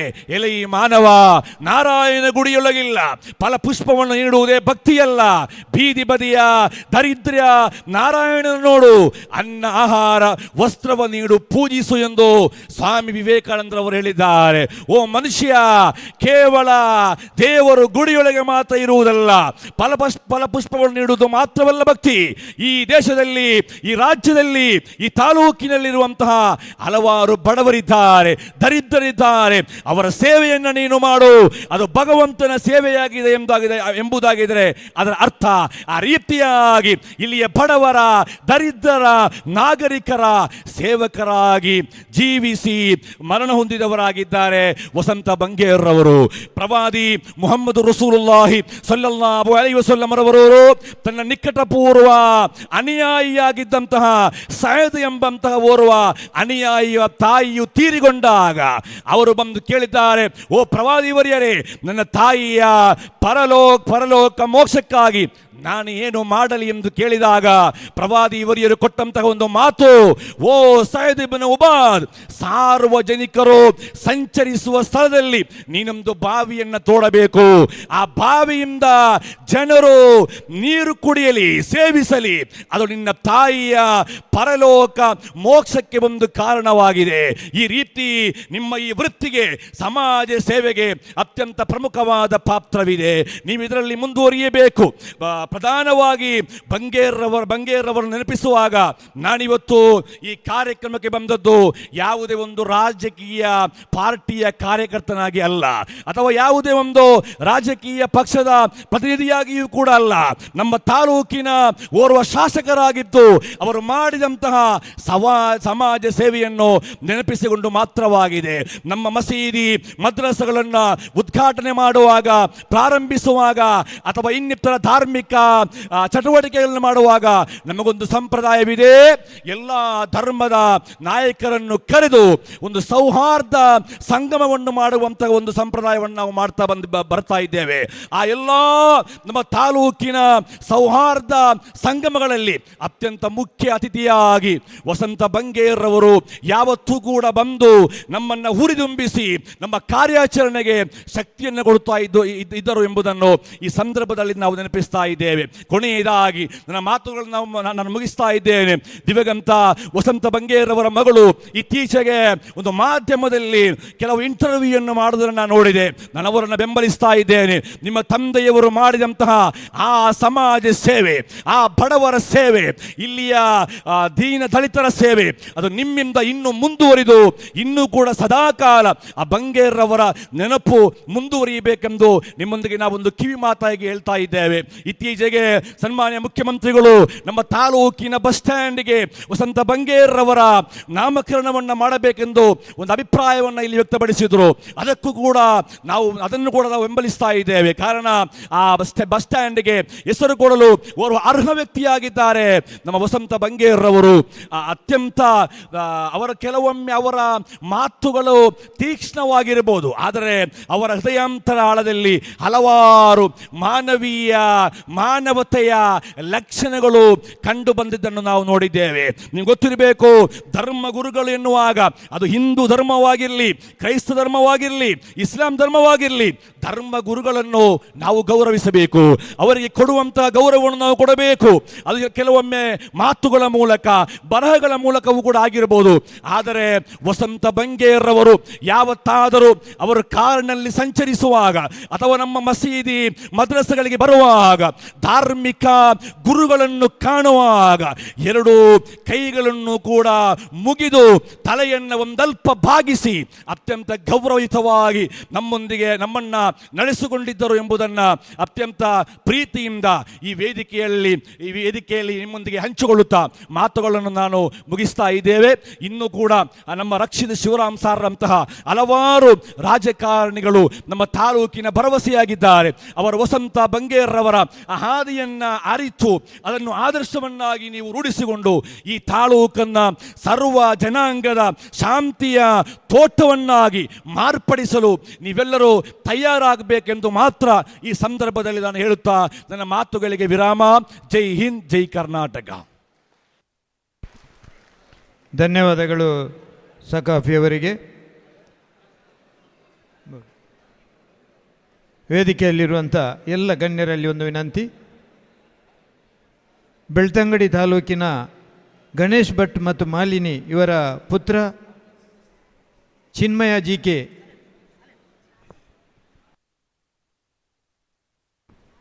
ಈ ಕಾರ್ಯಕ್ರಮವನ್ನು ಮುಗಿಸುವ ಹಂತದಲ್ಲಿ ಈ ಒಂದು ಬಂದಂಥ ಬೇರೆ ಬೇರೆ ಘಟಕಗಳಿಂದ ಬೇರೆ ಬೇರೆ ಜಿಲ್ಲೆಯಿಂದ ಬಂದಂಥ ಎಲ್ಲ ನಾಯಕರನ್ನು ಇನ್ನೊಮ್ಮೆ ಸ್ವಾಗತಿಸ್ತಾ ಈ ಕಾರ್ಯಕ್ರಮವನ್ನು ಧನ್ಯವಾದದೊಂದಿಗೆ ಸಮಾಪ್ತಿಗೊಳಿಸಬೇಕಾಗಿ ಈ ಧನ್ಯವಾದ ಕಾರ್ಯಕ್ರಮವನ್ನು ಬೆಳ್ತಂಗಡಿ ಬ್ಲಾಕ್ ಕಾಂಗ್ರೆಸ್ಸಿನ ನಗರ ಅಧ್ಯಕ್ಷರಾದಂಥ ಸನ್ಮಾನ್ಯ ಸತೀಶ್ ಬಂಗೇರ ಕಾಶಿಪಟ್ರನ ಇವರು ನೆರವೇರಿಸಿಕೊಡಬೇಕಾಗಿ ತಮ್ಮಲ್ಲಿ ವಿನಂತಿ ಮಾಡಿಕೊಳ್ತಾ ಇದ್ದೇವೆ.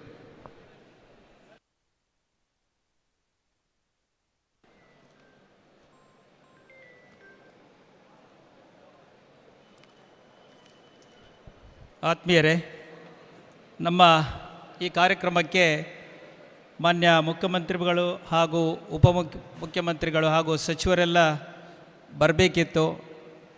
ಈಗಾಗಲೇ ಬಜ್ಪೆಗೆ ಬಂದು ತಲುಪಿದ್ದಾರೆ. ಮೋಡದ ವಾತಾವರಣವಿರುವುದರಿಂದ ಫ್ಲೈಟ್ ಲ್ಯಾಂಡ್ ಆಗುವಾಗ ಲೇಟ್ ಆಯಿತು. ಅವರು 3 ಗಂಟೆಗೆ ಧರ್ಮಸ್ಥಳದಲ್ಲಿ ಪೂಜೆ ಇರುವುದರಿಂದ ನಾವು ಸೀದಾ ಹೋಗ್ತೇವೆ ಎಂಬ ಮಾತನ್ನು ಸಂದೇಶವನ್ನು ರಕ್ಷಿತರವರಿಗೆ ಈಗಾಗಲೇ ಕಳಿಸಿದ್ರು. ಹಾಗಾಗಿ ನಾವು ಎಲ್ಲರ ಹತ್ರ ಕ್ಷಮೆಯನ್ನು ಕೇಳುತ್ತಾ ಈ ಕಾರ್ಯಕ್ರಮವನ್ನು ನಾವು ಮುಕ್ತಾಯದಲ್ಲಿ ಇದ್ದೇವೆ. ಬಂಧುಗಳೇ, ಬೆಳ್ತಂಗಡಿಯ ಮಾಣಿಕ್ಯ, ನಮ್ಮೆಲ್ಲರ ನಾಯಕರು, ನಮ್ಮನ್ನು ಬೆಳೆಸಿದಂಥ ನಮ್ಮ ನಾಯಕರನ್ನು ನಾವು ಇವತ್ತು ಅಗಳಿದ್ದೇವೆ. ತುಂಬ ದುಃಖ ಆಗ್ತದೆ.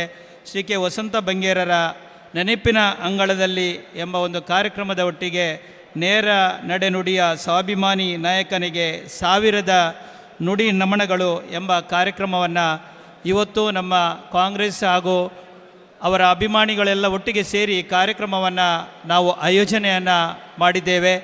ನಮಗೆ ಈ ಒಂದು ಕಾರ್ಯಕ್ರಮದಲ್ಲಿ ಅವರ ಬಗ್ಗೆ ಒಬ್ಬ ಮಾತಾಡಬೇಕು, ಅವರ ಬಗ್ಗೆ ತಿಳಿದವರು ನಮಗೆ ಬೇಕು ಅಂತ ಒಬ್ಬ ನಾಯಕನನ್ನು ಹುಡುಕುವಾಗ ರಕ್ಷೀಶ್ವರಂರವರು, ನಮ್ಮ ರಮೇಶ್ ಕುಮಾರ್ ಅವರು, ಮಾಜಿ ವಿಧಾನಸಭೆಯ ಅಧ್ಯಕ್ಷರು, ಅವರ ಒಡನಾಟಿಯವರಾದಂಥ ರಮೇಶ್ ಕುಮಾರ್ ಅವರನ್ನು ನಾವು ಕೇಳಿಕೊಂಡಾಗ ಬಹಳ ಸಂತೋಷದಿಂದ ಒಪ್ಪಿ ವಸಂತ ಬಂಗೇರರ ಈ ಒಂದು ನುಡಿನಮನ ಕಾರ್ಯಕ್ರಮದಲ್ಲಿ ನಾನು ಭಾಗವಹಿಸ್ತೇನೆಂಬ ಮಾತನ್ನು ಹೇಳುತ್ತಾ ಇವತ್ತು ಬೆಳಗ್ಗೆ ನಮ್ಮ ಕಾರ್ಯಕ್ರಮದಲ್ಲಿ ಬಂದು ಈ ಒಂದು ಕಾರ್ಯಕ್ರಮವನ್ನು ಬಹಳ ಯಶಸ್ವಿಯಾಗಿ ಮಾಡಿಕೊಡುವ ಮುಖಾಂತರ ನಮಗೆಲ್ಲ ಮಾರ್ಗದರ್ಶನವನ್ನು ನೀಡುವ ಮುಖಾಂತರ ಈ ಕಾರ್ಯಕ್ರಮವನ್ನು ಬಹಳ ಯಶಸ್ವಿಗೊಳಿಸಿದ್ದಾರೆ.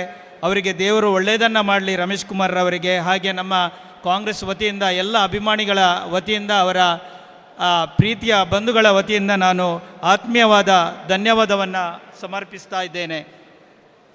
ಅದೇ ರೀತಿ ನಮ್ಮೆಲ್ಲರ ಹಿರಿಯರು ವಸಂತ ಬಂಗೇರವರ ಬಹಳ ಆತ್ಮೀಯರು ಡಾಕ್ಟರ್ ಪದ್ಮಪ್ರಸಾದ್ ಅಜಿಲ್ರು.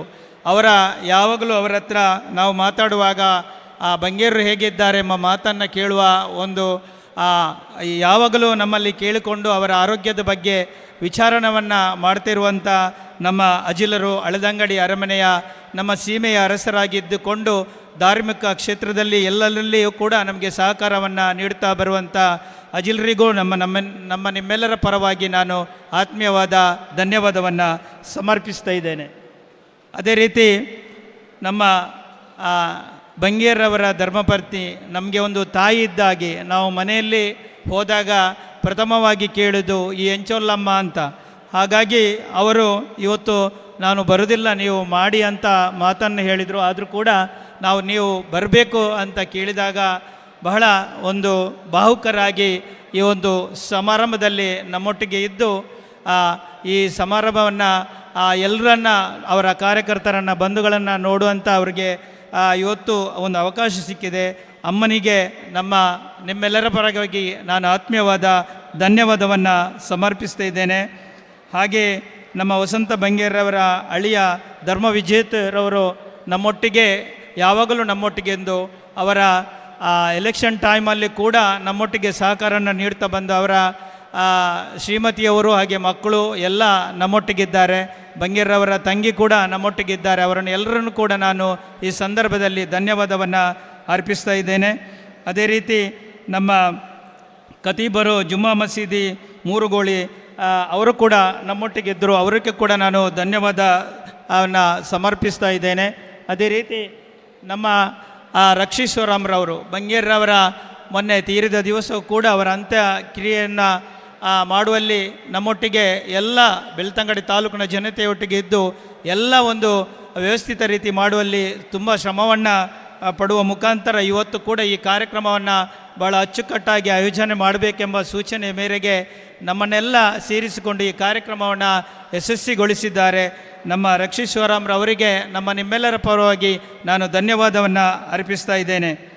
ಅದೇ ರೀತಿ ನಮ್ಮ ಗ್ರಾಮೀಣ ಭಾಗದ ಅಧ್ಯಕ್ಷರು ಈ ಒಂದು ಕಾರ್ಯಕ್ರಮದಲ್ಲಿ 10-15 ದಿವಸದಿಂದ ಒಟ್ಟಿಗೆ ನಾವು ಕೆಲಸವನ್ನು ಮಾಡುವ ಮುಖಾಂತರ ಸಂಘಟನೆಯ ಮುಖಾಂತರ ಈ ಕಾರ್ಯಕ್ರಮವನ್ನು ಯಶಸ್ವಿ ಮಾಡಲಿಕ್ಕೆ ಅವರು ಕೂಡ ನಾಗೇಶ್ ಕುಮಾರ್ ಗೌಡ್ರು ನಮ್ಮೊಟ್ಟಿಗೆ ಕೆಲಸವನ್ನು ಮಾಡಿದ್ದಾರೆ. ಇವತ್ತು ವೇದಿಕೆಯಲ್ಲಿ ಇದ್ದಾರೆ. ಅವರಿಗೆ ಕೂಡ ನಾನು ಧನ್ಯವಾದವನ್ನು ಅರ್ಪಿಸ್ತಾ ಇದ್ದೇನೆ. ಮಹಿಳಾ ಕಾಂಗ್ರೆಸ್ಸಿನ ಅಧ್ಯಕ್ಷೆಯಾದಂಥ ಶ್ರೀಮತಿ ನಮಿತಾ ವಂದನಾ ಭಂಡಾರಿ ಇವರಿಗೂ ಕೂಡ ಧನ್ಯವಾದವನ್ನು ಸಮರ್ಪಿಸ್ತಾ ಇದ್ದೇನೆ. ಅದೇ ರೀತಿ ಇಲ್ಲಿ ನಮ್ಮ ಮುಂಚೂಣಿ ಘಟಕದ ಎಲ್ಲ ಕಾಂಗ್ರೆಸ್ಸಿನ ಅಧ್ಯಕ್ಷರುಗಳು ಸದಸ್ಯರುಗಳು DCCಯ ಸದಸ್ಯರು KPCCಯ ಸದಸ್ಯರು ನಮ್ಮ ಬೇರೆ ತಾಲೂಕಿನಿಂದ ಬಂದ ಕಾಂಗ್ರೆಸ್ಸಿನ ಮುಖಂಡರು ಎಲ್ಲ ಬಂಗೇರ ಅಭಿಮಾನಿ ವರ್ಗದವರು ಹಾಗೆ ನಮ್ಮ ಪತ್ರಿಕಾ ಮಾಧ್ಯಮದವರು ಹಾಗೆ ದೃಶ್ಯ ಮಾಧ್ಯಮದವರು ಹಾಗೆ ನಮ್ಮ ಈ ಒಂದು ಬಂಗೇರ ಈ ನುಡಿನಮನ ಕಾರ್ಯಕ್ರಮದಲ್ಲಿ ನಮ್ಮ ರಾಜವರ್ಮ ಬಳ್ಳಾಲ್ರವರು ಈ ಹಾಲಿನ ಮಾಲಕರು ನಮಗೆ ತುಂಬ ಸಹಕಾರವನ್ನು ನೀಡಿದ್ದಾರೆ.